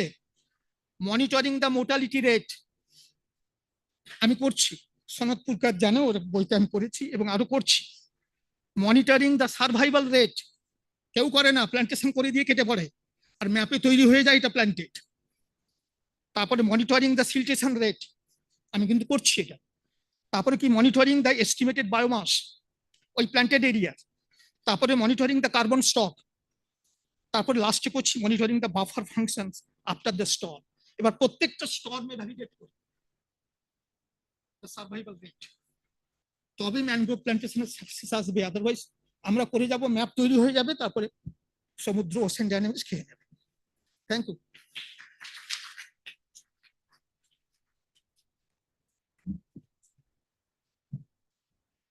Thank you, Professor Pal. Dr. Datta, I think we're ready. And students, you are also ready, I think. Yes or no? Ready for sleep or not? There is no sound. Okay, okay, please.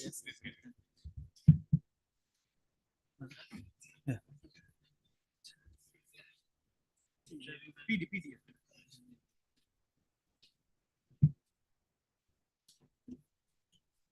এটা লাগবে না, আমি এখান থেকে দেখাই, গন্ডগোল হয়ে যাবে।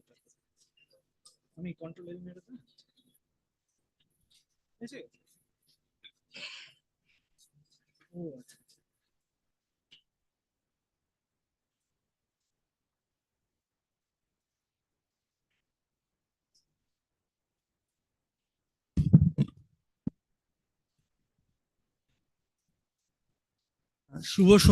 শুভ সন্ধ্যা সবাইকে।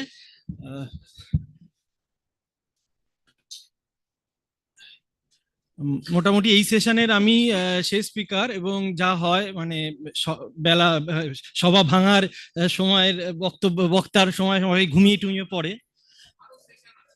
আরো সেশন আছে হয়তো, এই সেশনটা তো ভাঙবে হয়তো, যাই হোক। তো প্রথমেই আমি মানে আমি নিজেকে খুব মানে I feel privileged and honoured to share this platform with our stalwarts, মানে যাদের দেখে আমরা কাজ করা শুরু করেছি বা তারা আজকে এখানে আছে, তাদের সাথে আমি এই বিষয়ে আলোচনা করতে পারছি, এটা আমার কাছে খুবই সৌভাগ্যের। তো আমি প্রফেসর ধর চক্রবর্তীকে এবং প্রফেসর তুহিন ঘোষকে আমার ধন্যবাদ জানাই। তো আমার টপিকটা এতক্ষণ যে আলোচনাটা চললো তার থেকে একটু আলাদা, আবার বলা যেতে পারে তার সূত্র ধরেই কিছুটা। এতক্ষণ যে আমরা অনেকটা যারা আমরা এখানে বেশিরভাগই আর্থ সায়েন্স বা এনভায়রনমেন্টাল সায়েন্সের আমরা ছাত্রী, তো আমরা এটা বুঝতে পারছি যে আমরা একটা ম্যাক্রো স্কেলে আলোচনাটা হচ্ছিল। সেটা পুরো যে সুন্দরবন বা আরো ভালো করে বলে জিভিএম ডেল্টার ভূত এবং ভবিষ্যৎ এবং বর্তমান নিয়ে আমরা আলোচনা করছিলাম। সেখান থেকে আমি একটু ঠিক যেভাবে আমাদের ম্যাক্রো স্কেলে আলোচনা দরকার হয়, ঠিক তেমনি ভাবে আমরা জিওমরফোলজিতেও দেখি ঠিক মাইক্রো স্কেলেও স্টাডি করা প্রয়োজন পড়ে। তো আমার স্টাডিটা বা আমাদের আজকে যেটা আমি একটু আপনাদের সাথে শেয়ার করতে চাই, সেটা খুব মাইক্রো স্কেলের একটা বিষয়। আমাকে যখন এখান থেকে টপিকটা দেওয়া হলো, reviving the mangroves in the inhabited islands of Indian Sundarbans, আমি একবারই রাজি হয়েছি। তার কারণ আমার কাছে এই টপিকটা আমার মানে খুবই প্রিয়, এবং এই ধরনের টপিক নিয়ে আমি কাজ করি। তো আপনারা যখন এই টপিকটা দেখছেন, আপনারা একটা জিনিস ধরে নিতে পারেন, এই টপিকটা না মানে যেন তার হাইপোথিসিস আগে থেকে ধরে নিয়েছে, মানে ম্যানগ্রোভটা অলরেডি একটু লস্ট, এটা আমরা ধরে নিয়ে যেন এগোচ্ছি, টপিকটা সেরকম ভাবেই তৈরি হয়েছে। এবং আমি এটার সাথে অনেকটাই এগ্রি করি যে ম্যানগ্রোভটা অনেকটা হারিয়ে গেছে। আমাদের আগের বক্তারা সবাই বললেন, মানে কল্যাণ রুদ্র স্যার শুরু করে দিয়েছিলেন, তারপরে সুনন্দ স্যার তো খুব ভালোভাবে বলে দিলেন যে ফিউচার ইজ ভেরি ব্লিক, আমরা সেটা দেখতে পাচ্ছি। কিন্তু ব্লিক বলে থেমে গেলে মুশকিল, কারণ যেভাবে আশিস পাল স্যার বললেন যে প্রায় এখন 40 লক্ষ হয়তো হয়ে গেছে, 25 লক্ষ থেকে 40 লক্ষর মাঝখানে কোনো একটা জনসংখ্যা, এই মানুষগুলো যাবে কোথায়, এবং এই মানুষগুলোর জীবন জীবিকা সবকিছু এই জায়গার সাথে জড়িয়ে আছে। তো লড়াইটা আমাদের লাগবেই। সেই লড়াইটা একদিকে যেমন ওই ফারাক্কার ওখান থেকে অন্যভাবে ফ্রেশ ওয়াটার সাপ্লাই করে আনা, সেরকমও হতে পারে। আবার একদম ছোট স্কেলে একটা দ্বীপের চারপাশে মানুষ কিভাবে তার রোজকার দৈনন্দিন কাজকর্মগুলো করছে, যেখান থেকে সে তার লাইভলিহুড সংগ্রহ করে, সেই জায়গাতেও কিন্তু তার লড়াইটা রয়েছে। অর্থাৎ লড়াইটা বিভিন্ন স্কেলে হচ্ছে, যেভাবে ইরোশন অ্যাক্রিশন বিভিন্ন স্কেলে হচ্ছে, মানুষের লড়াইটাও বিভিন্ন স্কেলে হচ্ছে। সেই লড়াইয়ে সুন্দরবনে অবশ্যই ম্যানগ্রোভ একটা পার্ট। তো আমরা সেইটা নিয়ে আমার কাজটা, প্রকৃতপক্ষে আমি যদি ইনহ্যাবিটেড আইল্যান্ড কথা বলি, তাহলে এগুলোকে আমরা মানে আমাদের টেকনিক্যাল ভাষায় বলা হয় ভিলেজ ফ্রিঞ্জ ম্যানগ্রোভ। আমাদের দেশের ক্ষেত্রে অন্তত, অন্য অনেক দেশে শহরের পাশেও ম্যানগ্রোভ রয়েছে, ইভেন আমাদের দেশেও রয়েছে, মুম্বাইয়ের রয়েছে। তো এই ভিলেজ ফ্রিঞ্জ ম্যানগ্রোভে দুরকম ভাবে সাধারণত ম্যানগ্রোভটা থাকে। একটা হচ্ছে যে ভিলেজের পাশে নদীতে যে নতুন চর পড়েছে, মাঠ ফ্ল্যাট হয়েছে, সেই মাঠ ফ্ল্যাটে বা মানে দ্বীপের পাশ থেকেই যে নতুন জমি তৈরি হয়েছে, সেখানে ম্যানগ্রোভটা গড়ে উঠতে পারে। বা কোনো টাইডাল ইনলেট আছে বা রিভার গেছে, তার দুপাশে সরু জায়গাটাতে একটা রিভার করিডোরের মতো জায়গা, সেখানেও ম্যানগ্রোভের গ্রোথ হতে পারে। তো এই ম্যানগ্রোভ গুলোর বিভিন্ন ফাংশন আছে, এগুলো নিয়ে আমি আলোচনায় যাচ্ছি না, কারণ আমরা অলরেডি তো সন্ধ্যায় প্রবেশ করে গেছি। আমি যেটা আলোচনাটা করতে চাই যে এই ম্যানগ্রোভকে রাখার প্রয়োজনীয়তাটা আমরা সবাই বুঝতে পারছি, এটা নিয়ে আগের বক্তারা বক্তব্য রেখেছেন। তাহলে এই ম্যানগ্রোভটা রাখতে সরকারও চাইছেন, এই ম্যানগ্রোভটা রাখতে, এবং সেই ম্যানগ্রোভ রাখতে গিয়ে পুরোনো যেগুলো আছে তাকে যেমন রক্ষা করার চেষ্টা করা হচ্ছে, ঠিক অন্যদিকে নতুন ম্যানগ্রোভ প্ল্যান্টেশনেরও চেষ্টা করা হচ্ছে। যেমন আমাদের যে আমফানের যে প্রচন্ড ক্ষতি হয়েছিল, তারপরে আমাদের মুখ্যমন্ত্রীর কথা অনুযায়ী প্রায় আমরা 50 মিলিয়ন, আমি যদি ভুল না হয়ে থাকে, তাহলে 50 মিলিয়ন আমরা ম্যানগ্রোভ লাগানোর পরিকল্পনা আমাদের ছিল, এবং তার অনেকটাই হয়েছে। অথচ সেই পরিকল্পনাটা হওয়ার পরেও দেখা যাচ্ছে যে অনেক জায়গায় যে ম্যানগ্রোভ লাগানো হয়েছে, নতুন ম্যানগ্রোভ এবং কিছু পুরনো ম্যানগ্রোভ, পুরোটাই ধুয়ে চলে গেছে, সেটা থাকছে না। এই ম্যানগ্রোভ, এটা কিন্তু শুধুমাত্র যে আমাদের পশ্চিমবঙ্গে বা সুন্দরবনের সমস্যা তা না, সারা পৃথিবী জুড়েই এই সমস্যাটা আছে। কিন্তু প্রত্যেকটা জায়গা যেমন ইউনিক, অর্থাৎ এই যে আমাদের এখানে যেভাবে ম্যানগ্রোভ ধুয়ে যাচ্ছে, এই ফ্লোরিডার এভারগ্লেডস ন্যাশনাল পার্কের ম্যানগ্রোভ ধুয়ে যাওয়ার সমস্যাটা হয়তো অন্যরকম। তো আমরা কোনো একটা নির্দিষ্ট সলিউশন দিয়ে এটাকে সলভ করতে পারবো না। তো আমরা আমাদের জায়গাটাকে একটু দেখার চেষ্টা করি। আমি যে জায়গাটায় ফোকাস করছি, আপনারা এই ম্যাপে দেখবেন, আমি এই আমাদের পুরো সুন্দরবনের যে ফরেস্টটাকে, তাকে বিভিন্ন ভাগে ভাগ করেছি তার চরিত্র অনুযায়ী, অর্থাৎ অ্যাডমিনিস্ট্রেটিভ ক্যারেক্টার। সেখানে আমার ফোকাসটা থাকবে হচ্ছে, যেটা খুব হালকা লাইট গ্রিন কালার একটা দেখতে পাচ্ছেন, প্রোটেক্টেড ফরেস্ট। অর্থাৎ আপনারা যদি দেখেন, এটা একটা সাউথ ওয়েস্ট থেকে নর্থ ইস্ট রেডিয়েন্ট বরাবর যে জিনিসটা রয়েছে প্রত্যেকটা রেঞ্জে, এবং তার সঙ্গে কিছু অরেঞ্জ ডট এবং আপনারা পিঙ্ক ডট দেখতে পাবেন। এই অরেঞ্জ ডট এবং পিঙ্ক ডট বর্তমানে অনেকটাই রিডান্ডেন্ট, কারণ এগুলো হচ্ছে জয়েন্ট ফরেস্ট ম্যানেজমেন্ট বলে একটি জিনিস ছিল, এখনো খাতায় কলমে আছে, কিন্তু সারা ভারতেই এটাকে সরকার অত আর গুরুত্ব দিচ্ছে না। তো এই যে কমিটিগুলো ছিল, তার দুরকম, একটাকে বলতো ফরেস্ট প্রোটেকশন কমিটি, একটা ইকো ডেভেলপমেন্ট কমিটি। মূলত ফরেস্ট প্রোটেকশন কমিটি যারা, তাদেরই কাজ ছিল এই যে প্রোটেক্টেড ফরেস্ট। প্রোটেক্টেড মানে এটা সরকারের সবসময় প্রোটেক্টেড না, এটা কিন্তু, কারণ সেটা সরকারের হলে বা বন দপ্তরের হলে তাকে আমরা প্রোটেক্টেড ফরেস্ট বলতাম না, হয়তো অন্য তাকে ক্যাটাগরিতে দিতাম। এটা বেসিক্যালি কমিউনিটি ম্যানেজড ফরেস্ট, ঠিক আছে। এবং ভেস্টেড ল্যান্ডে অনেক সময় হয়, বা আমরা যেটাকে ইকোনমিক্সের ভাষায় বলা হয় কমন প্রপার্টি রিসোর্স, অর্থাৎ একটি কারুরই ভাগের নয়, অথচ সবার ভাগের, সেই রকম জমিতে এই ম্যানগ্রোভ গুলো গড়ে উঠেছিল। তো আমাদের কাজটা মূলত সেই জায়গাগুলোকে নিয়ে।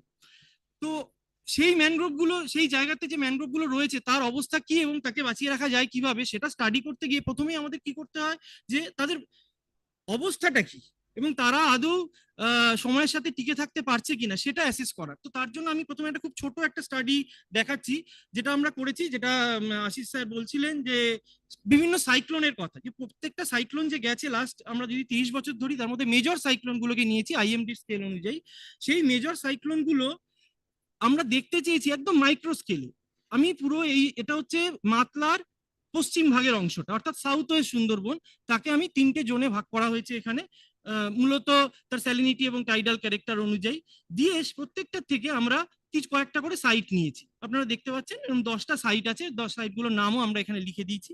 আমরা দেখতে চেয়েছি যে খুব সহজ রিমোট সেন্সিং টেকনিকের মাধ্যমে, একদম এলিমেন্টারি টেকনিকের মাধ্যমে প্রত্যেকটা সাইক্লোনের প্রি সাইক্লোন এবং পোস্ট সাইক্লোন কি চেঞ্জ হচ্ছে ম্যানগ্রোভের হেলথে। অর্থাৎ আমি শুধুমাত্র ম্যানগ্রোভ ফরেস্টের হেলথ নিয়ে, আমরা এখানে বাকি সেডিমেন্টেশন অ্যাক্রিশন আমরা সেখানে যাচ্ছি না, সেগুলো আলোচনা হয়ে গেছে। আমাদের কাজটা এখানে হচ্ছে ম্যানগ্রোভের হেলথ। এবার এই হেলথের এখানে অনেকগুলো ম্যাপ আছে, আমি মানে একটু স্পিডেই এগোবো, এগুলো খুব জরুরি নয় এখানে, মানে যতক্ষণ না আমি মানে প্রত্যেকটা এতে আসছি। 3টে জোনেরই আমরা অ্যানালিসিস করেছি। আমি প্রথমে দেখালাম, আমি আবার একবার ফিরে যাচ্ছি। আপনারা যদি দেখেন প্রত্যেকটা জোনকে, একটা জিনিস দেখুন, প্রত্যেকটা সাইক্লোনের পরে কিছুটা ক্ষতি হয়েছে, আবার ম্যানগ্রোভ রিভাইভ করছে। একমাত্র দুটো সাইক্লোন আইলা এবং আমফান, তারপরে আমফানের পরবর্তীটা আমরা নিইনি, সেটা নিইনি তার কারণ আশিস পাল স্যার বলেছেন ইয়াসের মানে ল্যান্ডফলটা সুন্দরবনে হয়নি, এটা বাইরে হয়েছিল, ওই জন্য ইয়াসটাকে আমরা মানে কনসিডার করিনি। বাকি সবগুলোতেই দেখা যাচ্ছে যে ম্যানগ্রোভ বেশিরভাগ ক্ষেত্রে, যেটাকে আমরা আমাদের এর ভাষায় বলি বাউন্স ব্যাক করছে, ম্যানগ্রোভ আবার নিজে রিভাইভ করে নিচ্ছে। অর্থাৎ ম্যানগ্রোভের বাঁচার জন্য অন্য কারোর সাহায্য বা কিছু খুব একটা দরকার হচ্ছে না, এটা সাধারণভাবে। কিন্তু সব জায়গায় একই রকম ভাবে হয়নি। দুটো সাইক্লোনে ভালো প্রভাব পড়েছিল, আইলা এবং আমফান। এর মধ্যে কিন্তু আইলা একটা অদ্ভুত সাইক্লোন, যেখানে যার মানে কি বলবো, আমার সাইক্লোনকে আমরা মানে ধরতে পারি তার ম্যাগনিটিউড দিয়ে, যার ম্যাগনিটিউড অত বেশি না, আমফানের ম্যাগনিটিউড আর উইন্ড স্পিড অনেক বেশি ছিল, অথচ আইলার ডিস্ট্রাকশনটা সাংঘাতিক ভাবে হয়েছিল। তো সেইটায় সেই জায়গাতে কিছুটা প্রভাব পড়েছে। কিন্তু পুরো এই অ্যানালিসিস থেকে আমরা যেটা দেখতে পেলাম, যখন আমরা এটাকে স্ট্যাটিস্টিক্যাল অ্যানালিসিস করলাম, অর্থাৎ শুধু ভিজুয়াল অ্যানালিসিস নয়, পুরো ডেটাটার যখন আমরা স্ট্যাটিস্টিক্যাল অ্যানালিসিস করলাম, আমরা দেখতে পেলাম যে বিভিন্ন সাইক্লোন, শুধুমাত্র আপনারা দেখুন পোস্ট আইলা অর্থাৎ আইলা এবং আমফান বাদ দিয়ে কোনো সাইক্লোন একটা সঙ্গে আরেকটা সাইক্লোনের যে তার যে ডিস্ট্রাকটিভ পোটেনশিয়াল বা তার যে ক্ষতি করার ক্ষমতা বা ক্ষতি করেছে, সেটা খুব একটা আলাদা নেই। প্রত্যেকটা সাইক্লোনের পরই ব্যাপারটা একই থাকছে। এবং সবচেয়ে অদ্ভুত, আমরা যে 3টে জোনে ভাগ করেছিলাম, জোনগুলোর এই যে আপনারা দেখতে পাচ্ছেন এরিয়া, পেরিমিটার, শেপ, এগুলো হচ্ছে ওই যে ম্যানগ্রোভ যে প্যাচগুলো তার বিভিন্ন প্যারামিটার। এরিয়া বলতে আমরা বোঝাতে চাইছি যে টোটাল কতটা এরিয়া বিভিন্ন প্যাচের মধ্যে রয়েছে। এগুলো তো এক একটা ম্যানগ্রোভ বিভিন্ন প্যাচের মাধ্যমে থাকে, তো সেই প্যাচগুলোর এরিয়া আমরা ক্যালকুলেট করেছি। পেরিম হচ্ছে তার পেরিমিটারটা। আমি একটা সহজে জিনিসটা বোঝাই, তাহলে আপনারা বুঝতে পারবেন যে দুটো জিনিস যার দুটোর এরিয়া সমান, কিন্তু একটা আপনার গোলাকার আর একটা লম্বা, তাহলে দুটোর এরিয়া হয়তো সমান, কিন্তু যদি পেরিমিটার আলাদা হয় তাহলে যেটা লম্বা তার ভালনারেবিলিটি বেশি, কারণ তার কোর বাফার ডিস্টেন্স কমে যাচ্ছে। অর্থাৎ তার ইন্টারনাল এরিয়াতে যে ম্যানগ্রোভটা রয়েছে, যেগুলো হয়তো অত স্যালিনিটি নিতে পারে না, সে বেশি ক্ষতিগ্রস্ত হচ্ছে সেইটার জন্য। তো পেরিমিটারটা আরেকটা হচ্ছে শেপ। শেপ যত স্মুথ হবে, অর্থাৎ আমার যদি শেপটা যদি অ্যামরফাস না হয়, যত বেশি জিগজাগ হবে, তত ফরেস্টের ফ্র্যাগমেন্টেশন হওয়ার সম্ভাবনা বাড়ে। আর আমরা যত বাউন্ডারিটা স্মুথ থাকবে, তত তার ফ্র্যাগমেন্টেশন হওয়ার সম্ভাবনাটা কম। তো এইরকম কিছু প্যারামিটার আমরা নিয়েছি, সেগুলো নিয়েও আমরা দেখতে পাচ্ছি যে মূলত আমরা দেখুন, আপনারা দেখুন এরিয়ার 3টে জোনেই south west, central, north east, এদের মধ্যে সিগনিফিকেন্ট কোনো ডিফারেন্স নেই। আমরা বিভিন্ন সিগনিফিকেন্স স্কেলে দেখার চেষ্টা, লেভেল অফ সিগনিফিকেন্সে দেখার চেষ্টা করেছি, আমরা কোনো রকম ডিফারেন্স পাইনি। শেপে কিছু সামান্য ডিফারেন্স পাওয়া গেছিল। কিন্তু এই পুরো আলোচনাটার জায়গাটা থেকে আমরা যেটা মূল পেলাম, 3টে জিনিস উঠে এলো। প্রথম জিনিস হচ্ছে, যেটা মানে আমাদের যে ম্যানগ্রোভ ফরেস্টটা আছে তার হেলথ, যে ধরনের হেলথ, সেইটা খুব বেশি প্রভাব ফেলছে ইরেসপেক্টিভ অফ সাইক্লোনস। মানে ডেন্স ম্যানগ্রোভ সে যেখানে আছে তার পরিমাণটা কমে এসছে বিভিন্ন জায়গায়। টোটাল ম্যানগ্রোভ এরিয়া কিন্তু কমছে না, ডেন্স ম্যানগ্রোভ কমে যাচ্ছে, সেটা কখনো ওপেনে গেছে, কখনো ডিগ্রেডেডে গেছে। এই পরিবর্তন আপনারা দেখতে পাচ্ছেন, ডেন্স ম্যানগ্রোভের সিগনিফিকেন্ট চেঞ্জ হয়েছে। তার মানে আমার জমির ব্যবহারটা বড় হয়ে দাঁড়াচ্ছে, সাইক্লোনটা নয়। অন্যদিকে কিছু জায়গা আমি এবার ব্যাক করে আবার যাচ্ছি, যেমন আমাদের এই প্রথম সাইটটা, এটা হচ্ছে আমাদের সাগর আইল্যান্ডের একটা পার্ট। 3 নম্বর সাইটটা এটা মানে আমাদের নর্থ বকখালির পার্ট, এবং শেষে এই জায়গায় এটা হচ্ছে আপনাদের আমাদের রামকৃষ্ণ মিশনারি কৈখালী আশ্রম রয়েছে, তার পাশের জায়গা সাইট 9 যেটা, হ্যাঁ সরি সাইট 10টা, আর সাইট 9 হচ্ছে আমাদের ওই দেউলবাড়ির কাছাকাছি একটি জায়গা। এই জায়গাগুলোতে আমরা দেখতে পাচ্ছি রিভাইভাল হয়নি ম্যানগ্রোভের। তাহলে বাকি জায়গায় হচ্ছে, এই জায়গায় হয়নি কেন? এটার যখন আমরা ফিল্ড ভেরিফিকেশন করছি দেখা যাচ্ছে যে এখানে অলরেডি ডেন্স ম্যানগ্রোভ কম ছিল, এবং এখানে এক্সপ্লয়টেটিভ ক্যারেক্টার মানুষ যেভাবে ম্যানগ্রোভটা ব্যবহার করেছে এবং নতুন যদি প্ল্যান্টেশন হয়ে থাকে সেটাকে যেভাবে ব্যবহার করেছে সেটা বেশি ক্ষতিকারক। অর্থাৎ এখান থেকে আমি একটা খুব সহজভাবে আমরা একটা সিদ্ধান্তে আসার চেষ্টা করছি যে সাইক্লোন, তার আমরা একটু আগে শুনলাম এবং সঠিকভাবেই যে সাইক্লোনের ফ্রিকোয়েন্সি বে অফ বেঙ্গলে কিন্তু বাড়েনি, অথচ বে অফ বেঙ্গল হচ্ছে ওয়ার্মেস্ট সি সারফেস টেম্পারেচার আমরা যদি দেখি অ্যাভারেজ অন অ্যাভারেজ, এবং সবচেয়ে বেশি ভালনারেবলও বলা হচ্ছে। তাহলে কিসের ভিত্তিতে ভালনারেবল?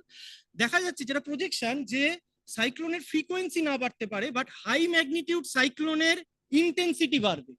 অর্থাৎ হয়তো 10 বছরে একবার হবে হাই ম্যাগনিটিউড সাইক্লোন, কিন্তু তার ইন্টেন্সিটি ক্রমশ বাড়তে যাবে। তাহলে এটা ঠিক একটা খুব সাধারণ একটা ফিডব্যাক মেকানিজমের মতো। আমার এখানে সামনে আমি এটাকে অল্প আস্তে করে ধাক্কা দিলাম, এ ফিরে আসছে, আমি আরেকটু জোরে ধাক্কা দেবো ফিরে আসবে, প্রচন্ড জোরে ধাক্কা দেবো আর ফিরতে পারবে না। এবার এই আবার দুটো যদি থাকে, আমরা দেখতেই পেয়েছি এই মাইকটা অতটা শক্তিশালী নয়, আগে প্রথমেই দেখতে পেয়েছি। তাহলে এ যদি আগে থেকেই দুর্বল থাকে তাহলে এ কিন্তু অল্প ধাক্কাও সহ্য করতে পারবে না। অর্থাৎ মানুষের কাজের মধ্য দিয়ে আমি একটা ম্যানগ্রোভ অংশকে যদি আগে থেকেই দুর্বল করে রাখি, তাহলে সে ওই হাই ম্যাগনিটিউড সাইক্লোন কেন, অন্য যে সাধারণভাবে যেমন আইলার মতো সাইক্লোন, আইলাকে আমি সাধারণ বলছি এই কারণে আমরা যদি তার স্পিড দেখি তাহলে বুঝতে পারবো আমফানের তুলনায় সে কিছুই না, সেইটাকেও সে সহ্য করতে পারবে না।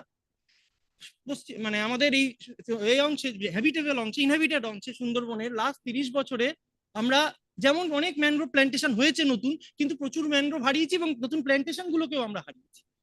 তো এইটা হচ্ছে সমস্যার জায়গা। তার মানে আমরা ম্যানগ্রোভ গুলোকে ধরে রাখতে পারছি না যেগুলো ছিল, এবং নতুন প্ল্যান্টেশনও সবসময় সাকসেসফুল হচ্ছে না।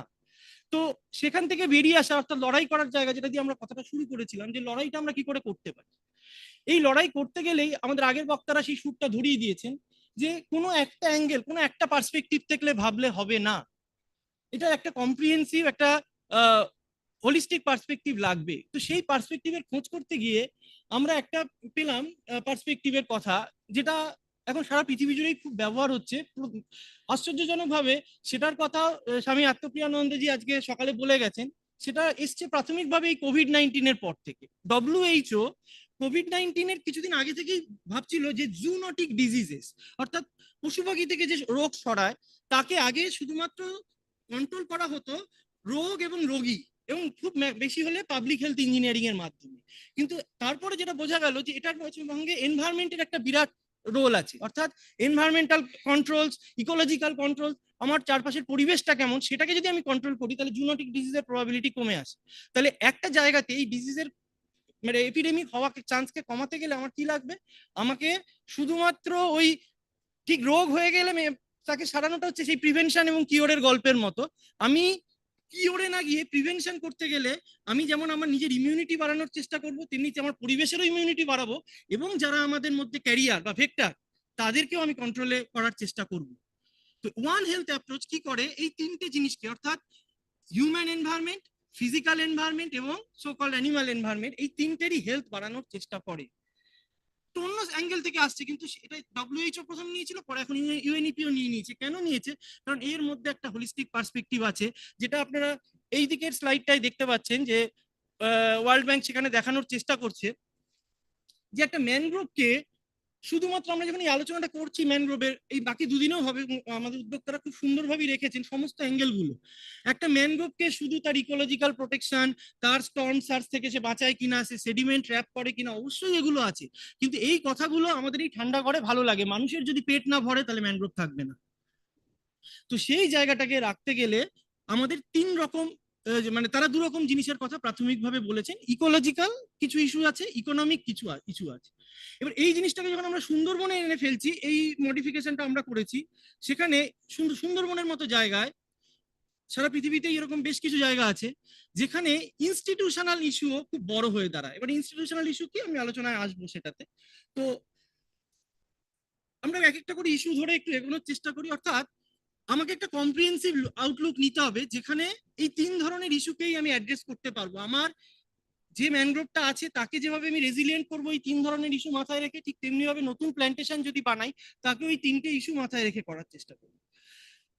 আমি যেখানে এটা দেখানোর চেষ্টা করেছি, এটা একদমই খুব জেনারেলাইজড একটা স্কিম্যাটিক ডায়াগ্রাম, শুধুমাত্র অ্যাপ্লিকেবল হচ্ছে কনভেক্স, যেখানে আমার আইল্যান্ডের মানে রিভার আইল্যান্ডের পাশে যে রিভার ব্যাংকের পাশে যে স্লোপ এটা তৈরি হয়েছে জায়গাটা, বা যে মাড ফ্ল্যাটটা তৈরি হয়েছে সেখানে, সেই রকম জায়গাতে আমরা কি দেখি জেনারেলি যে আমাদের এগুলোকে আমরা রিক্লেমড আইল্যান্ড বলি, সেখানে একটা অলরেডি একটা এমব্যাঙ্কমেন্ট আছে, প্রায় 100 বছর 200 বছর ধরে আছে হ্যামিল্টনের সেই সময় থেকে, এবং সেটা ক্ষতিগ্রস্ত খুব বেশি ভাবে, আমাদের আগের বক্তারা বলে গেছে।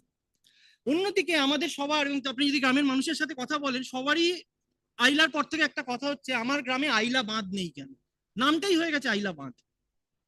তো এই যে একটা এমব্যাঙ্কমেন্ট, এটা একজন বায়োজিওগ্রাফার হিসেবে আমার একদম পছন্দ না। একটা কংক্রিট এমব্যাঙ্কমেন্ট হবে, বায়োজিও কেমিস্ট্রিটাই নষ্ট হয়ে যাবে সয়েলের এখানে। কিন্তু আমি চাওয়ার না চাওয়াতে কিছু এসে যায় না, এটা মানুষ চাইছে, তো আমরা সেই জন্য এটাকে ধরে নিয়েছি, হয়তো হবে। তো যদি এটা ধরে নিই এখানে, তাহলে আমার এখানে প্ল্যান্টেশনটার ক্যারেক্টার কিরকম হতে পারে। মূলত আমরা যেটা দেখি যে প্ল্যান্টেশনটা হয় সেটা ফরেস্ট ডিপার্টমেন্টের থ্রু দিয়ে হয় সুন্দরবনে, সেটা এনজিও কিছু লিড করে, তারা করে, ইভেন কিছু রিসার্চ অর্গানাইজেশন আছে তারাও অনেক সময় গিয়ে প্ল্যান্টেশন করে। আমরা যখন প্ল্যান্টেশন করি তখন আমরা প্রাথমিকভাবে হতো প্রায় এই মানে এখনো অনেক জায়গাতেই হচ্ছে, মূলত একটা বা দুটো স্পিসিসের উপরে আমাদের জোর থাকে, অ্যাভিসিনিয়া এবং ব্রুগুয়েরিয়া, পাইন এবং কাঁকড়া। সেটার একটা কারণও আছে, কারণ এগুলো পাইনিয়ারিং স্পিসিস। অর্থাৎ যখন কোনো একটা নতুন নট ফ্ল্যাট তৈরি হয় তখন ওই ধানিঘাস প্রথমে যায় হচ্ছে ধানিঘাস, সে গিয়ে ওখানে অ্যাঙ্কারিংটা করে, সে কিছু সেডিমেন্ট ট্র্যাপ করে একটু গ্রাউন্ডটাকে তোলে, তখন এই ব্রুগুয়েরিয়া বা অ্যাভিসিনিয়ার পক্ষে থাকার সুবিধা হয়, সে আস্তে আস্তে গ্রো করার চেষ্টা করে, এটা ঠিকই। আবার অন্যদিকে যখন মানুষ যখন বানাচ্ছে তখন সেখানে অ্যাবিসিনিয়া বা ব্রুগুয়েরা কেন আসছে, সেখানে একটা মানে ঘটনা আছে, যে আমরা যেভাবে সিড কালেক্ট করি, অনেকদিন অব্দি সুন্দরবনে ভালো নার্সারি ছিল না, এখন আছে। সেই নার্সারি না থাকার কারণে কি হতো, যে সিড কালেকশনটা হতো সেটা বর্ষাকালের দিকে হতো, যখন মানে বর্ষাকালের ঠিক একটু পরে পরে সময়, যে জার্মিনেশন গুলো মানে যে মানুষ গেছে সিড কালেক্ট করতে জঙ্গলে, সে কিন্তু জঙ্গলের ভেতরে ঢুকছে না, কারণটা খুব অবভিয়াস। দুরকম কারণ আছে, একটা প্রাণের ভয় আর একটা হচ্ছে না খাটার মানসিকতা। দুটো থেকেই আমরা যে সিডটা কালেক্ট করি সেটা প্রাথমিকভাবে ফ্রিঞ্জ এরিয়া থেকে, অর্থাৎ নদীর পাশে যেখান থেকে আছে সেখান থেকে সিডটা কালেক্ট করলাম, তাহলে আমি যে সিড কালেক্ট করে আনছি সেই পুলটাই হয়ে যাচ্ছে হোমোজেনাস, সেই হোমোজেনাস পুলের উপরে আমার ডেভেলপমেন্ট হতো। এটা কিন্তু এরকম নয় যে আমি কোনো একটি প্ল্যান্টেশনের কথা বলছি, অবশ্যই ব্যতিক্রমী প্ল্যান্টেশন আছে, সেটা নিয়ে আলোচনাই যাচ্ছি না, আমরা সাধারণভাবে বলার চেষ্টা করছি। তো তার বদলে এখন কিন্তু আমরা এই যে নতুন যে 50 লক্ষ যে মানে 50 মিলিয়ন যে প্ল্যান্টেশন হয়েছে, সেখানে অনেকটাই চেষ্টা করা হয়েছে যে স্পিসিসের মানে ডাইভার্সিটিটাকে বাড়ানো। কিন্তু এই ডাইভার্সিটি বাড়ানোটার ক্ষেত্রে আমরা কি অ্যাপ্রোচ ফলো করছি, সেখানে এটা খুব ইম্পর্টেন্ট। অ্যাপ্রোচটা কি আমি এই ঠান্ডা ঘর থেকে চাপিয়ে দিচ্ছি যে কি ধরনের স্পিসিস হবে কোনটার পর কোনটা, নাকি আমি লোকাল নলেজ, এখন যেটাকে নাম দেওয়া হয়েছে, গালভরা একটা নাম হয়েছে ট্র্যাডিশনাল ইকোলজিক্যাল নলেজ, তো এই জিনিসটা কিন্তু আমাদের ছিল ইন্ডিজেনাস নলেজের এই গল্পটা, এই জিনিসটাকে আমি ইউজ করার চেষ্টা করছি। দুটোরই প্রস এন্ড কনস, দুটোরই ভালো এন্ড মানে ভালো মন্দ আছে, এই দুটোকে একসাথে করে যদি আমরা সাইট স্পেসিফিক প্ল্যান্টেশন মানে স্কিম বানাতে পারি, এটা একটা জেনারেলাইজ ডায়াগ্রাম, কিন্তু এর মধ্যে কি ধরনের স্পিসিস থাকবে সেটা এখানে বসে বলে দেওয়া সম্ভব না।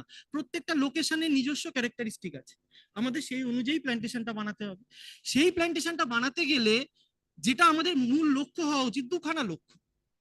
একটা লক্ষ্য হচ্ছে যে ওই প্ল্যান্টেশনটার, আপনি দেখুন আমি লালে লিখেছি, সেই প্ল্যান্টেশনটা যেন ফরেস্ট হয়ে উঠতে পারে। সাধারণভাবে আমাদের প্ল্যান্টেশন কখনো ফরেস্ট হয়ে ওঠে না, কারণ একটা ফরেস্টের স্ট্রাকচারাল কমপ্লেক্সিটি থাকে, প্ল্যান্টেশনের স্ট্রাকচারাল কমপ্লেক্সিটি থাকে না। স্ট্রাকচারাল কমপ্লেক্সিটি মানে একটা ফরেস্ট, তাতে হার্ব, শ্রাব, ট্রি, তার ট্রিয়েরও মাল্টি ক্যানোপি লেয়ার তৈরি হয়, সেখানে সে শুধু প্ল্যান্ট নয়, সে অ্যানিমালকেও তার জায়গা দিতে পারে, এবং এই পুরোটা মিলে সাইক্লিংটা শুরু হয় নিউট্রিয়েন্টসের।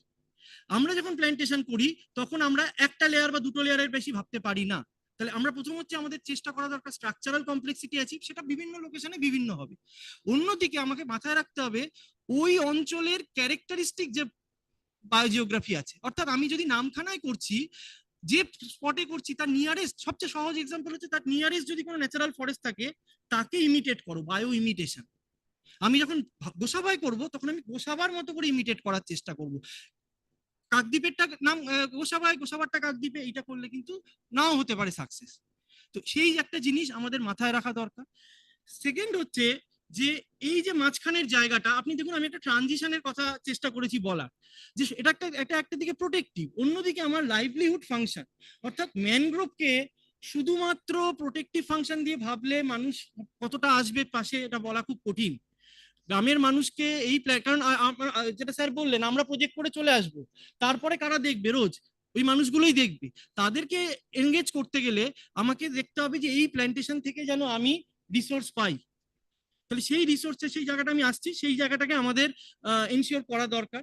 এবং এই মাঝখানে একটা জায়গা আমরা রাখার চেষ্টা করছি, এটাকে মেগাফোনা বলছি। মেগাফোনা মানে শুধুমাত্র টাইগার নয়, এটা that can be monkey, that can be deer, many things. কারণ এই প্রত্যেকটা রোল আছে। মাঙ্কি যেভাবে সিডগুলোকে ছড়াতে, ম্যানগ্রোভের সিড এমনি ছড়ায়, কিন্তু তাতেও যেভাবে ফলটাকে করার চেষ্টা করে, সেইগুলো সিড ডিসপার্সালে, সিড প্রপাগেশনে অনেক হেল্প করে। তো এই জিনিসগুলোকে আমরা এই প্ল্যান্টেশনের নিডের মধ্যে আনার চেষ্টা করব। এই প্ল্যান্টেশনটা প্রত্যেকটা সাইট তার নিজের মতো করবে, কিন্তু মাথায় রাখবে 3টে সি: কম্পোজিশন, কনফিগারেশন আর কানেক্টিভিটি। কম্পোজিশন মানে হচ্ছে যে কি ধরনের স্পিসিস থাকতে পারে। আমি খুব একটা জেনারেলাইজড ইনভেন্টারি বানিয়েছি, আমাদের এত বছর কাজ করে মানুষের সাথে কথা বলে বানিয়েছি। এর মানে এটা একটা পুল, এটা একটা ইনভেন্টারি। সব স্পিসিস সব জায়গায় লাগবে এরকম কোনো ব্যাপার নেই, আমরা নিতে পারি। অর্থাৎ আমি ইকোনমিক ফাংশন কোনগুলোতে বেশি হবে, এখানে ধরুন আমি একটা জায়গায় লিখেছি এক্সকোয়েকারিয়া অ্যাগালোচা, তার মানে হচ্ছে এটা গেওয়া গাছ, এটা একটা ডেসিডুয়াস ট্রি। ম্যানগ্রোভের মধ্যে খুব কম ডেসিডুয়াস ট্রি থাকে। তো এই ডেসিডুয়াস ট্রি আমি যদি একদম যেখানে হাই টাইড এবং লো টাইড লাইনের মধ্যে পুঁতে দিই, তাহলে সে বাঁচবে না এবং তার থেকে আমি কোনো বেনিফিটও পাবো না। এটা হয়তো একটু এমব্যাঙ্কমেন্টের দিকে হতে পারে, আবার আমি তাকে মিডল জোনও রাখতে পারি। কিন্তু এই জোনেশনটা করার মানে হচ্ছে যে পার্সেন্টেজ, এই স্পিসিস গুলোর বাঁদিকের যে স্পিসিস গুলো তার পার্সেন্টেজ বেশি থাকবে আমার ইকোনমিক ফাংশনের দিকে, এটার পার্সেন্টেজ বেশি থাকবে হ্যাবিটাটের দিকে, এটার প্রোটেক্টিভের দিকে। এর মানে এই নয় যে অন্যরা নিজেদের মধ্যে ইন্টারচেঞ্জ করতে পারে না, তারা করতেই পারে। এই কম্পোজিশনটা মাথায় রাখার পরে আমাদের দেখতে হবে কনফিগারেশন। অর্থাৎ আমি স্পিসিস থেকে এবার আমি একটু স্কেলটাকে স্মল করে আমি একটু এরিয়াল ভিউ নেওয়ার চেষ্টা করছি, যে এইগুলো এক একটা ম্যানগ্রোভ, আমার যেমন রিভারের পাশে পাশে ম্যানগ্রোভের প্যাচ আমরা করেছি, প্ল্যান্টেশন গুলোকে করা হচ্ছে। এবার এই সমস্ত কিছু মাথায় রেখেও দেখা যাচ্ছে প্ল্যান্টেশন গুলো ধুয়ে চলে যাচ্ছে। কোন একটা মানে এরকমই হয়েছে গোসাবায়, যে পাশাপাশি দুটো প্ল্যান্টেশন আছে, একটা ধুয়ে চলে গেছে আরেকটা যায়নি। এর কারণ কি? স্যার যেটা বললেন, রহস্য থেকে যাচ্ছে। এই রহস্যের উত্তরে একটা জিনিস আসছে যে এদের মধ্যে এই প্যাচগুলোর তাদের নিজস্ব মানে ডাইমেনশন কি। একটা ছোট প্যাচ, একটা বড় প্যাচ, তার সাস্টেনেবিলিটি আলাদা। একটা বড় প্যাচ, বেশ তো একটা ছোট প্যাচ, তারা কাছাকাছি আছে না তারা দূরে দূরে আছে,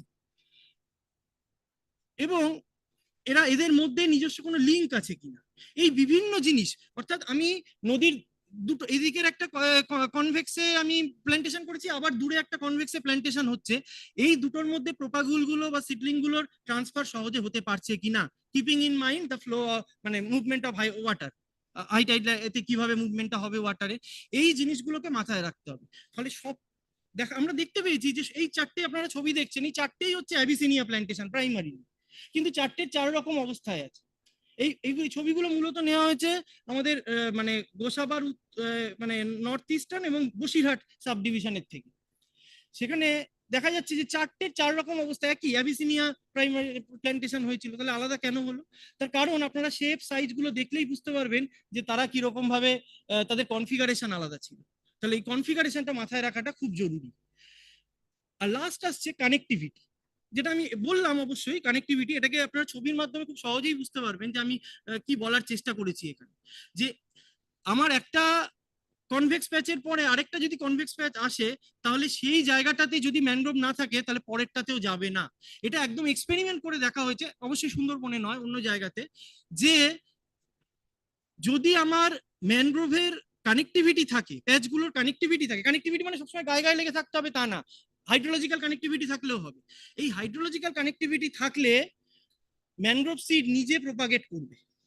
এর মানেটা কি? এটার একটা দুর্দান্ত মানে আছে। দুর্দান্ত মানেটা যেটা হলো যে আমরা কোটি কোটি টাকা খরচ করে প্ল্যান্টেশন করছি, গাছ পুঁতছি, তারপরে গাছ ধুয়ে যাচ্ছে, কিন্তু এই আমাদের যে অ্যাপ্রোচ, এটাকে ইকোলজির ভাষায় বলে অ্যাক্টিভ রেস্টোরেশন। অর্থাৎ মানুষ সক্রিয়ভাবে অরণ্যটাকে রক্ষা করার বা অরণ্যটাকে গড়ে তোলার চেষ্টা করছে।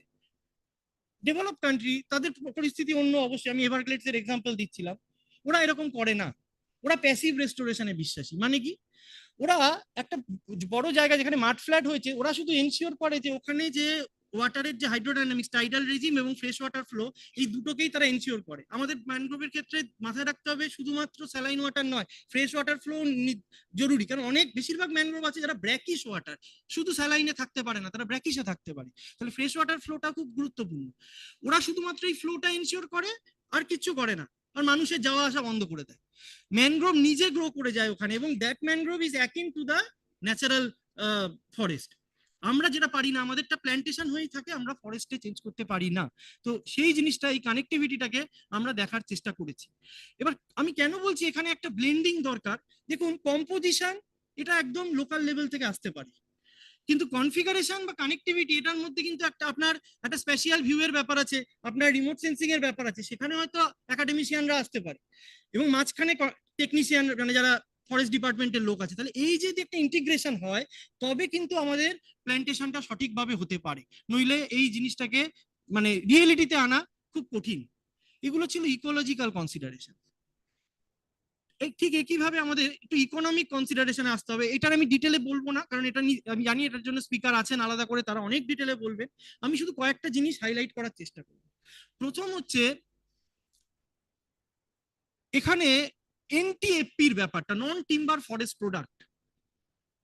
অন্যান্য সমস্ত ফরেস্টের ক্ষেত্রে আমরা নন টিম্বার ফরেস্ট প্রোডাক্টকে খুব গুরুত্ব দিই, ম্যানগ্রোভের ক্ষেত্রে এলে সেটা একটু কমে যায়। তার কারণ আমরা ম্যানগ্রোভকে ওইভাবে দেখে অভ্যস্ত নই, ম্যানগ্রোভ থেকে অন্য কি প্রোডাক্ট পাওয়া যেতে পারে। এবং ফরেস্টের প্রোডাক্ট মানেই আমরা ধরে নিই শুধুমাত্র ওই গরিব বা প্রান্তিক মানুষরা তাদের জন্যই লাগবে, সারা পৃথিবী কিন্তু তা বলে না।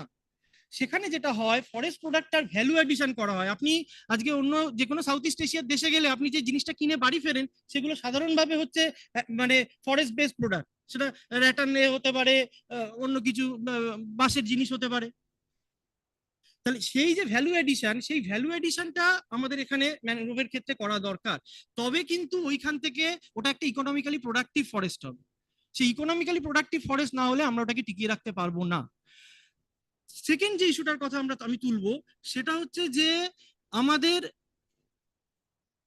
মানে যেখানে যে আমাদের যে ম্যানগ্রোভ গুলো আছে, সেখান থেকে আমি আবার বলছি, ভিলেজ ফ্রিঞ্জ ম্যানগ্রোভের কথা বলছি, যেগুলো কমিউনিটি ফরেস্ট, সেটারও যা আইন, আমাদের রিজার্ভ ফরেস্টেরও তাই আইন। অর্থাৎ আমরা সুন্দরবনের ম্যানগ্রোভ থেকে টিম্বার এক্সট্রাকশন বা উড মানে এক্সট্রাকশন আইনত নিষিদ্ধ। রিজার্ভ ফরেস্টের জন্য এটা খুব ভালো হওয়াই উচিত, কিন্তু কমিউনিটি ফরেস্ট্রি সারা দেশের যা আইন, এটা এখানে কেন আলাদা জায়গাটা থাকবে? আমরা যদি এইটা ব্যবস্থা করতে পারি, এখন অনেক রকম সিস্টেম আছে, বারকোডিং হতে পারে, সার্টিফিকেশন হতে পারে, যে কমিউনিটি ফরেস্ট্রে একটা জেস্টেশন পিরিয়ডের পরে যে গাছটা বড় হচ্ছে, তার প্রোডাক্ট তারা মানে এমনিতে ম্যানগ্রোভের টিম্বার খুব বেশি কাজে লাগে না, কয়েকটা ধুদুল তারপর পশুর এই ধরনের গাছ ছাড়া। কিন্তু যেগুলো আছে সেগুলোকে আমি মানুষকে, এবং সেগুলো আপনারা পাবেনও না, বেশিরভাগ জায়গায় যাবেন, বেশিরভাগ প্ল্যান্টেশনে আপনারা ঘুরে দেখবেন যে ওইসব গাছ নেই কোথাও। তাহলে সেইগুলোকে রাখার জন্য আমাকে কিন্তু মানুষকে ইনসেন্টিভ দিতে হবে। ইনসেন্টিভাইজ না করলে মানুষ এই কাজে আসবে না। অর্থাৎ কোনো একটা সার্টিফিকেশনের মাধ্যমে রিজার্ভ ফরেস্টের প্রোডাক্ট, যে রিজার্ভ ফরেস্ট ইললিগাল হয়েছে এক্সট্রাকশন নয়, এটা লিগালি আমাকে এই জিনিসটাকে ব্যবস্থা করতে হবে।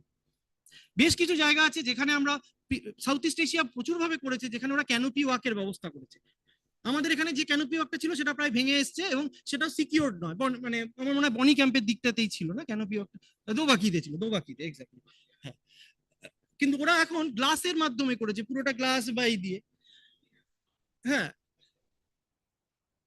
কোস্টাল ট্রেকিং এখন সারা পৃথিবী জুড়ে খুব গুরুত্বপূর্ণ। এগুলো মনেই হতে পারে যে মানে কি বলবো, ইউটোপিয়ান, বাট ইউটোপিয়ান জিনিস অনেককে এআইও ইউটোপিয়ান ছিল, এখন রিয়েলিটি হয়েছে, তো আমাদের এটাকে মাথায় রাখাটা জরুরি। তবে সবচেয়ে বেশি যেটা গুরুত্বপূর্ণ হয়ে দাঁড়াতে চলেছে, মানে কল্যাণরুদ্র স্যারও ছিলেন সেদিন সেই এতে MOEFCC-র ক্লাইমেট ফাইন্যান্সে, যেটা হচ্ছে ম্যানগ্রোভের রোল ব্লু কার্বন সিকোয়েস্ট্রেশন। আমরা সবাই এটা নিয়ে প্রচুর কাজ করছি, বায়োমাস ম্যানগ্রোভ এত জমায়, ম্যানগ্রোভ এত কার্বন ধরে রাখে, কিন্তু যে কার্বনটাকে ধরে রাখতে অর্থাৎ যে মানুষগুলো ওখানে থাকলো তাদের কোনো বেনিফিট নেই।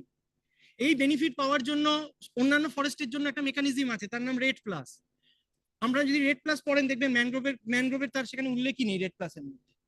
আমাদের ইন্ডিয়া গভর্নমেন্ট এখনো যখন ভাবছে প্রজেক্ট, তারা ভাবছে শুরু করে দিয়েছে ম্যানগ্রোভের জন্য। আমি এখানে এক্সাম্পলও দিয়েছি যে মহারাষ্ট্রের চেষ্টা হচ্ছে যে কি করে ওই তার ফোল্ডের মধ্যে ম্যানগ্রোভ ফরেস্টকে আনা যায়, কারণ ম্যানগ্রোভ ফরেস্ট না কোস্টাল ওয়েটল্যান্ড এই ডেজিগনেশন নিয়ে মারামারি করতে করতেই অনেক দিন চলে যায়।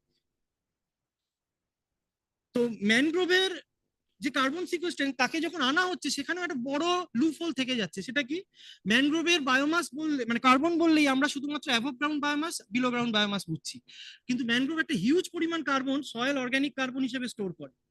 সেইটা এখনো অব্দি কোনো ফ্রেমওয়ার্কে আসেনি। যদি এটাকে যদি আনা হয় তারপরে এই মানুষগুলো এই কমিউনিটিগুলো কিন্তু কম্পিট করতে পারবে কোথায়, দুটো জায়গা আছে। কম্পিট করতে গেলে ভলান্টিয়ারি কার্বন মার্কেট, আর গভর্নমেন্ট যদি নিজে ইনিশিয়েটিভ নেয় তাহলে কমপ্লায়েন্স কার্বন মার্কেট, যেটা অর্থাৎ সমস্ত কোম্পানিগুলো বাধ্য সে যে কার্বন এমিশন করছে তাকে মিটিগেট করা বা তাকে কম্পেনসেট করার জন্য সে বাধ্য কিছু সে স্পন্সর করতে বা কিছু ইনভেস্ট করতে। এই মার্কেটের সাথে যদি লিঙ্ক করানো যায় তবে কিন্তু আমার ওই যে আমাদের যে টাইটেলটা আছে রিভাইভিং দ্য ম্যানগ্রোভস, সেটা হয়তো কিছুটা হলেও সাকসেসফুল হতে পারে। ইকোনমির কথা বললে একটা জিনিস না বললেই হবে না, সেটা হচ্ছে কমার্শিয়াল ব্র্যাকিশ ওয়াটার অ্যাকোয়াকালচার। সহজ ভাষায় এটা নামটা খুব বড় কম্প্রিহেন্সিভ, সহজ ভাষায় যেটা আমাদের এখানে হয়ে দাঁড়িয়েছে পূর্ব মেদিনীপুর এবং সুন্দরবনে, যে চিংড়ির চাষ, আগে ছিল বাগদার চাষ, এখন কিছুটা মূলত ভেনামির চাষ। প্রাইমারিলি এটা হয়েছিল ফরেন এক্সপোর্টের জন্য, এখন অনেকগুলো অসুখের মানে রোগের পরে এবং কীটনাশক ব্যবহারের জন্য ফরেন এক্সপোর্ট কমে গেছে। আপনারা মার্কেটে গেলেই বুঝতে পারবেন চিংড়ির দাম কমে গেছে। আগে এত আমরা চিংড়ি খেতাম না, এখন যেরকম পরিমাণ চিংড়ি খাই। এইটা যেভাবে হচ্ছে এটা ম্যানগ্রোভের জন্য সবচেয়ে ক্ষতিকর হয়ে দাঁড়িয়েছে। মানে অবশ্যই গ্লোবাল ওয়ার্মিং এ হবে কি ইরোশনে ভেঙে যাবে, কিন্তু লোকাল লেভেলে মাইক্রো স্কেলে এই ব্র্যাকিশ ওয়াটার অ্যাকোয়াকালচার হচ্ছে ম্যানগ্রোভ রিভাইভ করানোর বা ম্যানগ্রোভকে টিকিয়ে রাখার সবচেয়ে বড় সমস্যা। আমি একটা ছবি দেখাচ্ছি, আপনারা দেখলে এটা গুগল আর্থের সিম্পল গুগল আর্থের ছবি, আপনারা দেখুন। এটা যেটা কথা হচ্ছিল পাথর প্রতিমা আইল্যান্ডেরই ছবি, যেখানে একটা বড় রিভারের সামনে গোবর্ধন এতে না, এটা একটু মানে সমুদ্রের দিকটা না, একটু পিছনে এটা গোবর্ধনপুরের, আচ্ছা আচ্ছা সরি, এটা গোবর্ধনপুরের। তো এই যে জায়গাটা ও জিপ, হ্যাঁ মানে জিপ লর এক্স্যাক্টলি, তো স্ট্রেচ হয়ে গেছে। তো এই জায়গাটাতে এখানে কোনো কভার নেই। অবশ্যই এটা কিন্তু ওপেন সি, এখানে যদি আমি ম্যানগ্রোভ কভার করি তাহলে এটা টিকবে না। যে আলোচনাটা একটু আগে হলো একদম সত্যি কথা, যে ম্যানগ্রোভ যেখানে ওয়াটারের ফ্লো খুব সুইফট এবং কারেন্ট বেশি সেখানে ম্যানগ্রোভ টিকবে না। ম্যানগ্রোভ সবসময় শেল্টার্ড এরিয়ায় গ্রো করে। তাহলে এখানে কি কোনো গাছ টিকবে না বা কোনো মানে শিল্ড হওয়া সম্ভব না? আমরা কিন্তু এই শিল্ডের এক্সাম্পলই গঙ্গার অন্য পারে পাই। সেটা হচ্ছে যে মানে ভাগীরথীর ওইদিকে, যে সেখানে কিন্তু ট্র্যাডিশনালি একটা গাছ ছিল, তার নাম কেয়া গাছ, প্যান্ডোনিয়াস টেকটোরিয়াস। সেই গাছটা কিন্তু ঠিক ডিউনের পিছনেই ভালোভাবে হতে পারে, তার পিছনে ম্যানগ্রোভ হতো। তাহলে ওই গাছটার কথা আমরা কিন্তু ভাবছি না, that is a mangrove associate. সেই ম্যানগ্রোভ অ্যাসোসিয়েটের কথা যদি আমরা এখানে ভাবি, যেটা সুন্দরবনে প্রায় মানে হয়ে গেছে, অবসলেট হয়ে গেছে এই গাছটা, সেইটাকে কিন্তু এখানে আনা যেতে পারে। এর অল্টারনেটিভ একটা ওয়ে যেটা সাউথ ইস্ট এশিয়া করছে, যেটা আমি এখানে ছবি দেখিয়েছি, এটার নাম সিলভো ফিশারি।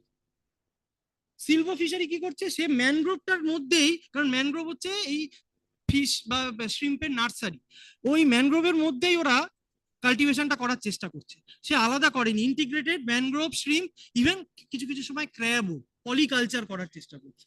হ্যাঁ, তো সেই যে জিনিসটা সেইটাকে আমরা ভাবতে পারি, এবং এখানে কিন্তু একইভাবে ট্যুরিজমকে ইনক্লুড করা যায়। আপনারা দেখেই বুঝতে পারছেন এর মধ্যে কিন্তু ট্যুরিজম ইনক্লুডেড হয়ে আসতে পারে।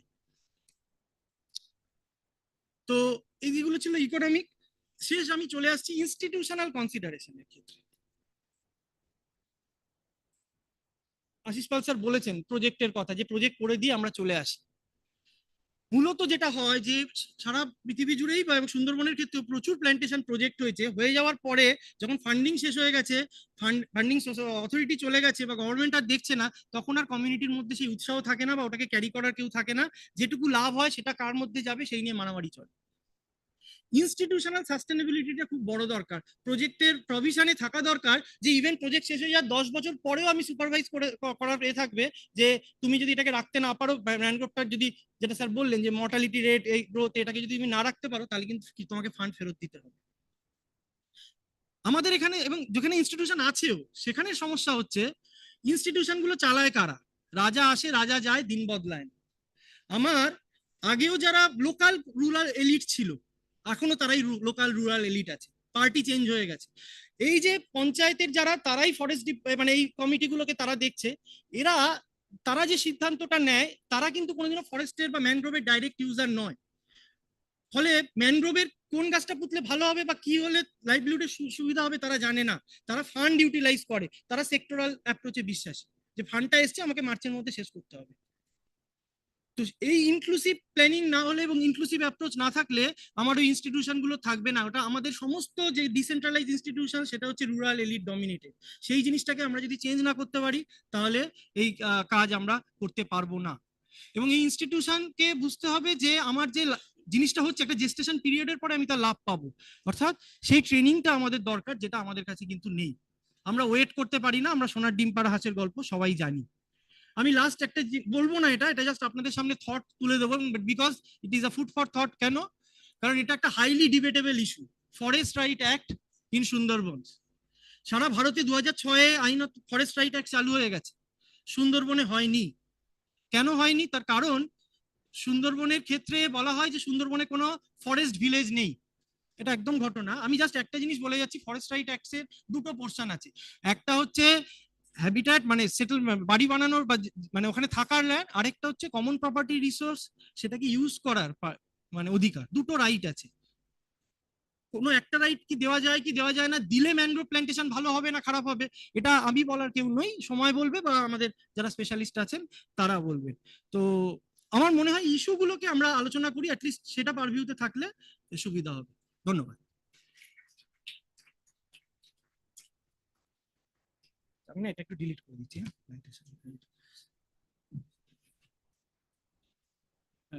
Thank you.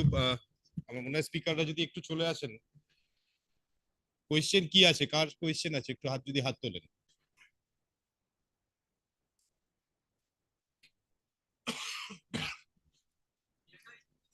আসছে Debjit.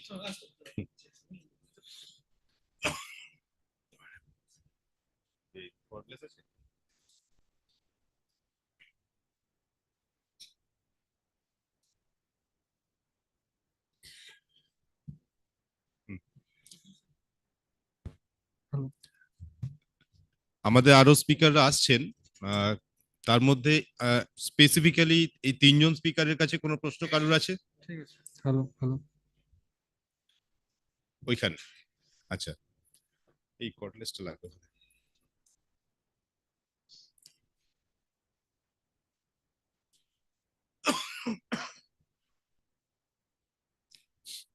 Good evening, everyone.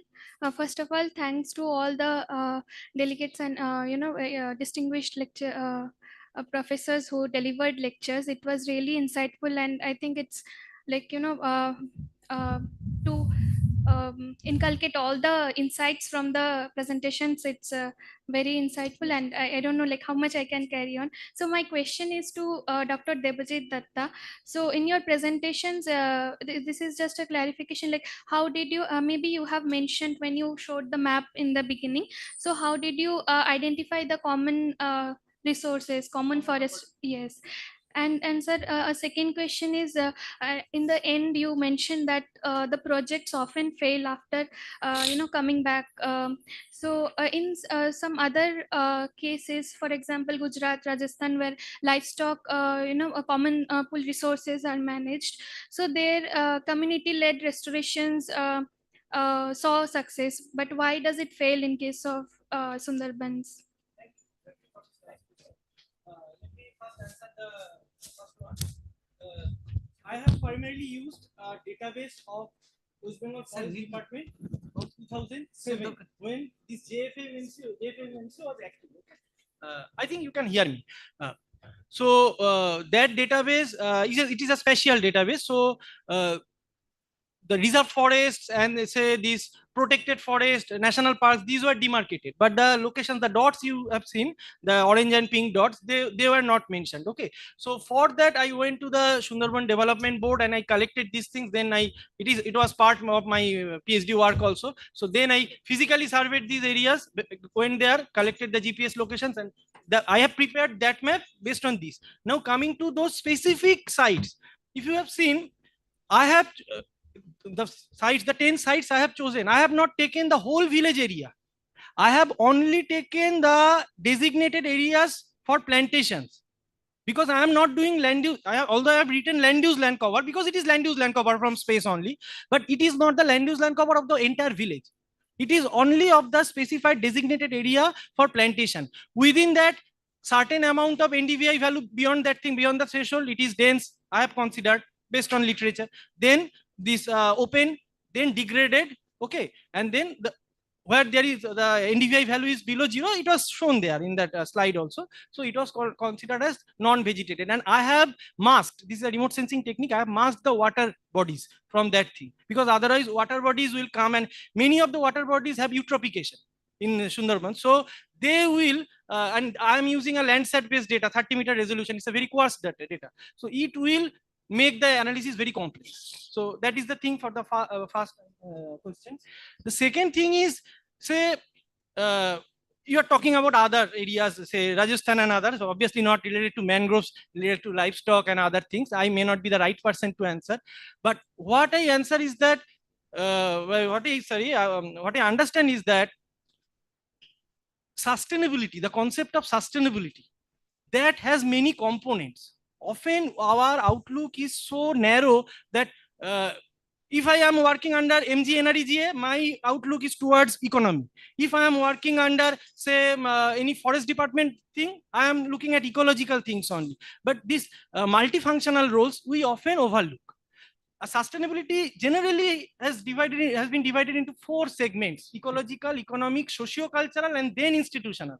Here I have intentionally not mentioned socio-cultural because I have studied micro sites. Okay, so socio-cultural thing in that part of Sundarban doesn't vary from one village to another village that much. It is little bit homogeneous. I'm not saying it's totally homogeneous, but it is little bit homogeneous. So I am taking it as a constant, but other things remain as variables. So that's why I have considered that thing. You study in other areas, you have to consider the 4 aspects. Okay, thank you. Yes, sir. Question for, sir, question for anybody specific? Yeah. I think the panel in general and chairman in particular and Sunando. So, first of all, my compliment for the excellent presentations. These are all very dynamic subjects, changing very fast, and a lot of things we know, a lot of things we do not know. So future is uncertain, but in that certain trends and projections you have said. Now, what is important for this particular symposium is that basically you are looking into some kind of a strategic thinking, that what kind of inputs from the various researches we get, which will be important for developing a strategy.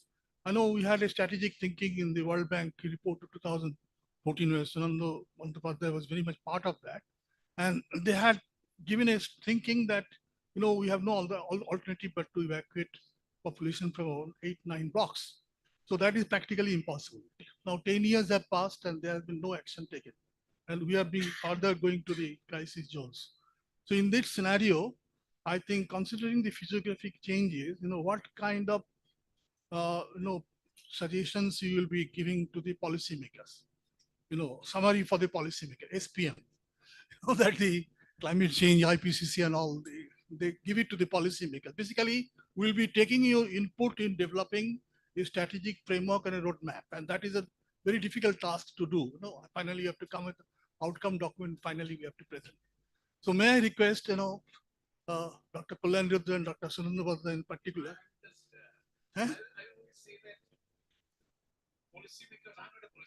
But we are policy. Somebody for the policymakers.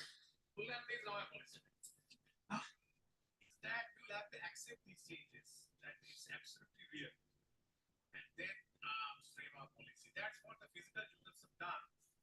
We have given the trains. For example, for all the Sundarban islands, we have a train. there's a database, it's a training, it's available in the internet. So they can see at what time we can have zero or something. For example, if you have to frame a policy for the next 25 years up to 2050, what should be done? Is there any other alternative than evacuating the people? 25 lakhs of people, wherever we'll take them. It's very easy to say that you evacuate and put them somewhere else. But is it possible? Is it practical? So is there any chance for, one way is tidal river management. So if you could give us certain specific, inputs for the policymakers so that we can frame our policies accordingly, at least recommend that. And I think whatever resources we are having, then we can project it. If it is possible to start engineering measures, structural measures, non-structural measures, biotechnical measures, a lot of technological interventions are coming. Is it possible that we do something to arrest the changes? Or is it a bleak situation? We have to give it up. See, we mentioned one thing very well, it is that in the reclaimed Sundarban, that is one of the cause of the problem. And the non-reclaimed Sundarban is rising much faster than that because we don't have any sediment accumulation in the reclaimed Sundarban. The only way you can raise the level is that you leave some part to tidal inundation, tidal reworking. And that would put the level up. And if it is possible, if some part of the, the fringe islands or fringe of the islands can be left to the tidal inundation for a part of the year. See, in a human lifespan, 5 years, 6 years is not very long. So just like we go for coupe in the forest, we live, I mean, you get timber from one area and leave that part to regrow. And when you come there back again, then again, it is fully grown tree you can have. So that is one way of doing it. And I think there is a lot of success in Bangladesh. But the problem is that Bangladesh, they don't have much population fringe to the Sundarban because they're all now, converted to aquaculture. And, if you think of the fringe Sundarban and Bangladesh Sundarban goes, miles into the north.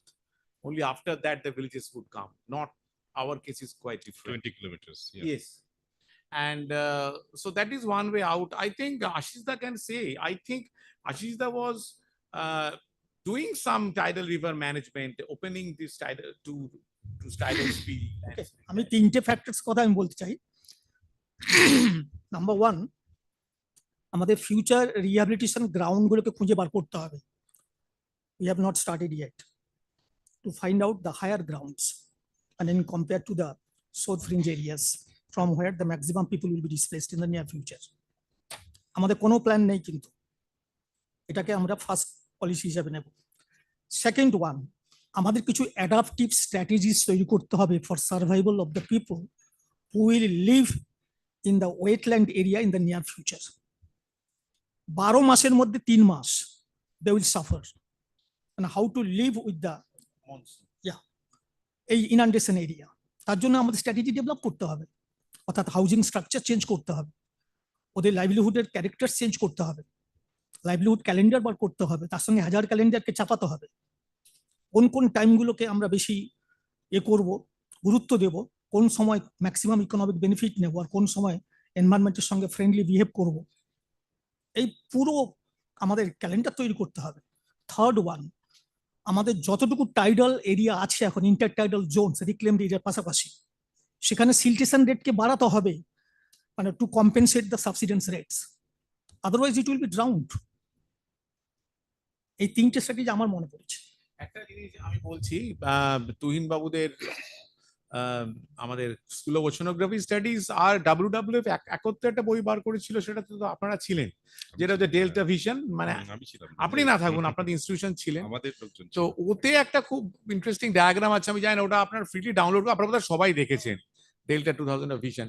তাতে একটা concept, একটা diagram আছে যে একটা পাখি উঠছে, দূরে কলকাতা দেখা যাচ্ছে, হুগলি নদী আর সুন্দরবন। ওনারা যেটা বলেছিলেন যে পিরিয়ডিক্যালি অ্যাবান্ডন করা, এটা উনি যেটা বলছেন যে ফিরে আসতে হবে সুন্দরবনে কাজ করতে, কিন্তু থাকতে হবে কিছু মাল্টি স্টোরেড বাড়ি বানিয়ে।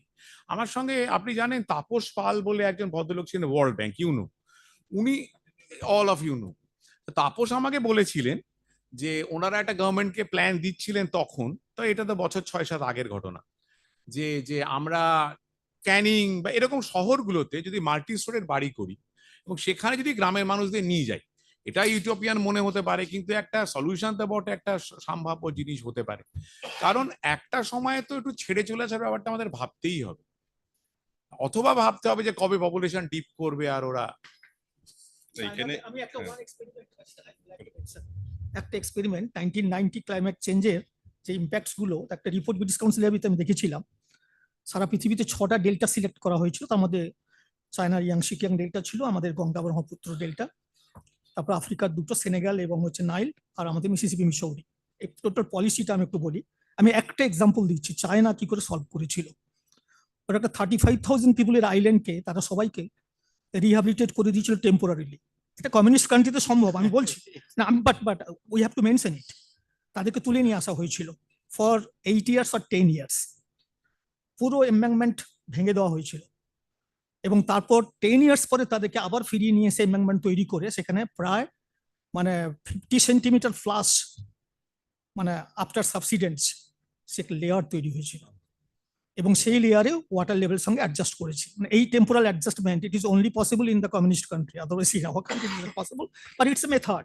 আপনি দেখবেন ডিপ্রেশন সবসময় আগে ভরে যায়।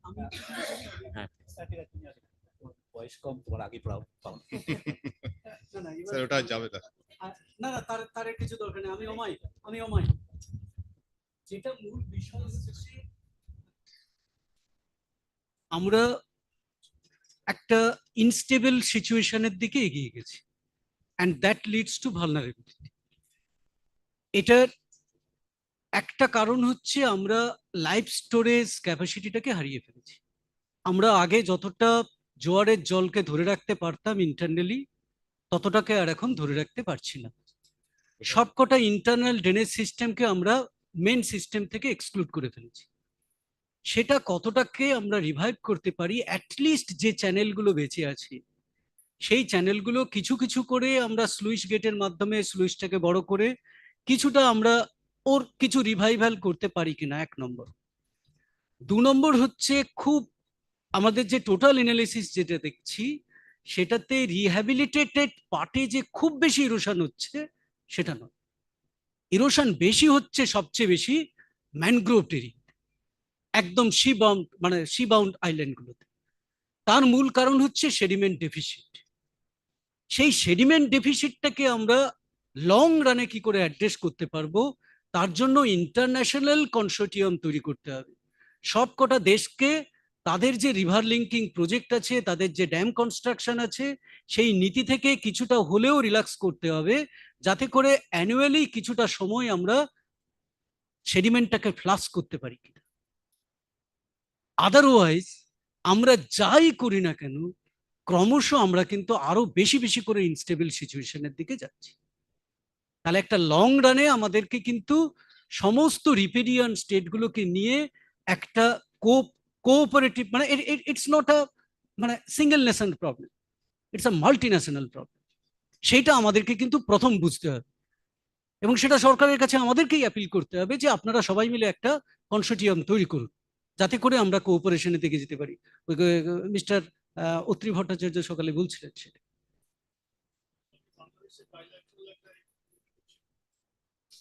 তার সঙ্গে নেপাল থাকবে, তার সঙ্গে ভুটানকেও থাকতে হবে,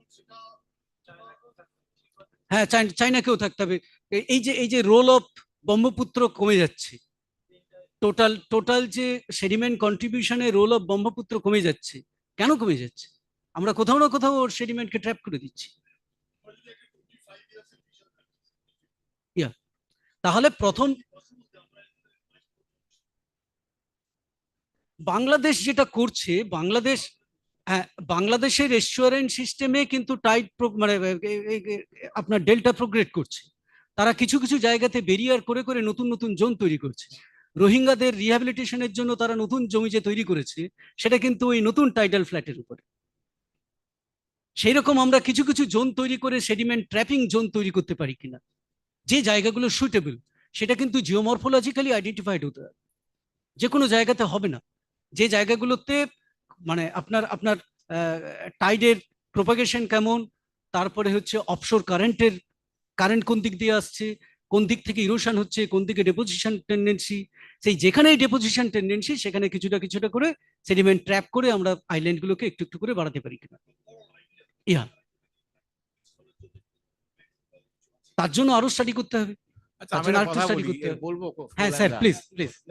উনি যা বলছেন এটা করা যাবে না, তার কারণ হচ্ছে, শুনুন না, এই জায়গাটা একটা পুরোপুরি ইরোজনাল রেজিম, এবং সেটা বহু বহু বছর ধরে মানুষ এখানে আসার আগে থেকে একটা ইরোজনাল রেজিম চলছে। আর ওইটা যেটা রামকৃষ্ণ বললেন যে বাংলাদেশে এটা পুরোপুরি অ্যাক্রেশনাল রেজিম, এবং সেখানে আমরা জানি বাংলাদেশ বহু কিছু করেছে সেডিমেন্ট ওখানে ট্র্যাপ করার জন্য। নোয়াখালীর কাছে তারা এত বড় একটা বাঁধ দিয়েছে যে সমুদ্র কোস্টলাইন চলে এসছে প্রায় 50 কিলোমিটার ইস্টে ওয়েস্টে। তো ওরা ওটা করতে পারছে তার কারণে দেখা যাচ্ছে র মেটেরিয়াল সেডিমেন্ট আছে। আমরা এখানে যেটা দেখতে পাচ্ছি, উই ডোন্ট হ্যাভ সেডিমেন্ট। ভিতরে যে অ্যাক্রেশন হচ্ছে সেগুলো তো ছোট ছোট চ্যানেলগুলো বুঝে যাচ্ছে, ওটা তো কোনো মেজর কিছু হচ্ছে না, বুঝতে পেরেছেন?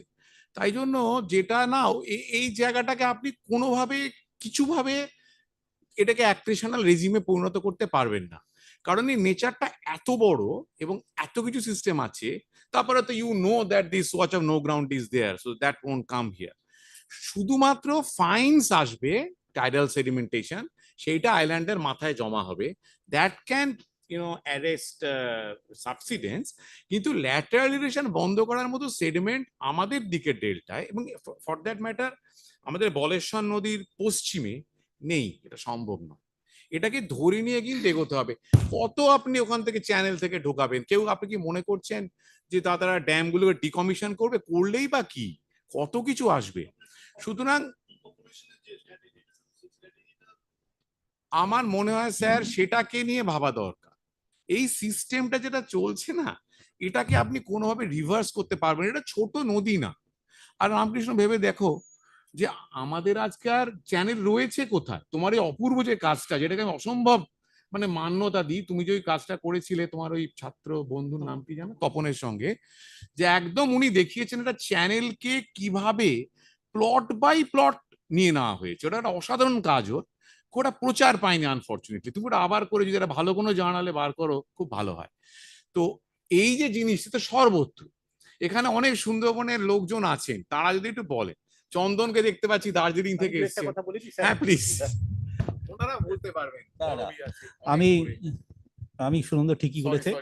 আমি আগে মাস্টারমশাই ছিলাম, এখন হয়তো একটু একটু পলিসি দেখি। হ্যাঁ, তো এই পলিসি ঢুকে আমি খুব ভালো বুঝেছি sir how system works or does not work at all. এখন যদি আপনি সুন্দরবনের এক্সাম্পলটা দেন, সেটা হচ্ছে এর ভালনারেবিলিটি। একটা কথা আমরা এখনো সোফার বলিনি, it is an east west align delta, যার সাউথে সমুদ্র আছে। আর যদি পেনিনসুলার ডেল্টাগুলোর দিকে তাকান, the offshore current moves parallel to the coast, আর এখানে ট্রান্সভার্স টু দি কোস্ট। এটা এর প্রথম ভালনারেবিলিটি। এবার পলিসি কে তৈরি করবে? আমি জাস্ট এখানে বসে বসে লেখার চেষ্টা করছিলাম যে কটা স্টেক হোল্ডার সুন্দরবন ম্যানেজ করার চেষ্টা করে। এক, ফরেস্ট ডিপার্টমেন্ট করে, 5 কোটি হোক 20 কোটি হোক ইত্যাদি ইত্যাদি। দ্বিতীয় হচ্ছে ইরিগেশন ডিপার্টমেন্ট, সে এমব্যাঙ্কমেন্ট ম্যানেজমেন্টের দায়িত্বে থাকে। প্রভাত আসবেন, one of the finest IAS officer I have ever seen. ও যখন ইরিগেশনে ছিল তখন আমরা রেগুলার ইন্টারাক্ট করতাম, আর is a very good learner, মানে ও খুব ভালো বুঝতে চায়, শিখতে চায়। Third, Sundarban development board. Fourth, disaster management department. Fifth, public health engineering department. Sixth, environment department, যেটার সাথে আমার একটু। Seventh, inland navigation. আর lastly but most dominating, the panchayat. এই এতগুলো স্টেক হোল্ডার পলিসি যদি সত্যি সত্যি তৈরি করতে হয়, তাহলে একটা সেন্ট্রালাইজড একটা অথরিটি দরকার, যে ওভারঅল ডমিনেট করতে পারে, অথবা এই 8টা ইয়েকে কোঅর্ডিনেট করাতে হবে। এখন কোন কোন ইস্যুগুলো আমাদের কাছে ইম্পর্টেন্ট, সেটা হচ্ছে যে নদীগুলো বোধহয় ওর ইন্টারটাইডাল স্পেসটাকে ফেরত চায়। যদি আপনি সব লোককে তুলতে নাও পারেন, তাহলে কিছু কিছু জায়গায় ইন্টারটাইডাল স্পেসটা নদীকে যদি ফিরিয়ে দেওয়া যায়, তাহলেও অন্তত সেডিমেন্ট ডিসপার্সালটা একটু এফেক্টিভলি হতে পারে। সাহেবরা যে কাণ্ডগুলো করেছিল স্বাধীনতার পরে সেটাকে আমরা ফলো করেছি। মোটামুটি লো টাইড লাইন বরাবর এমব্যাঙ্কমেন্ট গুলো দিয়ে দিল। এটাকে যদি একটু পেছনে, এটা খুব ডিফিকাল্ট, আমি গোসাবার কথা ভাবার চেষ্টা করছিলাম, পেছনেই বাজারটা। হ্যাঁ, আর জমি আর ভোট এদেশের সবচেয়ে বড় ডিসাইডিং ফ্যাক্টর, বুঝতে পারছেন? আপনি যতই ডিসিশন নিন, ultimately it is the numerical majority in the election that will define, that will dominate. হ্যাঁ, না আপনাকে But sir, without politics you cannot solve it. Okay.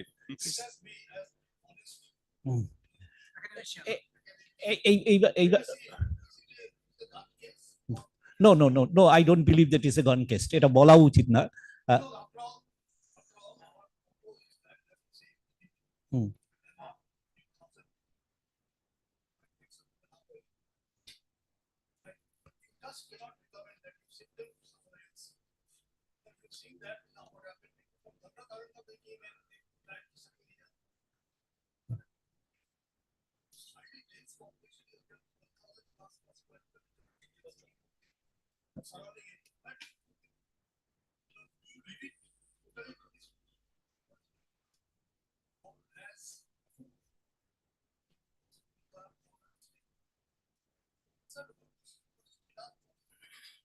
এবার ফার্স্ট, ইয়েস, আপনি যদি লাইভলিহুডের কথা বলেন, it is water that can change the face of the rural Bengal.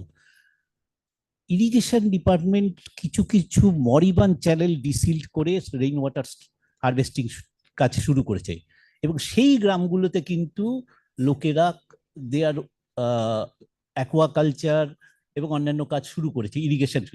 একটা dangerous thing শুরু হয়েছে যবে থেকে গ্রিড কানেক্টিভিটি চলে গেছে, এবার ডিপার অ্যাকিউফারে হাত পড়ে গেছে। কিন্তু এই ডিপার অ্যাকিউফারে হাত পড়াটা ডেঞ্জারাস আশিস, এবং আমরা যেটা সাবসিডেন্স আরো অনেক বাড়বে। ফলে আমাদের ওই এইটা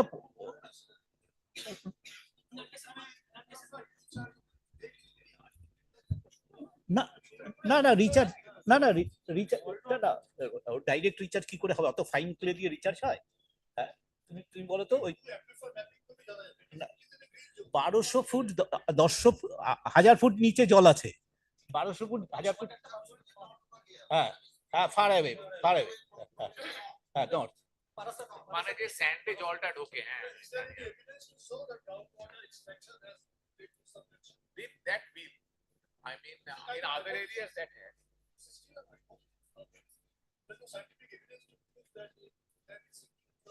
This has, we have just না, সুন্দরবনে স্যার বলছে। না we have না ধরনের কাজের ক্ষেত্রে একটা সমস্যা হয় আমাদের যেটা প্রজেক্ট হয়, আপনি বললেন একাডেমিশিয়ান নিয়ে কথা বলতে, তো একাডেমিক্সরা মানে একাডেমিশিয়ানরা যে প্রজেক্টগুলো পায় তার টেনিওর হচ্ছে 3 বছর বা 5 বছর।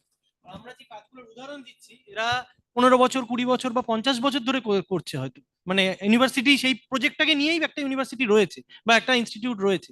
তো তার যে ইমপ্লিকেশন সেটা আমরা তো সেই ডেটাবেসই আমরা তৈরি করতে পারছি না।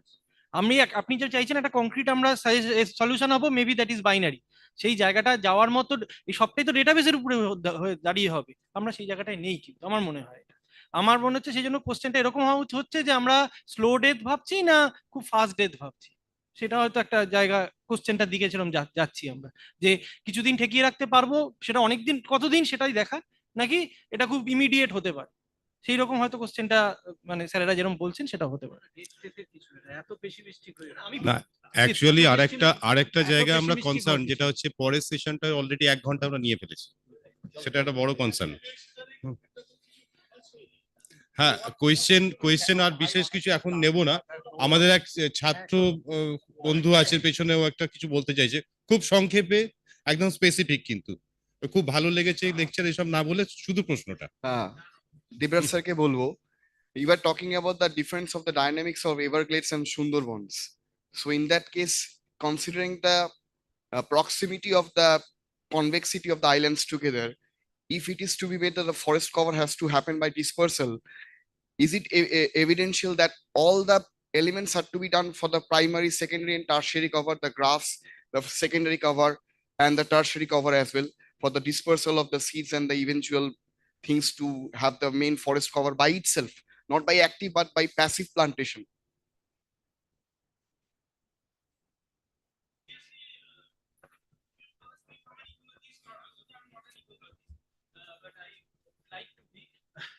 So passive restoration would be the best way, but we are not living in an utopian world. Okay, we are living in one of the most densely populated delta or place. Say I can give you one example of a village, Shamsher Nagar. It is in the easternmost part of this Boshirat block, in the Hingolganj block. Okay, in the Boshirat subdivision.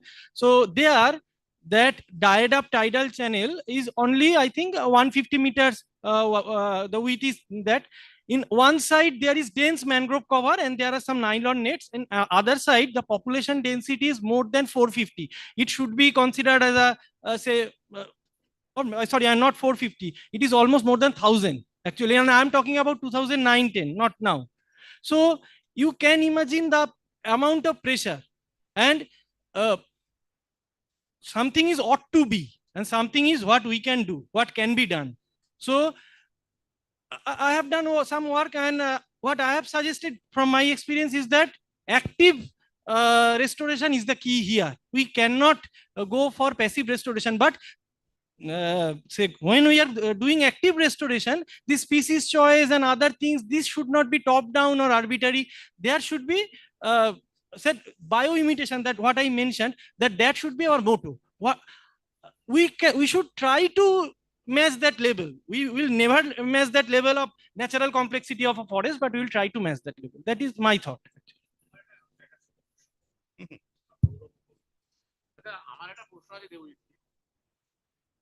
আমি একটা মজার জিনিস দেখছিলাম, ওই যে একদম প্রথমে ভাই তুমি যেটা দিয়ে শুরু করলে, পরপর ম্যানগ্রোভ রেস্টোরেশন হচ্ছে, প্রি পোস্ট, আবার রেস্টোর করে না, মানে ওটা রেস্টোর মানে ন্যাচারাল রেস্টোরেশন।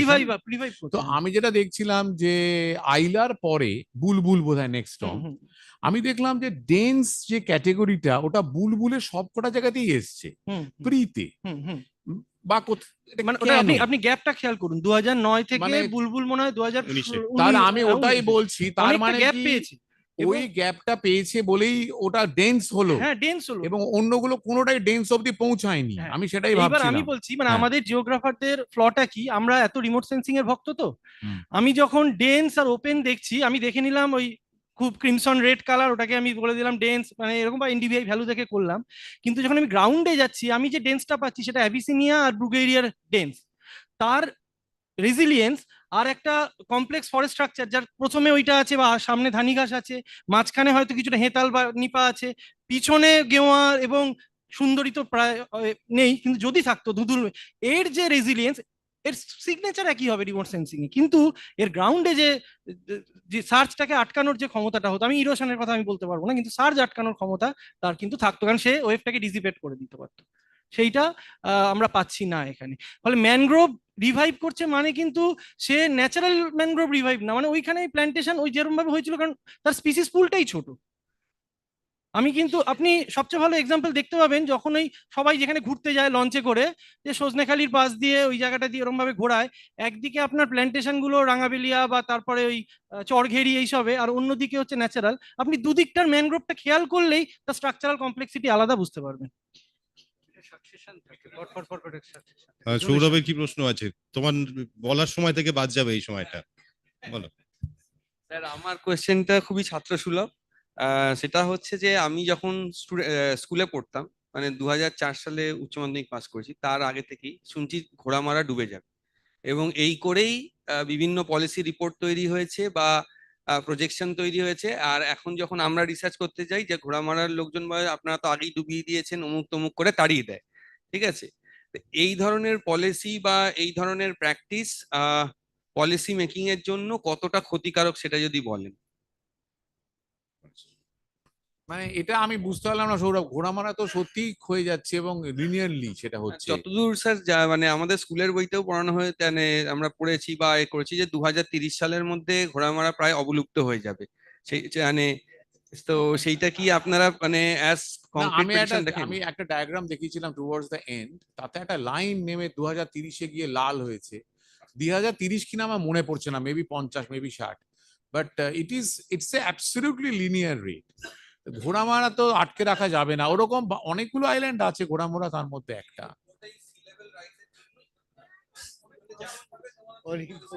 ওটাই আমি বলছিলাম যে ওটা সি লেভেল নয়, ওটার মধ্যে আরো অনেকগুলো ফ্যাক্টর কাজ করছে, not at all only sea level. Kolkata port ট্রাস্টও আছে, আমি 7টা গাইড ওয়ালের বদলে মাত্র 2টো করে অ্যাবান্ডন করে দিয়েছে। স্যার আমি একটা ছোট্ট কোশ্চেন আপনাকে করবো, মানে কল্যাণ রুদ্র স্যারকে, এই ওইটা একটুখানি এক্সপ্লেন করে দেবেন, ওই যে আপার ডেল্টা লোয়ার ডেল্টা গভর্নমেন্টের যে পলিসি বা প্ল্যান যেটা করছে, ওইটা কাইন্ডলি যদি একটু এক্সপ্লেন করেন। একটা ডাচ টিম এসেছিল, ওরা এক্সটেন্সিভলি সার্ভে করে ওরা বলে যে fresh water regime in Sundarban এটাকে ওরা এনহ্যান্স করতে চায়।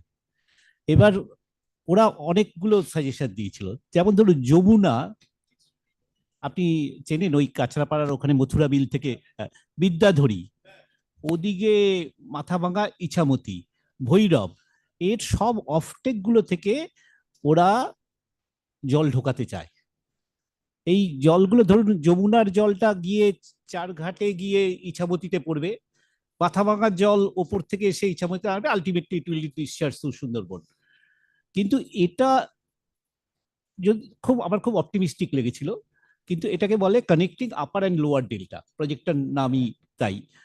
এটা কিছুটা গভর্নমেন্ট লেভেলে ওরা অ্যাকসেপ্ট করে নিয়েছে, যেটা উই শ্যাল এক্সিকিউট ইট। কিন্তু সমস্যাটা যে এটা তো বড় জোর 2.5-3 মাসে আপনি জল ঢোকাতে পারবেন। সেকেন্ড হচ্ছে এবার ভাগীরথী থেকে বোধহয় 1 ফোঁটা জলও ঢোকানো যাবে না, কারণ পোর্ট ট্রাস্ট এমনিতেই সাফার করে, এবং লোয়ার পার্টে কলকাতার আশেপাশে যদি ঢোকাতে হয় তাহলে পদ্মা থেকে ওই ভৈরব, জলঙ্গি, মাথাভাঙা, এই 3টে অফটেক দিয়ে কিছু জল হয়তো আনা যাবে। কিন্তু এরা ভাগীরথী থেকে এমন কথা ভেবেছিল যে এমনকি ইস্ট কালকাটা ওয়েটল্যান্ডের ভেতর দিয়ে যে ক্যানালগুলো গেছে সেগুলোকেও রেসাসিটেট করবে বলেছিল। তাহলে আবার বাংলাদেশের সঙ্গে সংঘাত আরো বেড়ে যাবে না তো? আর আছে পদ্মার মানে ফরাক্কার পরে যতটুকু জল ছেড়ে দেওয়া হচ্ছে সেটা একটা এগ্রিমেন্টের মধ্যে আছে, 1996 এগ্রিমেন্ট। তারপরে যদি সেই জলটা আবার এখানে টানি, উপরে ছেড়ে দিয়ে নিচে, না বাংলাদেশ এমনি একটা ব্যারেজ তৈরি করতে চেয়েছে, আপনারা জানেন কিনা জানি না, ওই রাজশাহী একটু পুকুরের একটু নিচে, ওই সরি ওই সারা ব্রিজের কাছাকাছি, এবং তার ব্যাক ফ্লো কিন্তু জলঙ্গির অপটেক পর্যন্ত চলে আসবে। এইটা ফলে এটা তো ওদের, আপনি জানেন বোধহয় ওই আত্রিতে একটা রাবার ড্যাম, সেইটা নিয়েও খুব কনফ্লিক্ট। এইটা জানেন তো সবচেয়ে ভালো বলেছিল ওই সিরিল র্যাটক্লিফ, ও বলেছিল আমাকে একটা লাইন টানতে বললো, হিন্দু আর মুসলিম নন মুসলিম এরিয়াগুলোকে ভাগ করে দাও। আমি লাইনটা টেনে দেখলাম 54টা নদীর বুকের উপর দিয়ে গেছে, এবং I understand that will invite many conflicts in future, এটা ওর রিপোর্টে আছে। ফলে সেটা তো অবভিয়াসলি তাই হয়েছে। একটা ধরুন তিস্তা, একটা নদীর আপার ক্যাচমেন্টটা সিকিমে, মিডল ক্যাচমেন্টটা ওয়েস্ট বেঙ্গলে, লোয়ার ক্যাচমেন্টটা বাংলাদেশে, এটা নিয়ে কনফ্লিক্ট হতে বাধ্য।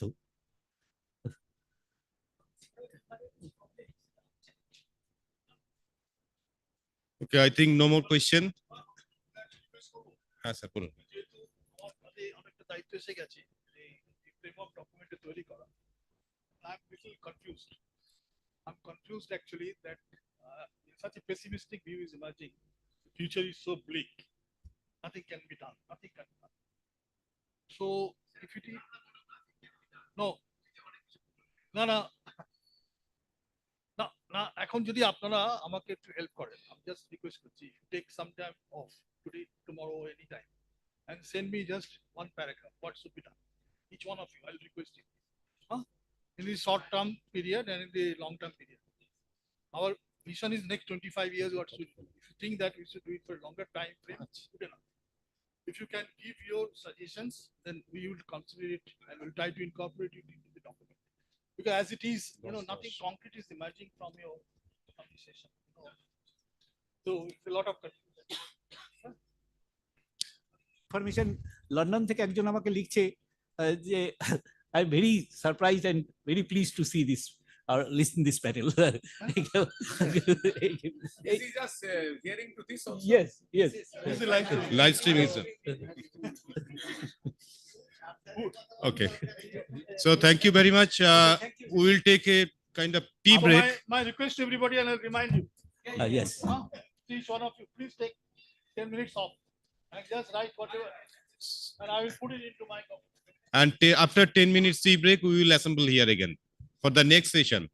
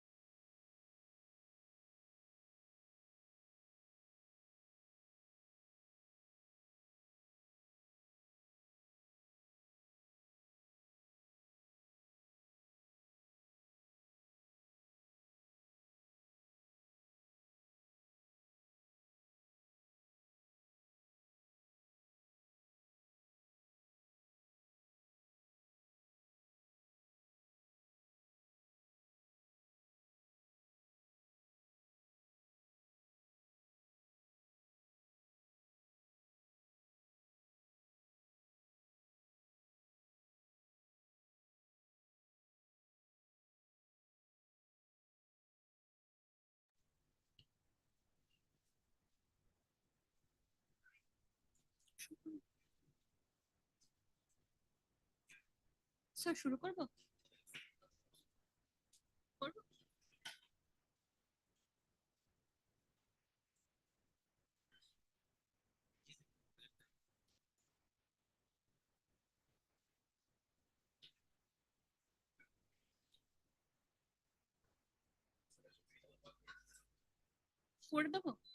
Okay. Welcome back, everyone. So we will now start the third session, Living with Risks, Natural Hazards, and Human Vulnerabilities. I will first invite the session chair, Dr. P.G. Dhar Chakraborty. Now, Dr. Tuhin Ghosh, please join us on the stage for the keynote address. And I would also like to invite Dr. Saurabh Pal and Dr. Ronit Chatterjee to the dais, please.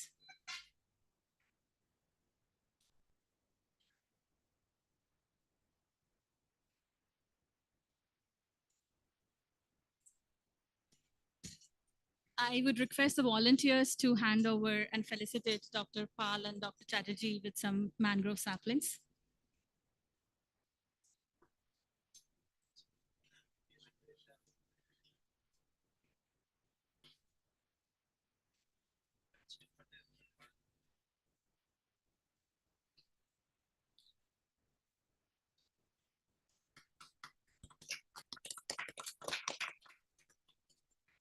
Thank you so much, Dr. Chatterjee. Thank you so much, Dr. Pal. Over to you, sir. Thank you.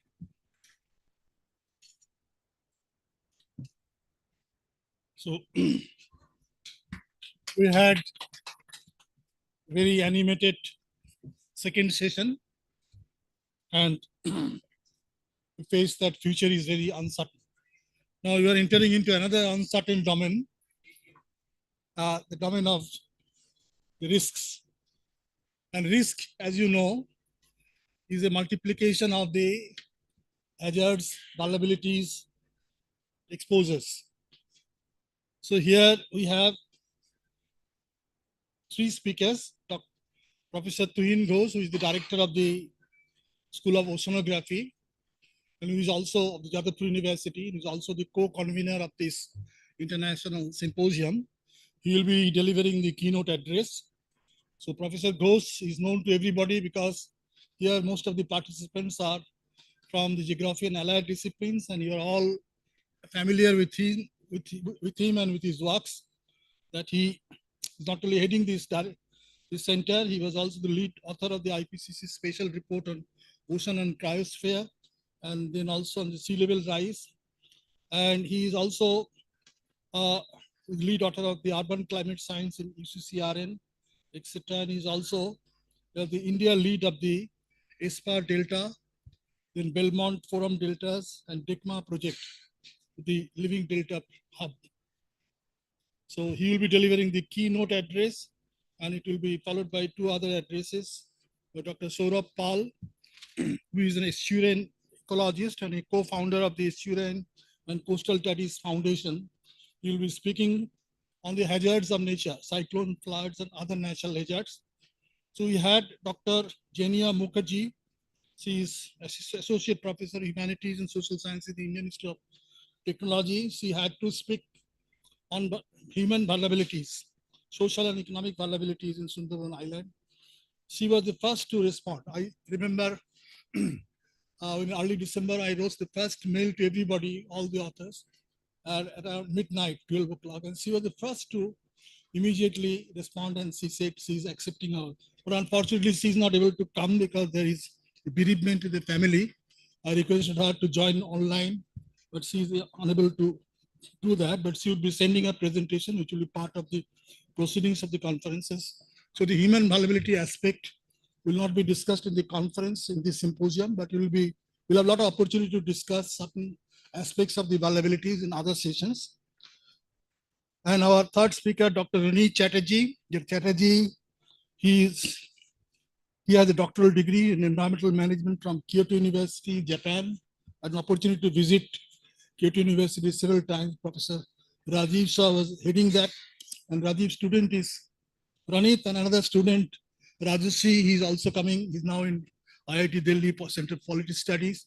He will be speaking in the 9th session, just before the final valedictory session. He's also coming, and he's having an experience of 12 years. He's been involved in various projects in countries like India, Japan, Nepal, Laos, etc.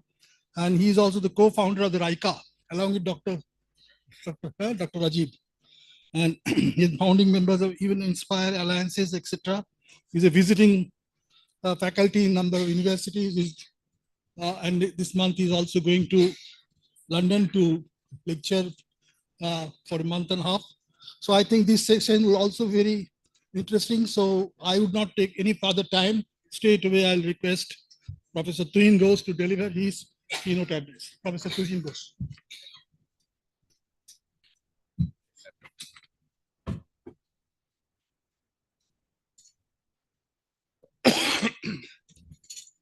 Thank you very much. I think everybody is tired.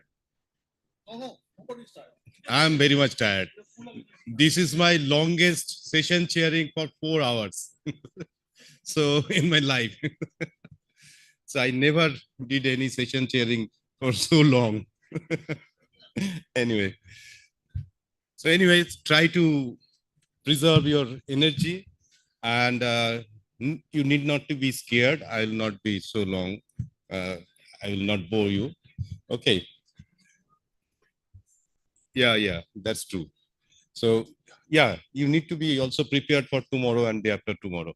It will be much more longer than today. Anyway, so what I thought that everyone will talk about natural hazards and all these things.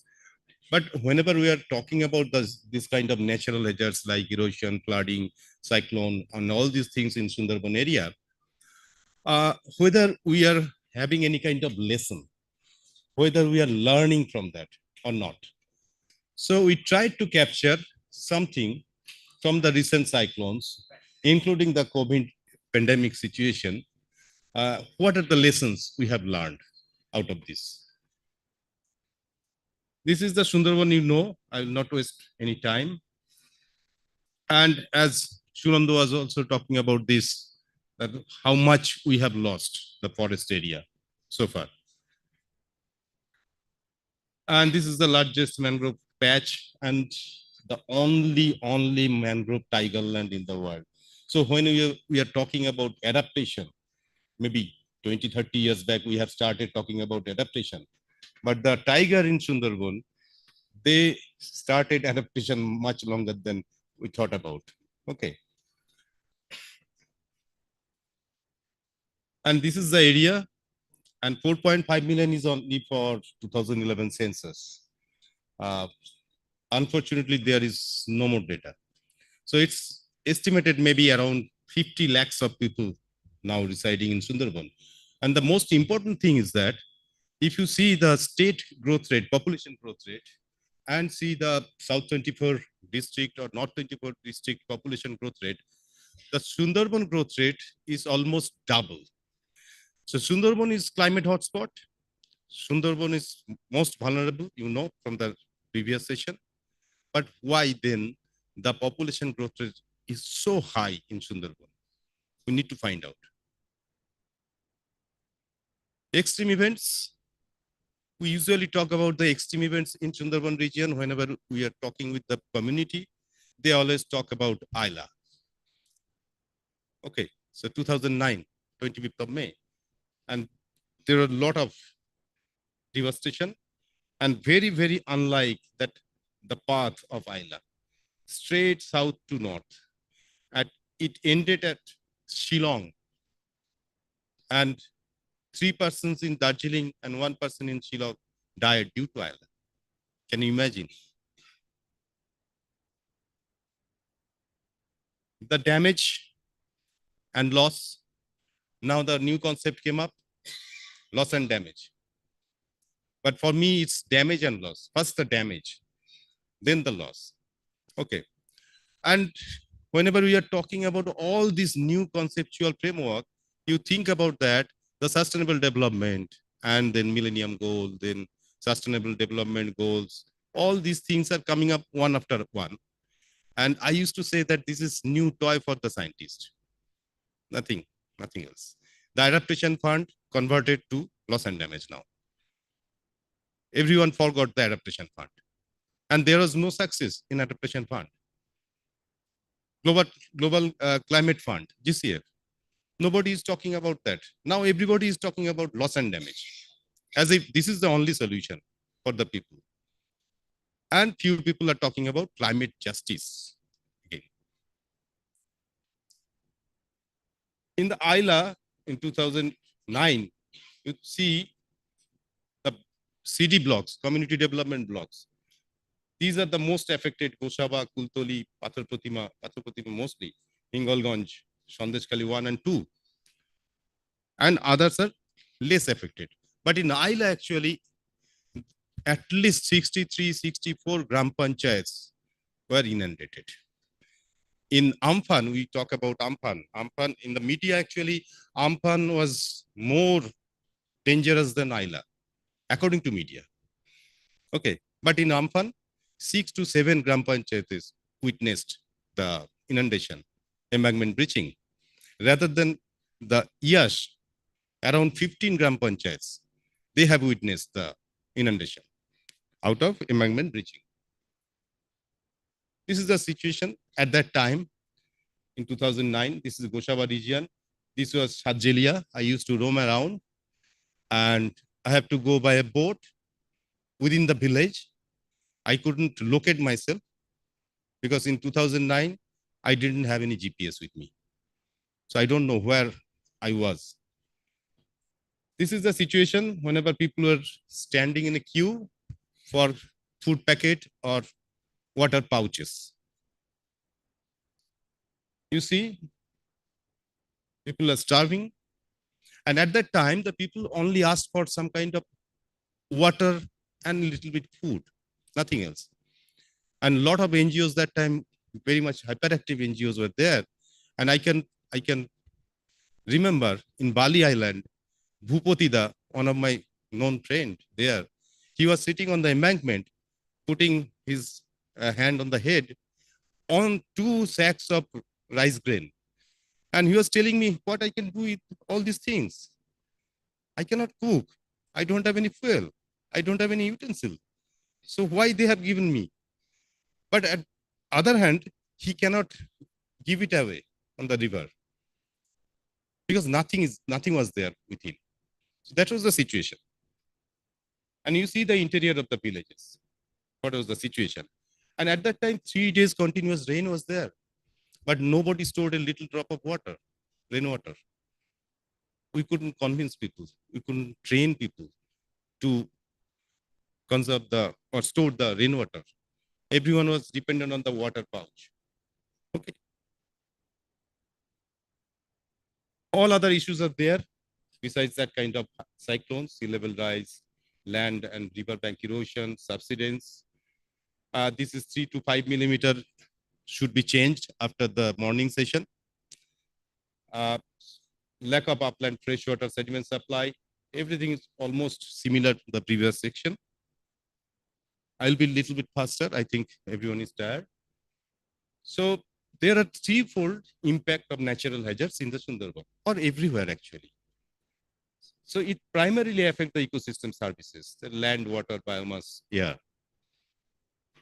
Causes damage to all these sectors, population, gender specific, age specific, property, and negatively impact all these activities. So what we usually see that after any kind of disaster, what you see that there is some kind of emergency fund created. Maybe 200 crores for combating the situation. Where from this fund is coming? It is coming from the development fund. And in the development fund, what they do with this? They do all these things. So we are actually siphoning a chunk of fund from the development fund. Okay, at the name of emergency fund. And we are actually slowing down all these activities. So what is happening? We actually going for hampering the development processes and producing a less resilient society. And the next natural hazard will create havoc more than the earlier one. Okay, so we are talking about resilient society, resilient housing or something like that. And the impacts, all these things are there, and climate change is contributing a little bit more. And where are the impacts? In the social sector, in the infrastructure services, productive sector, and also in the environmental sector. So for one ILA cyclone, we can assess 4 sectors and 15 subsectors. Maybe less, maybe high, we don't know. And we don't have that kind of manpower with us. Not the teachers, not the scientists, not the students, not the followers. Okay, that's a major concern. And in the long run impact, what is the consequence? It will come up with some kind of salinized soil. It will create problem with food security. After ILA, 4 to 5 years, they couldn't cultivate. And I can remember after the water recedes, there was some kind of this amount of 3-4 inches salt incrustation. Layer of salt was on the agricultural land. Asisa also there at that time, I can remember. Loss of productive land. So all these are connected with SDGs. It came much later, but we can connect now at this time. So there are a lot of things we can connect with SDGs, all the consequences, long-term consequences. And very, very little funding for so many people. So funding is crucial. Planning is crucial. Management is crucial. Sarah was telling about leadership and all these things, management. But again, I can say the knowledge is essential. And innovation, that is totally absent in Sundarban management or practice. In the morning session, everybody was talking about embankment, and embankment was going back. Every time embankment breaches, we are going back. Why don't we go forward towards the river? We don't have any technology. We have constructed seawall in the Digha on the sea. We cannot construct any river wall on inside the river. If we can narrow down the river, and the flow will be increased, and the sedimentation, the siltation will be washed away. So we are thinking within the box. And most of the time, whenever we are managing any kind of natural hazard, we are trying to come up with some kind of copy-paste measure. Control-C, Control-V. Okay. I can tell you one example that every school there is some kind of mock drill about earthquake. Okay. What is there? Hide below the table, hold the pair, wait, and then come out. This is applicable in the light structure housing. This is not applicable for this concrete structure housing. But still, we are following that because we have learned it from Japan. Okay, so whenever we are learning it from Japan, that is very important. If we learn it from Bangladesh, that is less important. And we never want to learn from Odisha what they are doing. After 1999 super cyclone, they actually on their own created on disaster management authority kind of department in their state before the NDMA and NIDM came up.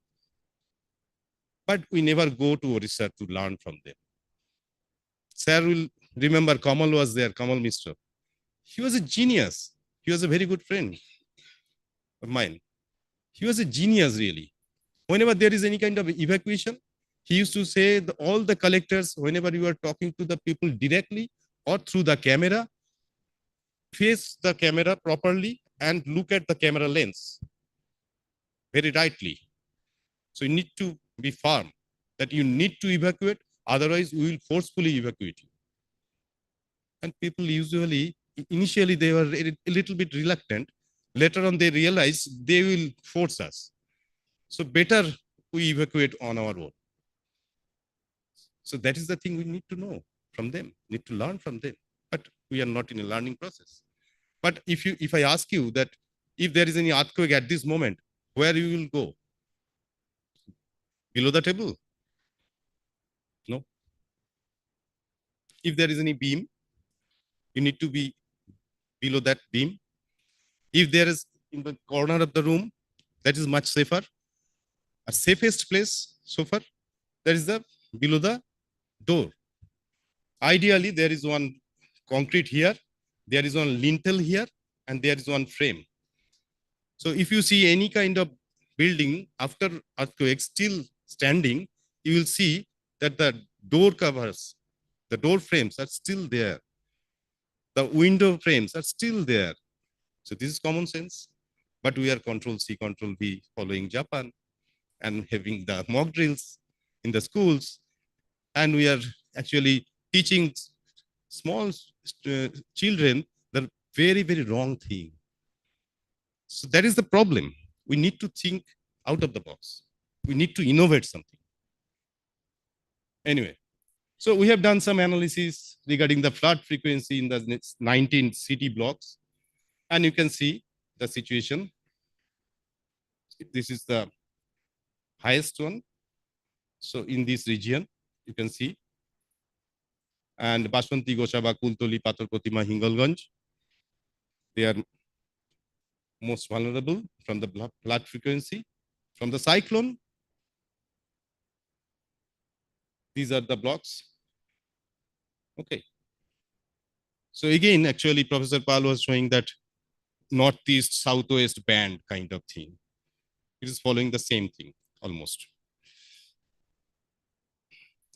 Erosion. Unlike this kind of coastal erosion, there is also erosion in the Goshaba region. Okay. And if we produce a risk map, Goshaba is always heading the map according to risk, and all others from the Skali 2, Pathor Pratima, Hingalganj, Sagar, Bashwanti are there. So this is the risk map. And Sarah was talking about the micro level mapping. In DECMA project, actually, we did village level risk mapping. But we couldn't show that because that is very cumbersome to show all the village names. But we did that.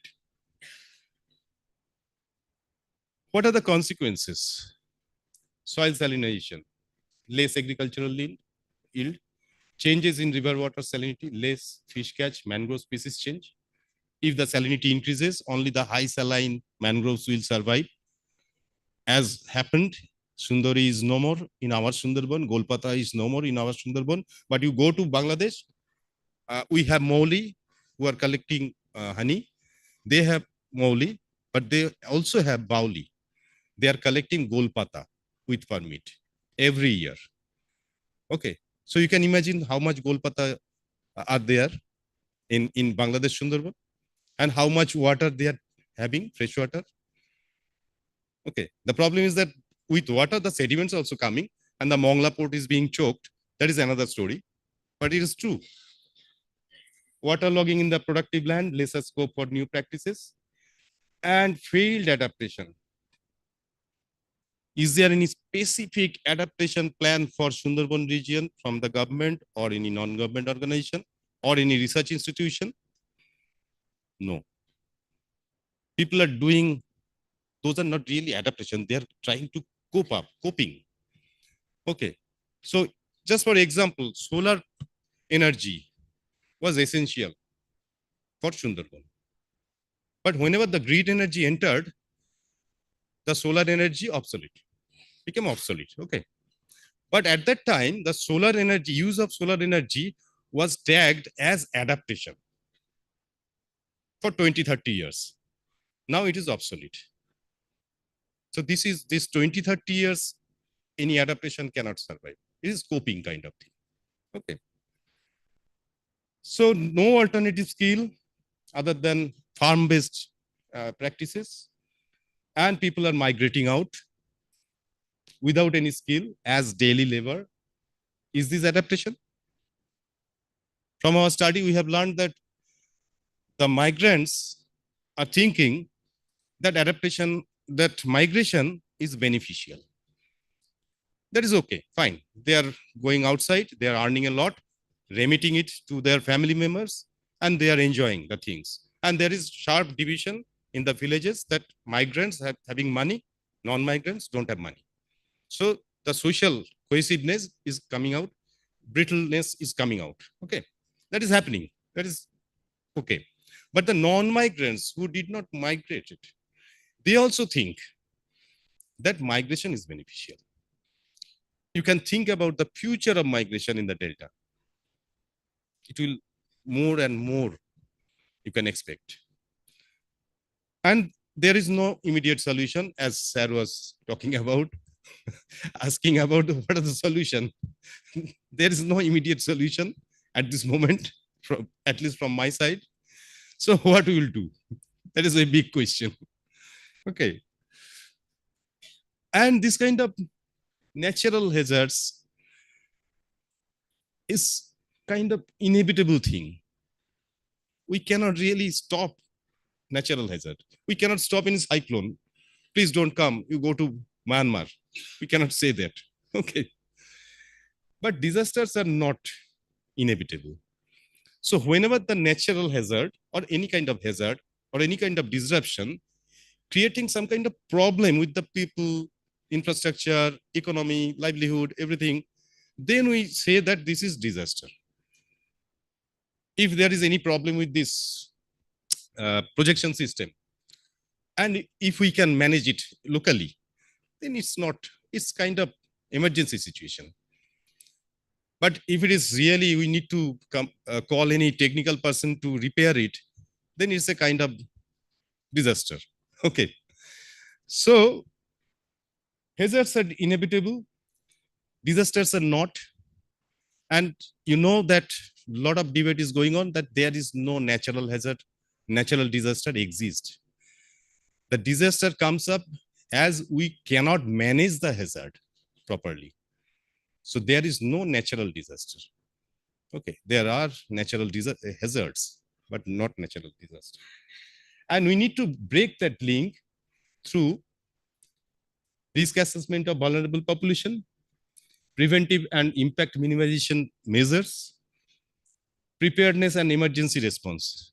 I'm just sticking with few simpler things, not in big detail. So this is the only thing we can do for Sundarban disaster risk reduction, that breaking the link as far as possible to minimize the damages. We cannot solve everything at this moment. So the link up, who is vulnerable, and if there is any event, link up is like this. Whenever the vulnerability meets the hazard, there will be some kind of disaster. This is very simplistic. Okay.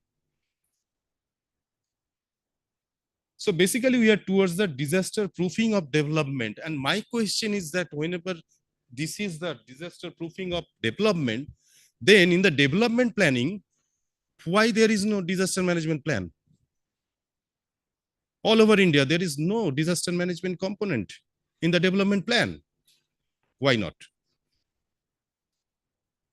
These we could not copy from other countries, unfortunately. There was no control, C control V was not working at that time. Okay. So there is some kind of paradigm shift we can observe, especially in the other states, that we used to do some kind of emergency management initially. If there is any kind of happening, we used to go with some kind of dry food and tripol and all these things and manage the situation. Okay, you okay? Okay, after 1 month, everybody forgets, fine. Come back to the same situation. Now we are trying to manage the risk and the underlying conditions that lead to disaster through these 8 parameters. And this is actually is being done much before the disaster strikes. And we don't know when disaster will come. It's kind of like exam, but we know the date of exam. But we don't know the date of happening, any kind of happening. Okay. And this is preparedness. So we are emphasizing preparedness. We are emphasizing mitigation also. And one of my PhD students is here, she is here. She has also come up with some kind of analysis with the mitigation capacity. Okay, everyone was talking about some kind of mitigation and whether the society, they have capacity or not. That is big question. So mitigation capacity is also important. We cannot really recommend anything which is not possible, which is not practical. So we are actually responding to the situation initially. Now we are doing a lot of things, preparedness and mitigation. So the more we are prepared, lesser will be the impact and damage, like exam. The lesser the impact damage, lesser will be the requirement of rescue, relief, and rehabilitation. So emergency fund will be needed, will be less. Okay. And the development process will go on. Okay. So the society will remain resilient or become more resilient. So how efficiently and effectively we manage a disaster depends on how meticulously we are prepared for that. And the formula changes. Okay. So this is the paradigm shift. We were initially thinking about only vulnerability. Now we are thinking about the preparedness. So emphasis changed. Okay. And for example, Sundarban climate smart disaster risk management, if we talk about that, we have a lot of activities, for example, and we can recommend so many things, growth. Okay. So if we recommend something from that, okay, you can go on with some kind of canal rejuvenation or more robust embankment or something like that, plantation or something like that. What will be the expected growth out of that? In agriculture, in fisheries, in forestry, in water resource, energy, biodiversity. Everywhere we can get some growth, which is beneficial for the people, for the landscape, for the life and livelihood of the people and the local economy. So it should be integrated. We need to think about that.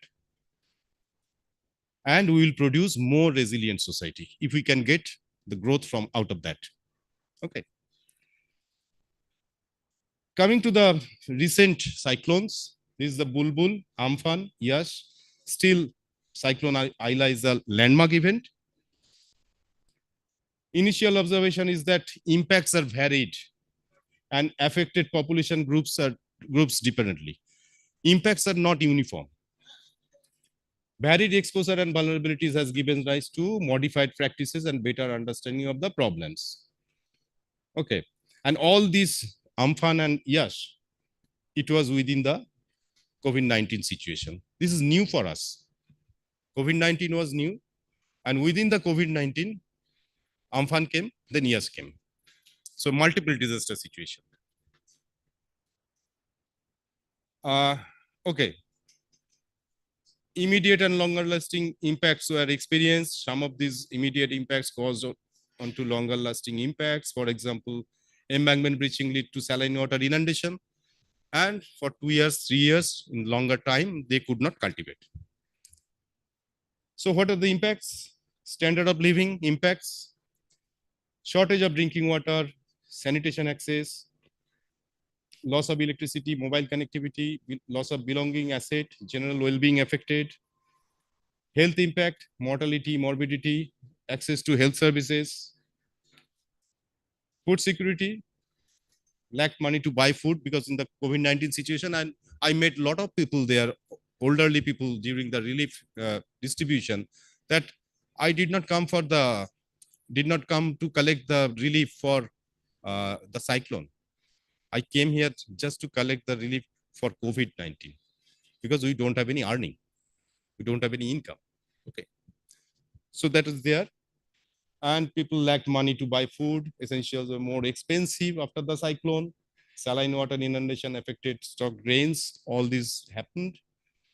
Environmental impacts, uprooting of trees, damage to mangroves, pollution from dead fish and livestock. Livelihood impact was immensely felt, lost access to source of livelihood, lost the livestock, fishing gear and net, fishing boat, everything. Badly affected agriculture, salination of cultivable lands, and salination of ponds. Ponds are important livelihood factor in Sundarban region. So later on we realized, and 2 years back actually we produced one edited volume on ponds of Sundarban. We have mapped entire Sundarban ponds, and infrastructure impacts were there. Okay. Impacts on the gender equity failed heavily. Gender-based violences became more high. Trafficking and child marriage. And I can remember still after Ayla, there was no toilet in several households. I went there and the child marriage was there because the girl child could not use the toilets. So they put the girl in another house as they are. It happened, a lot of houses. This is the damaged housing in the Ramganga area, Pathar Pratima. In the Gangasagar beach, you can see the shops destroyed after Amphan. During Yash, again in the Kumirmari, Goshaba, you can see the water embankment breaching and water entering into the land area, and it entered from the southeast, and the water logging was in the northwest part because the topography is something like that. Local knowledge. So this is the local preparedness. They put some fishing net on the roof of the house. What we have done actually for the actions actually to reduce hazard by government of West Bengal, they took some kind of mangrove plantation planning, and the cyclone Amphan caused extensive damage. The mangrove is a natural buffer or bioshield kind of thing. So these two actions taken to reduce the hazard. Actions taken to reduce the vulnerability. Relief has been provided by government, NGO, corporate, but there is no pattern, there is no control, there is no kind of EOC or something like that. So that's a big problem. And I used to see that a lot of people are doing the relief operation, but at that time there was some restriction, COVID restriction. So people actually tried to come out from their house and go there and have some fresh air. So I used to say that that kind relief tourism was there in that time. Most of the cases I have found. Hazard resistant housing. So individuals, not government here. Hazard resistant public infrastructure. Government has constructed multi-purpose cyclone shelters, and that was used that time. But again, whenever Professor Pal was talking about the housing structure, the Gitanjali Prakalpa housing plan is something different what they are doing. That is on some kind of pillars. Okay. But everywhere in Sundarban, you will see the people constructing their house from Gitanjali Prakalpo, they're getting money from that, but they are constructing normal house. They're not following the design. There's a big problem. Actions taken to reduce exposure, accurate forecast and early warning system. That is kind of a big achievement. IMD is doing really, really good things. At least 5 to 6 days before we can have the news, and they can properly come out with the landfall area also. So this is amazing. Evacuation, government, NGO and individuals, securing roofs in places with fishing net and nylon ropes, communities, but there is no presence of government for this kind of adaptation, this kind of preparedness, any kind of mitigation. So that's a very difficult area. And again, stocking valuables on higher surfaces, covering all these things. There is no staging ground for these islands. So communities are doing all these things on their own. Stocking asbestos tin sheets, shopkeepers stocked asbestos tin sheets prior to cyclone years. And whenever there is problem, the 300 rupees, 400 rupees asbestos was being sold at 1,500 rupees. So black marketing was there. Okay, that is the opportunity. And recovery rehabilitation is differentiated. It reflects resources. Those in guaranteed formal sector job were less adversely impacted, but migrating to other states, few people, switching livelihoods, few people, and funded from their savings, out of loans, migrating out at a later date to repay the loans. All these things were happening, prolonging the process of recovery and rehabilitation. It actually depended on the local economy of the area. Reflects politics, differentiated access to relief and compensation. And there were a lot of controversy, debate came out in the social media and also in the newspapers that proper people were not being compensated. Reflects economic value of land whenever it is Ganga Sagar. So every year there is Ganga Sagar Mela, and there is all the PHE, PWD, all departments are there. So within few days, they recovered everything. But in other places in Goshaba, I can remember after 3 months, 4 months, the lampposts are like this, and there is no electricity like that. So it depends on the locality. Reflects the gender. Families and especially children are seen at their priority before, during, and after the disaster. Food utilization becomes an issue, and all these things I am not going for detailed things. And what they did actually, women before disaster arrange dry food, clean drinking water packed by dry clothes, untether the livestock, pack essentials, putting them in secure places, assist men with securing roofs. This is before disaster. Men secure roofs, trim branches of trees, secure boards, pack essentials, effort to secure weaker embankment. So some kind of beyond their household, they are thinking, the men. Women during a disaster mostly stay within the safe shelter, take care of children and elderly. Men during the disaster mostly stay back in their homes, keep an eye out for damage to embankment, again, beyond the home. And women after a disaster, clean debris from house, unpack essentials and reorganize the items in house, arrange food for the family. Men during a disaster address damage to housing, either by makeshift means of using bamboo and tarpaulin, or making repairs, remove uprooted trees, pond maintenance by draining the contaminated water, bury the dead livestock and fish. So this is the anti-tethering livestock in Korakati, Sandashkali 2. This is the Rangabelia multi-purpose cyclone shelter. And I think I should stop here. And afterwards we will take the questions. Okay. So we should have some kind of recommendations are there. I will provide one booklet, so where that is everything can be available. Okay. So thank you very much.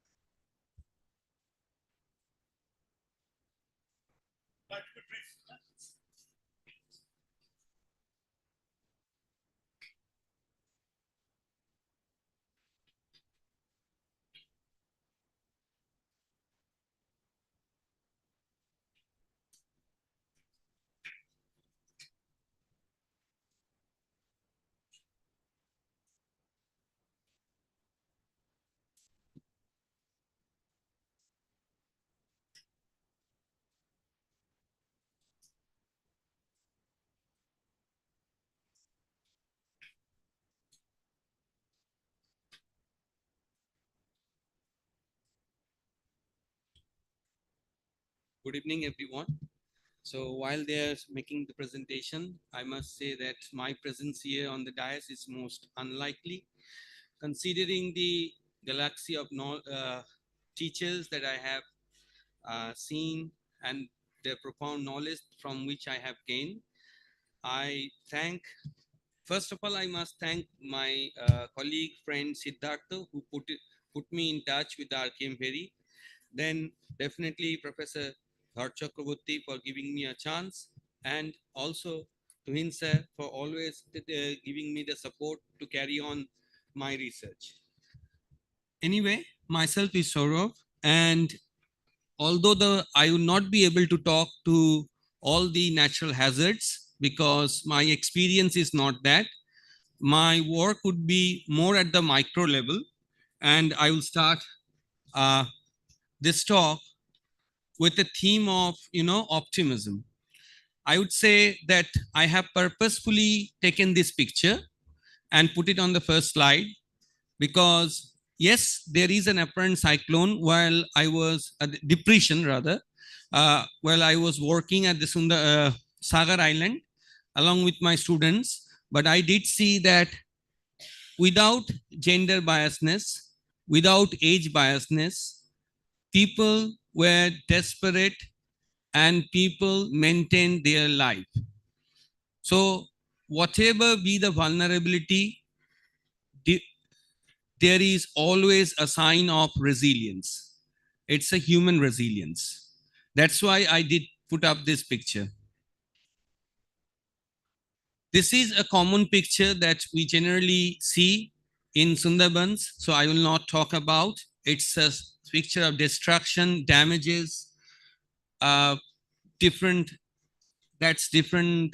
cyclones have done over the years. However, I will definitely dig into some theories of cyclone. So these crisscross paths are cyclones that have gone through Indian Peninsula over the more than 100 years. And now our country is not in a very fortunate condition as we are economically losing a lot, as you can see the numbers. Now,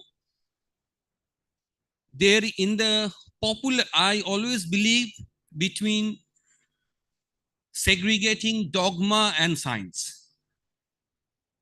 A dogma is what I say, you have to accept. A science is what the data said.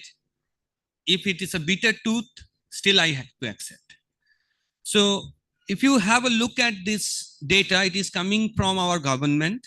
So taking our government in a plain head, we have to believe the 120 years of data. The first one is of the frequency, that is in the Arabian Sea, the blue, and the red one is the Bay of Bengal. Clearly, there is no evidence that the cyclones are increasing. Rather, it is decreasing. Yes, it is increasing if you think of the Arabian Sea. The reason is Arabian Sea used to be much colder. The rate of SST increase, surface temperature increase is much faster over there considering their colder nature, its cold nature. If you think about the severity of cyclones, I know that the projections are made that the cyclones would be more severe in the coming days. Okay? I'm not denying any projections. So far, I do not have any evidence. Because projections are generally made on the data on the past history. The past history of 120 years of India is in front of you. You can make your own mind. Data speaks for itself. And yes, there is a slight increase of that trend in the Arabian Sea, not in the zone of Bay of Bengal where Sundarban falls. We can break it down a bit more farther.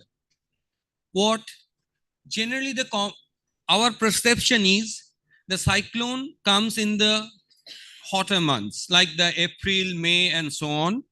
And then there are cyclones after Durga Puja, generally in the months of October, November.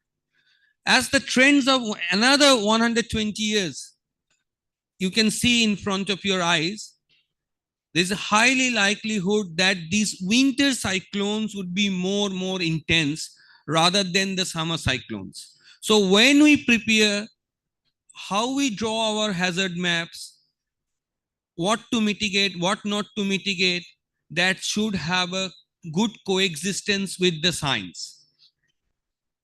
So we may be mobilizing more resources for preparedness for winter cyclones, may not be that much for the summer cyclones if we believe in climate change. Now, as in the morning, there was a discussion of the cyclone signs. So with a PhD scholar of mine, we have dug down the data, and you can see how the cyclone science is developing in India from 1980 onwards. And as I see that cyclone Ayla and the super cyclone, to first extent, the super cyclone of Odisha was the trigger point in India when people started taking cyclones and these sort of natural hazards very seriously and started putting up efforts. And then came the age of cyclone Ayla, which again, a big cyclone in the history of this country in that sense, and a lot of literature sprouted and followed after that. And now after COVID-19, a lot of literature again, and I believe as we are advancing as a nation, more and more literature will come up as the decades are progressing. Now, I dug down it bit farther. What are the basis of, we were trying to actually dig down the history of India's cyclone research. How it started, when it started, which are the subjects that started it. It's basically the physics which first led it. Then it's still the highest, like how the cyclones will be changing, what are the parameters that are generating the cyclones and all this stuff. Definitely it has a lot of impact on human lives and livelihoods. The social sciences papers followed, but there are very little number of papers if you think of biology. And when I say papers, I am basically taking two repositories. One is Web of Science and then is Scopus. This is just a disclaimer. Now, since this the number of, and this is up to date, I think Paulash and I did this exercise somewhere in the month of October 2024. So this is the status, okay? So till this point, India has biology or cult papers of 57, which is very less. For a country like India, 57 papers exclusively on cyclones, on biology is nothing, literally nothing. So where my effort was coming down, this talk is also how our students, young generation people, young researchers can build a program for the country. So in 2017 and 18, when I re-entered back in India, and I was searching for research programs and I was interacting with the people, I did not find a single long-term or concentrated program for cyclone ecology in the country, anywhere in the country. So my restricted expertise helped me to put my effort only in ecology, and I started doing ecological programs with very tiny resources. And all I want to say that I had this small dinghy. I don't know why it's not going. Anyway, it's a small dinghy through which my students and I from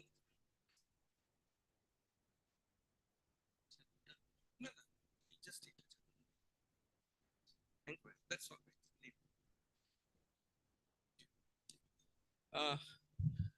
From a small dinghy, we used to do this research in 500 meter, 500 meter, 500 meter distances of Muriganga estuary. So you may say, okay, this is a very dingy research, very small effort. I acknowledge that. But I didn't, this is how the cyclone ecology research program of the country has actually started.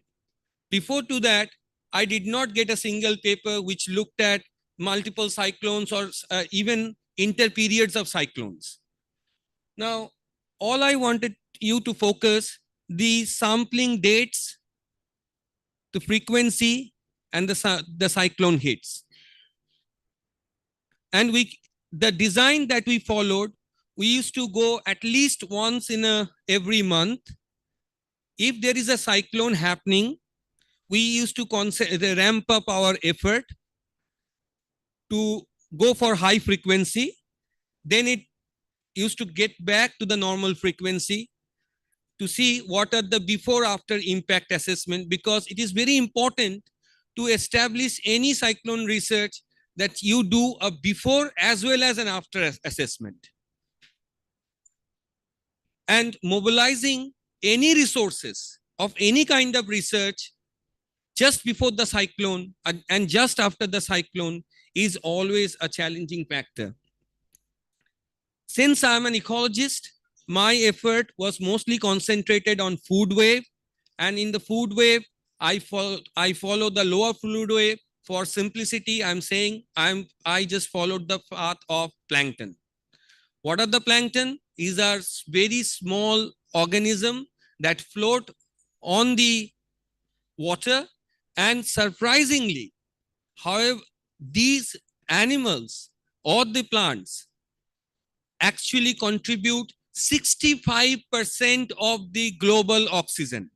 So you may think that you may plant a tree for oxygen.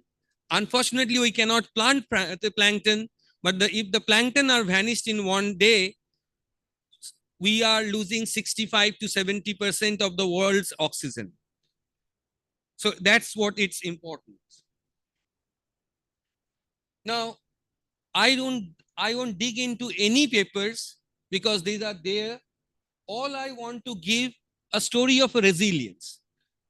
So what is the resilience story that I want to give? These are tiny animals, right? So when there was a cyclone, they were kicked out or they just swept away from their homes just by the sheer velocity. But you see that even they do have the resilience. They are coming back to their homes, to their niches within 10 to 15 days. At least 50% of them. So cyclone doesn't necessarily always mean all things are lost. Don't synonymize it with a negative word always. Then the kings never get affected. Be it in the Sundarbans, be it anywhere in the world, if you are well resourced, if you are well adapted, you never face a challenge. As this distinguished panel have discussed severally, the preparedness or the adaptability is the key of success, surviving a very extreme event. And if you synonymous this guy, this small plankton bestiolina, and assume it is the king, it never gets affected with any of the cyclones. It comes back and it remains, it maybe its number gets down a little bit, but it remains where in its top position. Well, so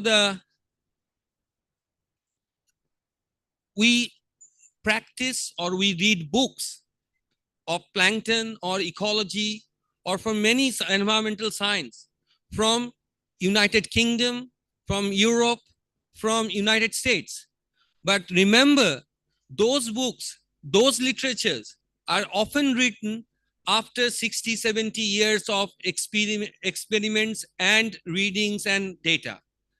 Most of our projects, most of our funding, most of our efforts are very short term. So to match their prediction with our data, I don't know whether it's a good practice or something we should try or should not try. So although I read those books, that the plankton are very good indicators of the water quality changes after cyclone, but at least from my efforts, I could not have a conclusive results. Now, when it comes to the other stories of vulnerability and resilience, yes, there are apparent vulnerability, and I will not go into that because my teachers, my professors, and the distinguished guests, they have already put so much into it. All I want to say that there is, in the human nature, there is always resilience, that we can bounce back. Maybe it's a salt tolerant seed, maybe some engineering efforts. We have partially reclaimed our agricultural efforts. So from the 2010 and 2015, contrasting features are in front of you.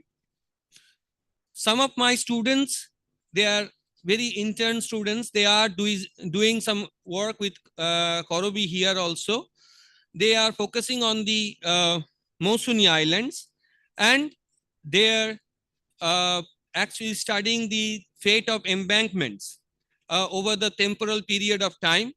But I don't know, as we have discussed, I will not divulge into it, that what is the essence of throwing so much money into the water without some preparedness, without some strategic plans, or without some engineering measurements. It's just to show off, and that is what the results bring up anyway. So these are evident results. These were happened to be, and I don't know. So Dhar Chakraborty sir was definitely asking for some solutions. But what solution you can give to these people who, yes, they may be marginalized, they may be forced. I'm not saying that somebody is like just willingly living there, but if you are living in the edge, then you might have the mentality to prepare for the edge. Sometimes your life can be on the edge on any given day. So for these people, for these sort of ecosystems, or for these sort of adaptations, short-term adaptations, short-term livelihood options, I don't know. I have no suggestion for it. Again, the students have done some opinion surveys, and they have asked different questions. I have listed that. I think, Korobi, they might have surveyed around 600 or 700 people in the Mosuni Islands. That's how their results looks like. But one thing I want to say here is this cyclone shelters. The government, as a plan of preparedness, have built cyclone shelters. But cyclone shelters without are also acting as temporary residents for many people for months, right? But are they meant for that? In the cyclone shelters, you do not have basic facilities of devising the basic facilities caring for women and children. Cyclone shelters are built in areas where many don't even want to go because it is very far from their land.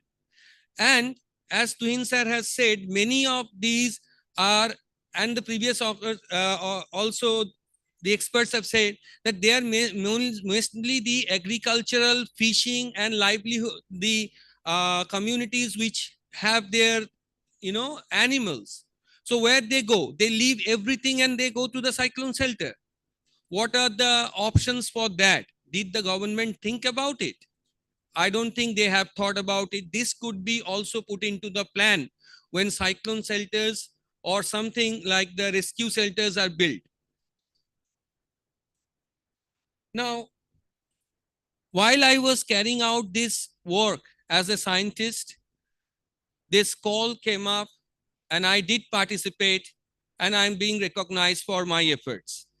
So from them onwards, many of these, I have to expand the program and make it more multidisciplinary. So we are working right now. One of the puzzle that I wanted to solve, but before jumping into the puzzle, I want to be a bit patient over here and take the take all the audience a little bit slower. So this is, I think I can talk. This is a government data. Okay, I'm a blanket. I am not biased to anyone. This is a government data.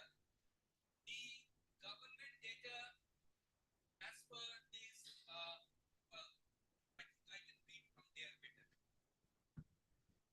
This is a government data. It has mangrove covers.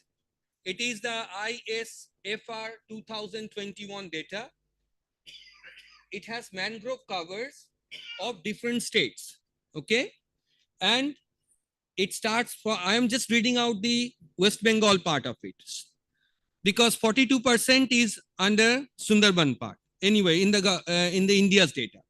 So in 1987, the Sundarban used to have, as per the government says, 2076 square kilometer. Okay. Now, when is the cyclone Ayla? 2009. In 2009, it is 2152. Okay. Then 2021, 2 years within the cyclone Ayla, 2155. That means 3 square kilometer increase. So many of us are saying that the cyclone Ayla have affected mangroves, but the government is saying the mangroves have increased. Okay, fine. Then when is the cyclone Feni, cyclone Bulbul, cyclone Amphan, cyclone Yas? All starting from February 2019, then November 2019, then May 2020, then June 2021. And most of the period is covered under COVID-19, where your mobility is restricted. Okay. Now I'm reading out the data, the government data. So 2019 is 2,152 square kilometer, and 2019 is 2,112, 2019, and 2021, 2,114. Again, the mangrove cover increased. My question is, during the pandemic of who is planting mangroves, how the mangroves is increasing, despite a notion that the cyclones are detrimental for the mangroves, or cyclones are creating a havoc with the mangroves. If you think of the maps over there, the mangrove cover of the West Bengal has significantly decreased and then stabilized. The Gujarat is on the increase, and Andaman, which used to have large, very lush mangroves, it has declined heavily and then stabilized. Now, Devjit was saying about the character of the mangroves, right? If you tease out the mangroves of India, yes, the total cover is increasing. The total cover might be increasing, but you see that mangrove health comes from the density, from the diversity. It's actually decreasing. So we are creating open mangroves. And by doing this sort of plantation, what we are gaining? Since already Devjit has says, we cannot certify them, we cannot earn money from them, we cannot do anything from them literally. Economically, they are not providing enough economic sustainability to the locals. Then why should we do that? Okay. So there is a question, what sort of mangrove cover we want to have in our country? Anyway, but then you come to the academic reports. I believe, growing up with the academia, so I am inclined a little bit towards the academia. The academic figures are not matching our government. I am just reading out the numbers and the English, nothing more. So there is when there is a policy, the policy should be transparent, policy should be accurate, policy should embrace everyone. But at least there is some disjunct in the number, in the quality, in the data, and everything. Thanks to the government of India, and I was part of it, the first India Mangrove Conclave happened in December, and it has produced this strategic roadmap for the country, which has already started its implementation through Ministry of Art Sciences. So we will have a node like a central agency, then we'll have some mangrove cells for the country, just like the Maharashtra has. Then we will take participatory actions for certain periods and certain periods. And this is how the 10-year roadmap that the government of India has already set, and the ball is already on roll. So this may come as gazetted form in some point of time, any day, but this is the recommendation that has been forwarded by the committee, and it just happened, a wonderful thing for the country. Finally, if you think of the disaster management plan, there may be different components. I am not competent enough to put all, enlight all of these together, but I represent here as a non-governmental platform. So our efforts from the foundation is to educate people, mobilize people, make them aware, do hands-on, do mobilize them in the field, provide them necessary resources, and also to participate as well as host different local and international programs. That's we do. Mostly we are young people, and we are trying to train a lot of coastal community and the school kids and the colleges and the university students, so that, as Sir has mentioned, that always we have less number of people, less number of champions who can take up the action. So one of the suggestion that I have for this roadmap is to championing the subject. Unless you champion the subject, there would be very less number of people, youngsters involved, and you will have a policy or plan in the silos, not the future generations taking it up. A part of it, this is the last slide almost, that we also launched a program for the ocean literacy, and we are mobilizing resources for conferences, be it national, be it international, be it planting mangroves anywhere, okay? So this is just to championing or to, enthusiase or sensitize young people. And this is not only science, this is not only arts. This can also be an expression of mind. This guy who has done this painting and the expression of mind belongs from Ghodamara. He was angrily saying that why I should be put in a refugee colony in Sagar Island, seeing my home is still standing in Ghodamara. Can you answer me? So he expresses his anger, he expresses his frustration, he expresses his mind through artwork. I thought it also gives a message for the coastal community. Thank you very much for giving me this platform.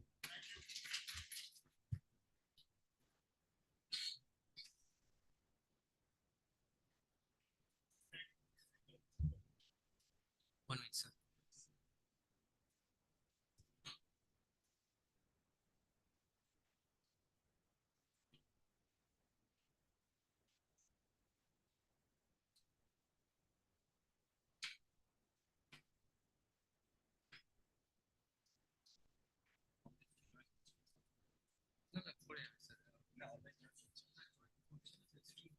Live stream হচ্ছে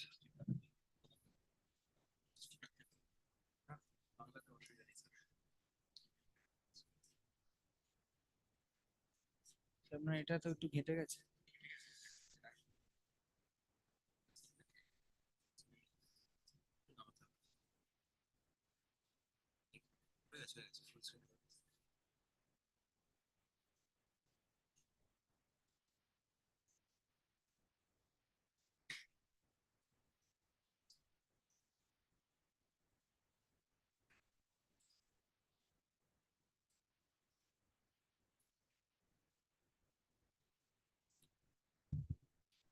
Good evening, everyone.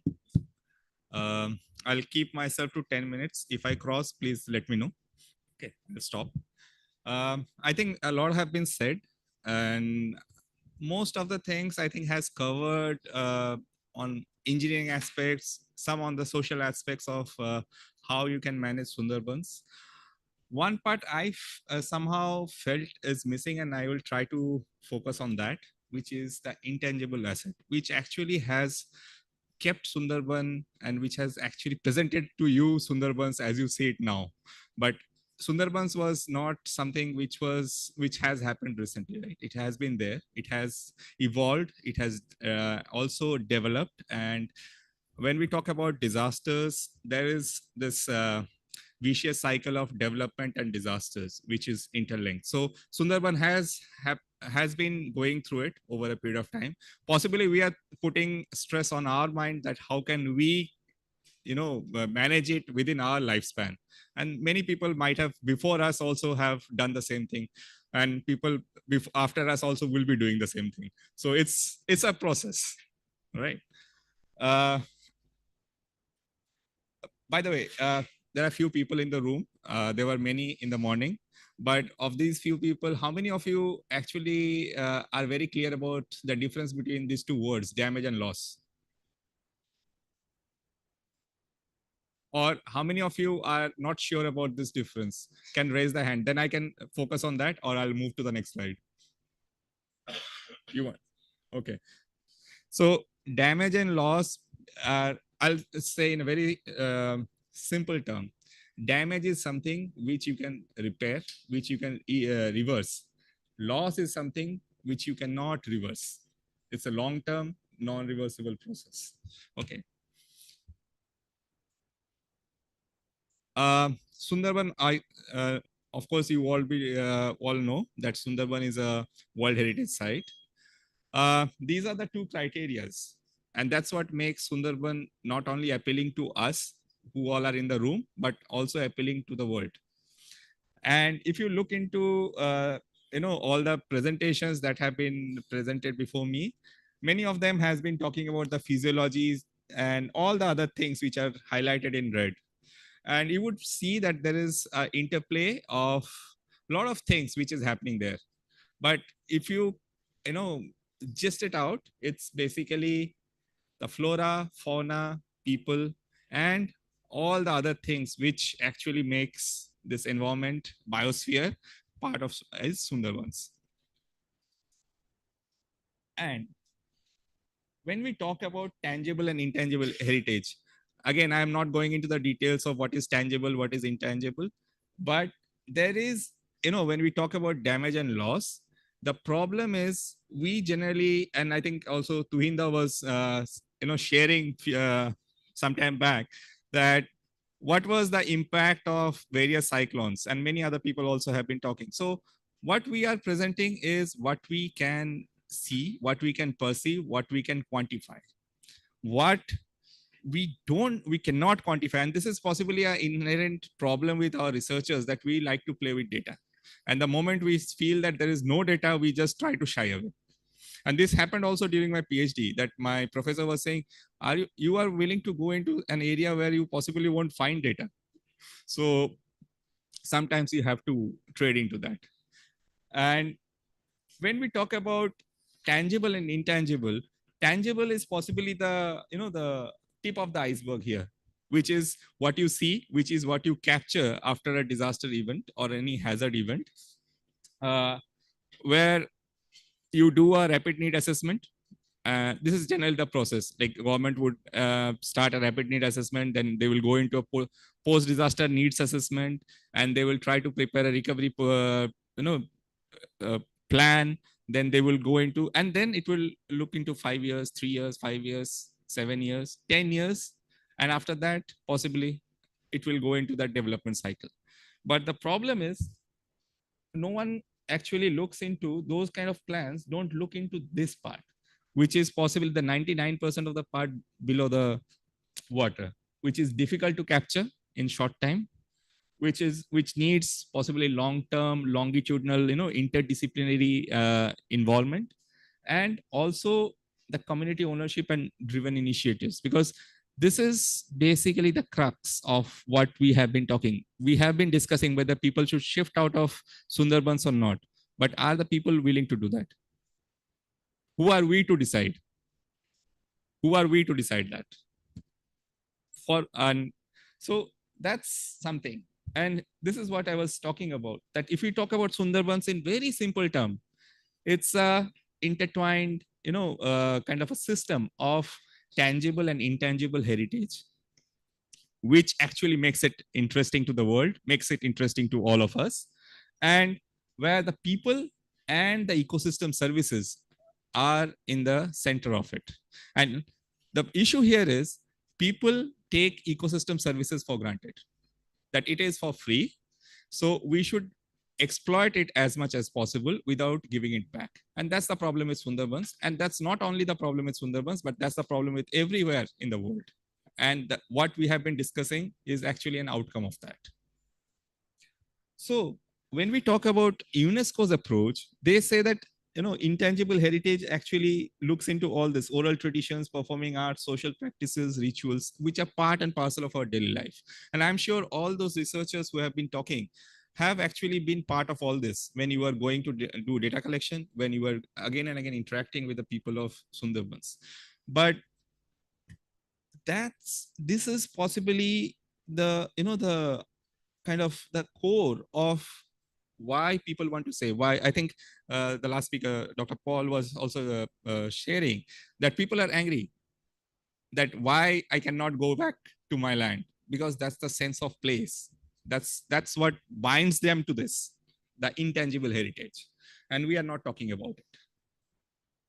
So if you look into, I tried to look into this ecosystem services, and there are 4 services which we generally get from the ecosystem. And if you look into the customary practices that, of Sundarbans, you actually can put it under this 4, like social cultural practices, then early warning systems, diverse, and these all can be put under the the 4 ecosystem services gains that we get out of it. And all of these are getting affected either because of the uncertainty, which is being coming because of the changes in the intensity, severity, whatever you call it, of the various kind of natural events which is happening there, and also that transformation which is happening. It's because of the development process. So these 2 play on this whole system, and it's a system. We have to understand it as a system. It cannot be understood as in silos, like, okay, we will take care of the sedimentation process, we will take care of the mangrove, we will take care of this. It has to be understood in a system, and that's very important for having a holistic approach. It's very difficult, I understand. Theoretically, I can say that, but somewhere the approach has to be changed. It cannot happen with own disciplinary expertise and say that, okay, this is how it should be done. And sorry, I think there is a bit of change in the whole presentation format here. But when we talk about this non-economic damage and loss, if you look into IPCC's recommendation and what we are talking about also in the recent Santiago framework, networks, and also COPE, non-economic damage and loss talks more about mobility, mortality, and mental well-being. But non-economic damage and loss is beyond that. It's about your sense of place. It's about your livelihood links, skill sets. It's about your traditions, the market and its linked features, the safety nets, health implications. And these are very evident. Like I think Tuvinda was sometime back shared a paper where he documented the medicinal values of the mangroves. Or if you look into, even I have another slide which talks about the bone BV's importance and how the customary regulatory mechanisms, which has actually kept the way Sundarban has been. It has actually possibly reduced the rate of deterioration, the rate of disruptions. it might not have completely, be able to manage the kind of erosions. It might not have been completely be able to manage the flooding, but it has possibly reduced the rate. And that's what we can do. We can always look at like the temperature change would be 1.5 degrees. Okay, now we are saying, okay, we have reached 1.5 degrees. Now, let's try to stop it before it goes to 2 degrees. We are trying to slow down. We cannot stop it. We cannot stop the natural process. That's something we have to accept. And that's where the customary regulations as part of your intangible heritage comes in, because it's something which possibly is the most effective kind of policy or guidelines which people make and they follow. And that has been there in Sundarbans for a very long time through various kind of activities, through various kind of interventions, which has evolved over a period of time.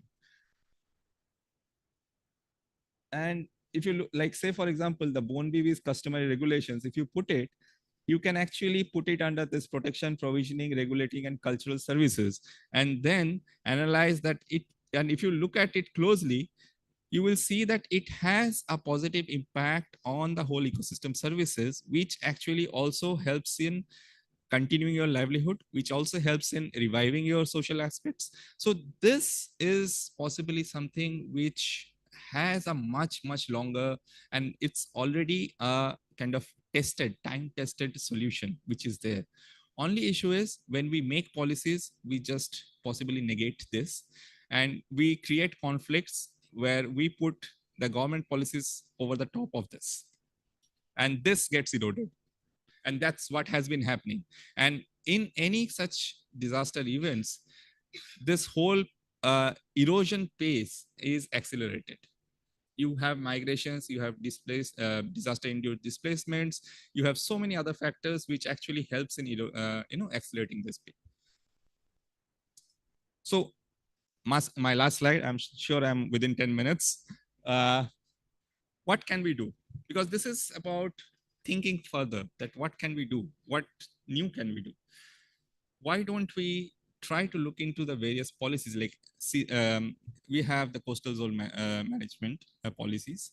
Are they in tandem with the customary regulations of Sundarbans? Are they, supporting them? Are they negating them? How are people accepting it? Whenever you put something on top of your head and say that you have to do it, there is a tendency that the people will not accept it.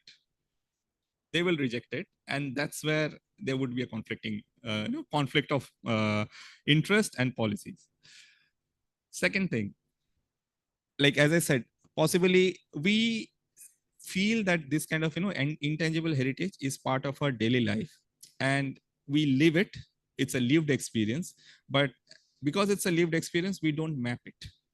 And as we don't map it, we also don't know where are the risk points within that interlinkages of various disciplines which actually exist within this intangible heritage. So this actually cuts across various disciplines. It's just not one single discipline. Third, the development of assessment methodologies for intangible heritage. There is no such methodology because you cannot actually give a financial value. You cannot quantify, but at least there should be more qualitative approaches to, and this you cannot generalize. So you possibly have to generate it for Sundarbans. And this is a very good opportunity to do that. And lastly, having more we are all researchers, so why not having more longitudinal studies focusing on intangible heritage as the core of the development of Sundarbans, rather than looking into various other disciplines and trying to, have those, trying to catch one part of the elephant and trying to define the elephant. Thank you so much.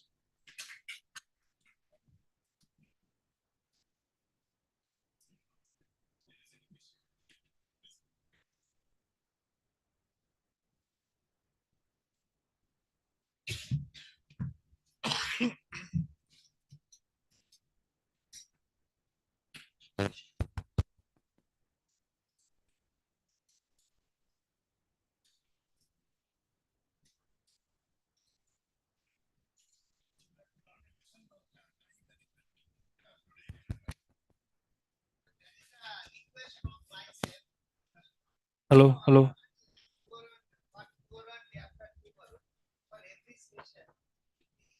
Time schedule is maintained, then that.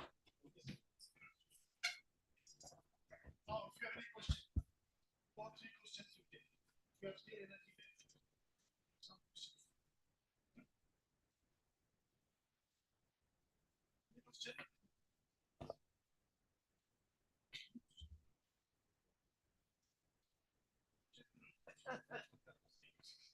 Probably those who I have a question. Now, talking of damage and loss. Now, is it possible for us to quantify? we quantify the damage. Is it possible for us to quantify the loss in the context of the that discussion is going on? Damage and loss found, etc. The COP has created. So, can Sundarban also be mapped, our damage and loss, and projected globally? That look, this is also a place where we are suffering a lot of loss to our intangible heritage also.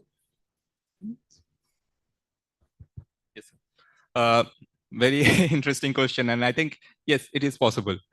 We can do, provided that we try to understand these linkages intricately. Because if we don't go into the layers of it, it's actually, then it would be very superficial, and giving a value to the damage, the losses would be very difficult.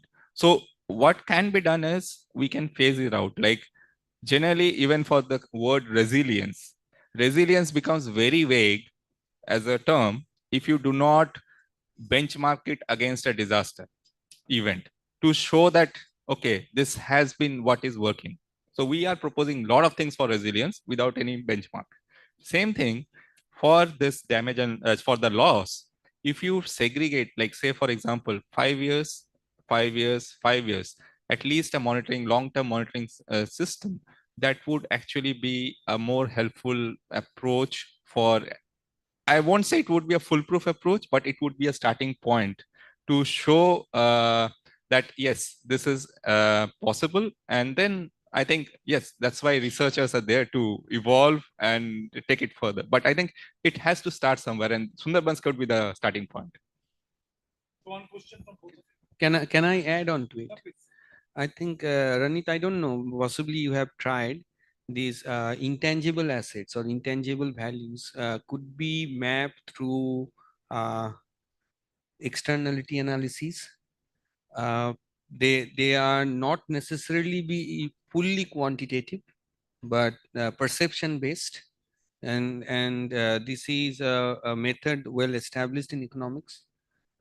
So, well, this is definitely not the GDP measures, but yes, so to some degree, those externality analyses could give a value for the intangible losses that Sundarban is facing. And we actually tried it out in Nepal as well. My PhD was after the Nepal earthquake in Nepal, and there we tried to assign certain economic value to the intangible heritage loss based on discussion with the community and understanding, also verifying it based on the other linkages, so you can justify that economic value, and then it would have an error, percentage of error, which is acceptable. But at least knowing an economic value is much better than just creating a consensus document that this is what would be the loss and let's plan. And that's why the Nepal recovery failed.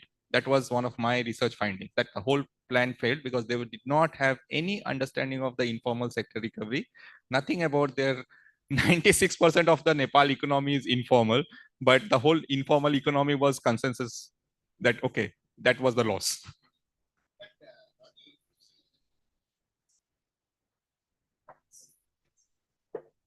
That kind of benchmarking for value the intangibles will be maybe highly localized or maybe regionalized. So there may be a number of such standards in a country like India, which will be very difficult. For cities, there might be some different kind of valuation, and for rural areas. So what I am saying is, So is there any existence of any standard such value benchmark anywhere in the world, since you are a researcher in that line?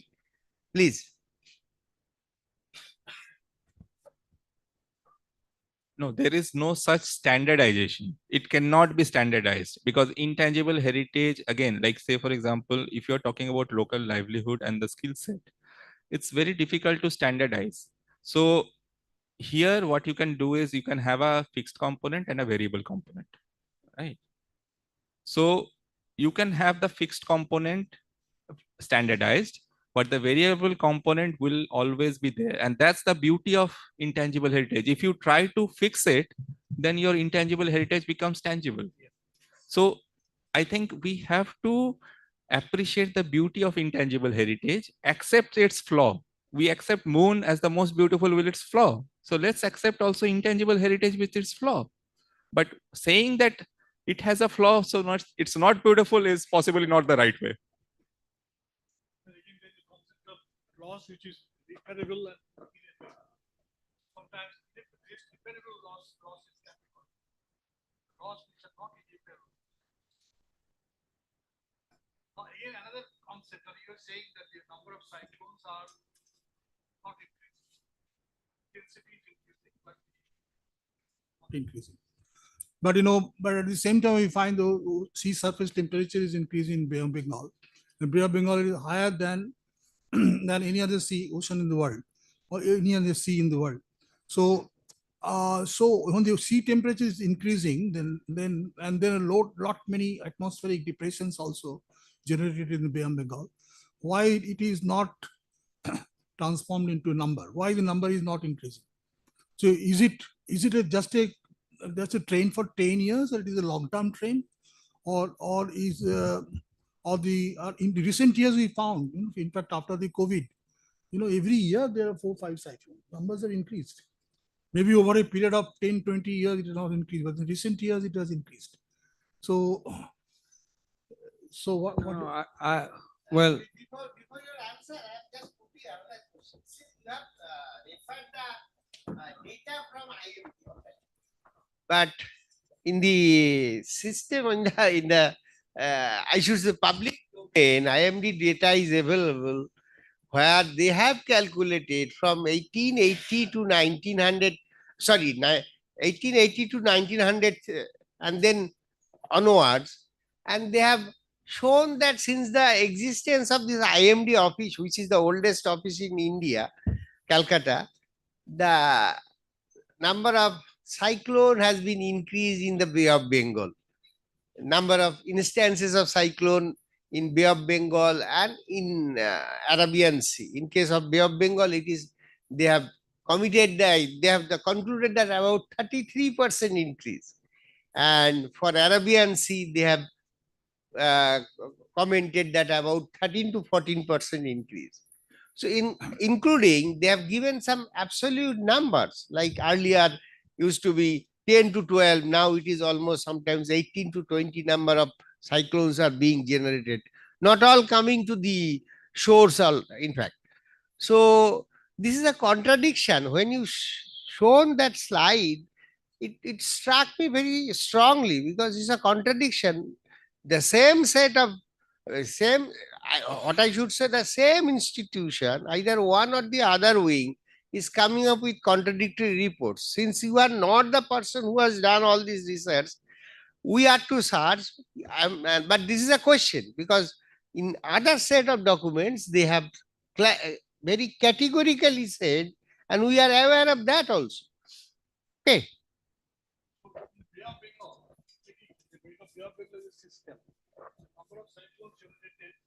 Are increasing, but the number of cyclones which are landfalling at Sundarban, that may not be increased over a 10-year period. But if you take a longer time frame, then you will certainly agree that the number is increasing. Because not all cyclones from Bay of Bengal are affecting Sundarban. Some of these are in the Tamil Nadu, some in Andhra Pradesh, some in Odisha. The statisticians, being a quantitative person myself, we know how to play with the data. and how to present the data in a very, the way that we want to look. That's the fallacy of statistics. So there is one way of looking how many cyclones being generated. They may not even cross India, but generated in Bay of Bengal and dissipated in Bay of Bengal. There are cyclones which being generated and ripped through India, but it is definitely coming through the same department, same scientists, putting up the same data set. So that's what somewhere in my talk, what I wanted to say is that a policy should be clear, policy should be transparent, and the transparency only comes from your accountability, not from mysteryness. That was one of the talk's message that I wanted to give, that there should be differentiation between dogma and science and science-based policy making. So I think any other question from the audience? Please.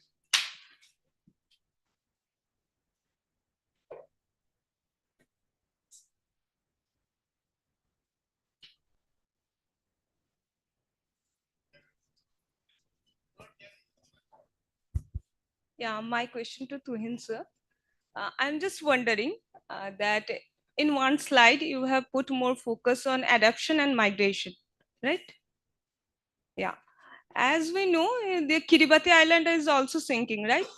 And they have adopted something like migration with dignity, this kind of concept.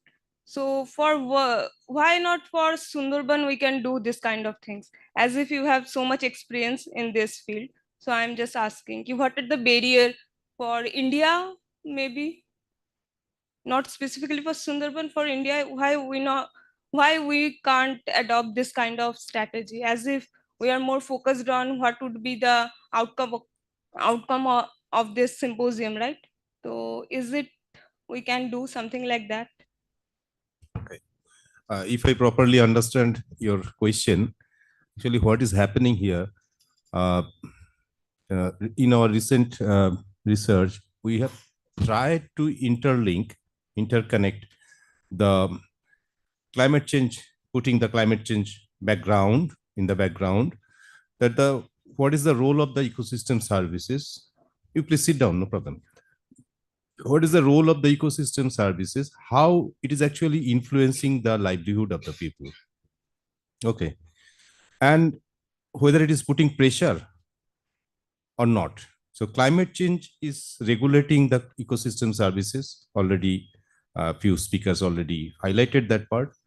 And these ecosystem services is putting pressure on the livelihood of the common people. And they are trying to overcome the situation. Okay. And whenever they are trying, there is no government guided documents or something like that, that you can do this, you can do that, like that. Nothing is there. Only few routine training courses under the Department of Forest or something like that. So like beekeeping is one of the most popular training activity in the forest department. And people used to go there, have the daily allowances, have the food, and have some instrument, some beehives, box beehives, and some nets and all these things. After coming back, they actually sell it out. That is a common thing is happening there. So the problem is that people are trying to come up with some kind of solutions to overcome the situation, to minimize the gap in their income, livelihood. And there are some kind of emergent livelihood is coming up, like tourism. Okay. But who are the investors? The city dwellers. And the people there, they are actually being used as kind of a labor, 3,000, 4,000 rupees, something like that. Some little bit economic boom is there during the tourist season in the local market. Otherwise, there is no such benefit or very low percentage of benefit. So what the people can do? And they don't have any skill. Okay, if you think about 50 lakhs of people in Sundarban, at least 40 lakhs of mobiles are there, but you roam around the entire 19 blocks, you will not get one specialized, skilled mobile repair person. Okay, and if you go there, you will see that 7 to 9 skill development centers are there in the vast area. What are the courses in those areas? Whether that is suitable for the people there? You go to Orissa, in 5 coastal districts, see at least 60 skill development centers are there. And the plumbers, the jewelry makers are famous from Orissa. But our Sundarban people, they are migrating without any skill. So they are not getting decent job. They are basically primarily going to the construction sector as daily labor, or the hosiery, or the back factory, or sometimes plywood factory. But they don't have any skill. These are for male. For female, they are doing the same thing what they used to do at their home. Cooking, taking care of the housemaid, or taking care of the patients, elderly people, children, like that. Nothing else. So the skill development is a big factor here. And if you provide some skill, which is important for the people to get some decent job, so you have to put pressure on the skill development sector. And that's why they are not getting dignified job outside. And the skilled people from other states, they are actually going towards Europe and Middle East. And the void is actually being filled up by the unskilled labor from the Sundarban. That is the Indian scenario. So let me add, question. You are talking about Kiribati. Kiribati is the first first country in the world which gets submerged due to sea level rise. And there the population of Kiribati is just 200,000, 2 lakh. So you can think of, migration with dignity for 2 lakh people. They can be settled in Fiji Island, or come to Australia or New Zealand. Or for example, Maldives. It has a total population of 300,000. I think population of Narendrapur is higher than that of Maldives. So the people of Maldives, they can be resettled otherwise, and people are quite rich there because of tourism. So they're buying land in Australia and New Zealand, and they're making arrangements for sale. But when you're dealing with a population of 2.5 million people, 5 million for Sundarban as a whole, but in the forward islands, there are about 2.5 million people. Now, how do these people migrate with dignity? Now, there will be some parts like in Mosami or in Goramara, etc., which are going to. So there we have to have a policy of migration with dignity.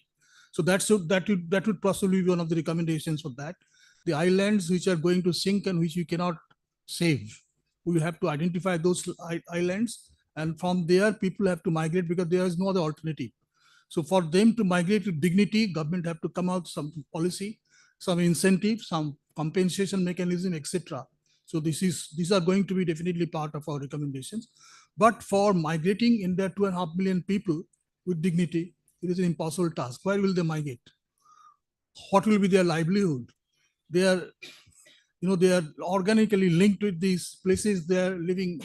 So the places where we do not have immediate threat, places which can be saved through embankment, or saved through plantation, or saved through other alternate means of livelihood, saved through the climate resilient, saline resilient agriculture, saved through modern technological devices, saved through modernized fisheries. There are so many alternative ways which we can increase the livelihood opportunities of people. And there are small little projects in Sundarban where we have demonstrated, scientists have demonstrated that it is possible to generate livelihood, increase their income by 5 to 6 times, and build their resilience. So we have to explore those opportunities also. We cannot just give it up that you migrate with dignity. 25 lakh people migrating with dignity, where will they migrate? So it's not possible. So we are here to find a solution. So thank you for raising the question. And then, just to add, along with Professor Dhar Chakraborty's response, one thing you should remember, that is there any policy for the displaced people? No. But whenever the people encroach the national highway or encroach the railway track nearby areas, they are being compensated. But whenever they are displaced, they are out from their own habitat, there is no policy for the compensation. Number one. Number two, if you look at the Gitanjali Prakalpo, that is the Awas Prakalpo, housing loan and housing assistance. The clause is that you need to have your own land. This is not for the person who is displaced from his or her own land. That is another problem. There is no way out. Okay. And second thing is that we are from the city, we are the scientists, so-called, and we are educated, and we are telling the solution to the people that, okay, you need to evacuate the place and you should go to the peri-urban area. They are doing that on their own, but we are trying to impose them all these things. We are not considering the human cost. There are a lot of people in Sundarban, they've never seen train. Okay, they don't want to come to the peri-urban or urban area. So we are compelling them that this is good for you. We are not going to hear from them what is good for them. That is another problem. Okay, thank you.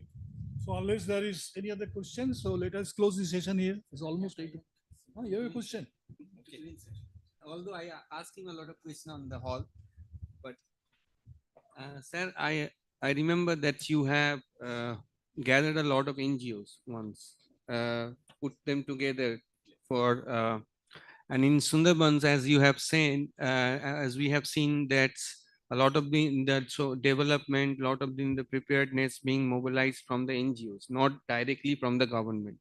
So, and there are so many NGOs are operating over there on different sectors. So what sort of, advices or the suggestion that you have for the NGOs to put them also in this sort of policy framework? Yeah, that's a interesting, actually not question, comment. I once tried, because whenever I was roaming around the Sundarban and I interacted with so many NGOs, big or medium or small, I found that the NGOs are working with some piecemeal kind of things. So 3 years with sanitation and health. Then after that, there is no continuity. After that, they are getting fund for maybe saline salt resistant farming. Okay, so they are working for 3 years. Then they got some fund for trafficking, women trafficking. Okay, so I tried to gather all these NGOs, come up in the one umbrella, under one umbrella, so that they can interact with each other and they can complement each other. Initially, there are good response, 3-4 meetings we organized in Jadavpur University itself. And after that, then gradually, so there was some kind of competition came up between them, and they were not ready to disclose their style of work or some functioning framework, everything. So then they stopped coming to the meeting. So that's the real problem. Okay. Management department also, there was a platform for the NGOs and the government, interacting platform, which is to sit at least twice in a month at the initial days, but ultimately it has now become almost non-functional. State IT. State IT, you're well aware of. Okay then. Oh, yes, sir. Of course. So we'll close it here. Thank you for your patience. It's a long session. Tomorrow we are meeting at 9 o'clock in the morning.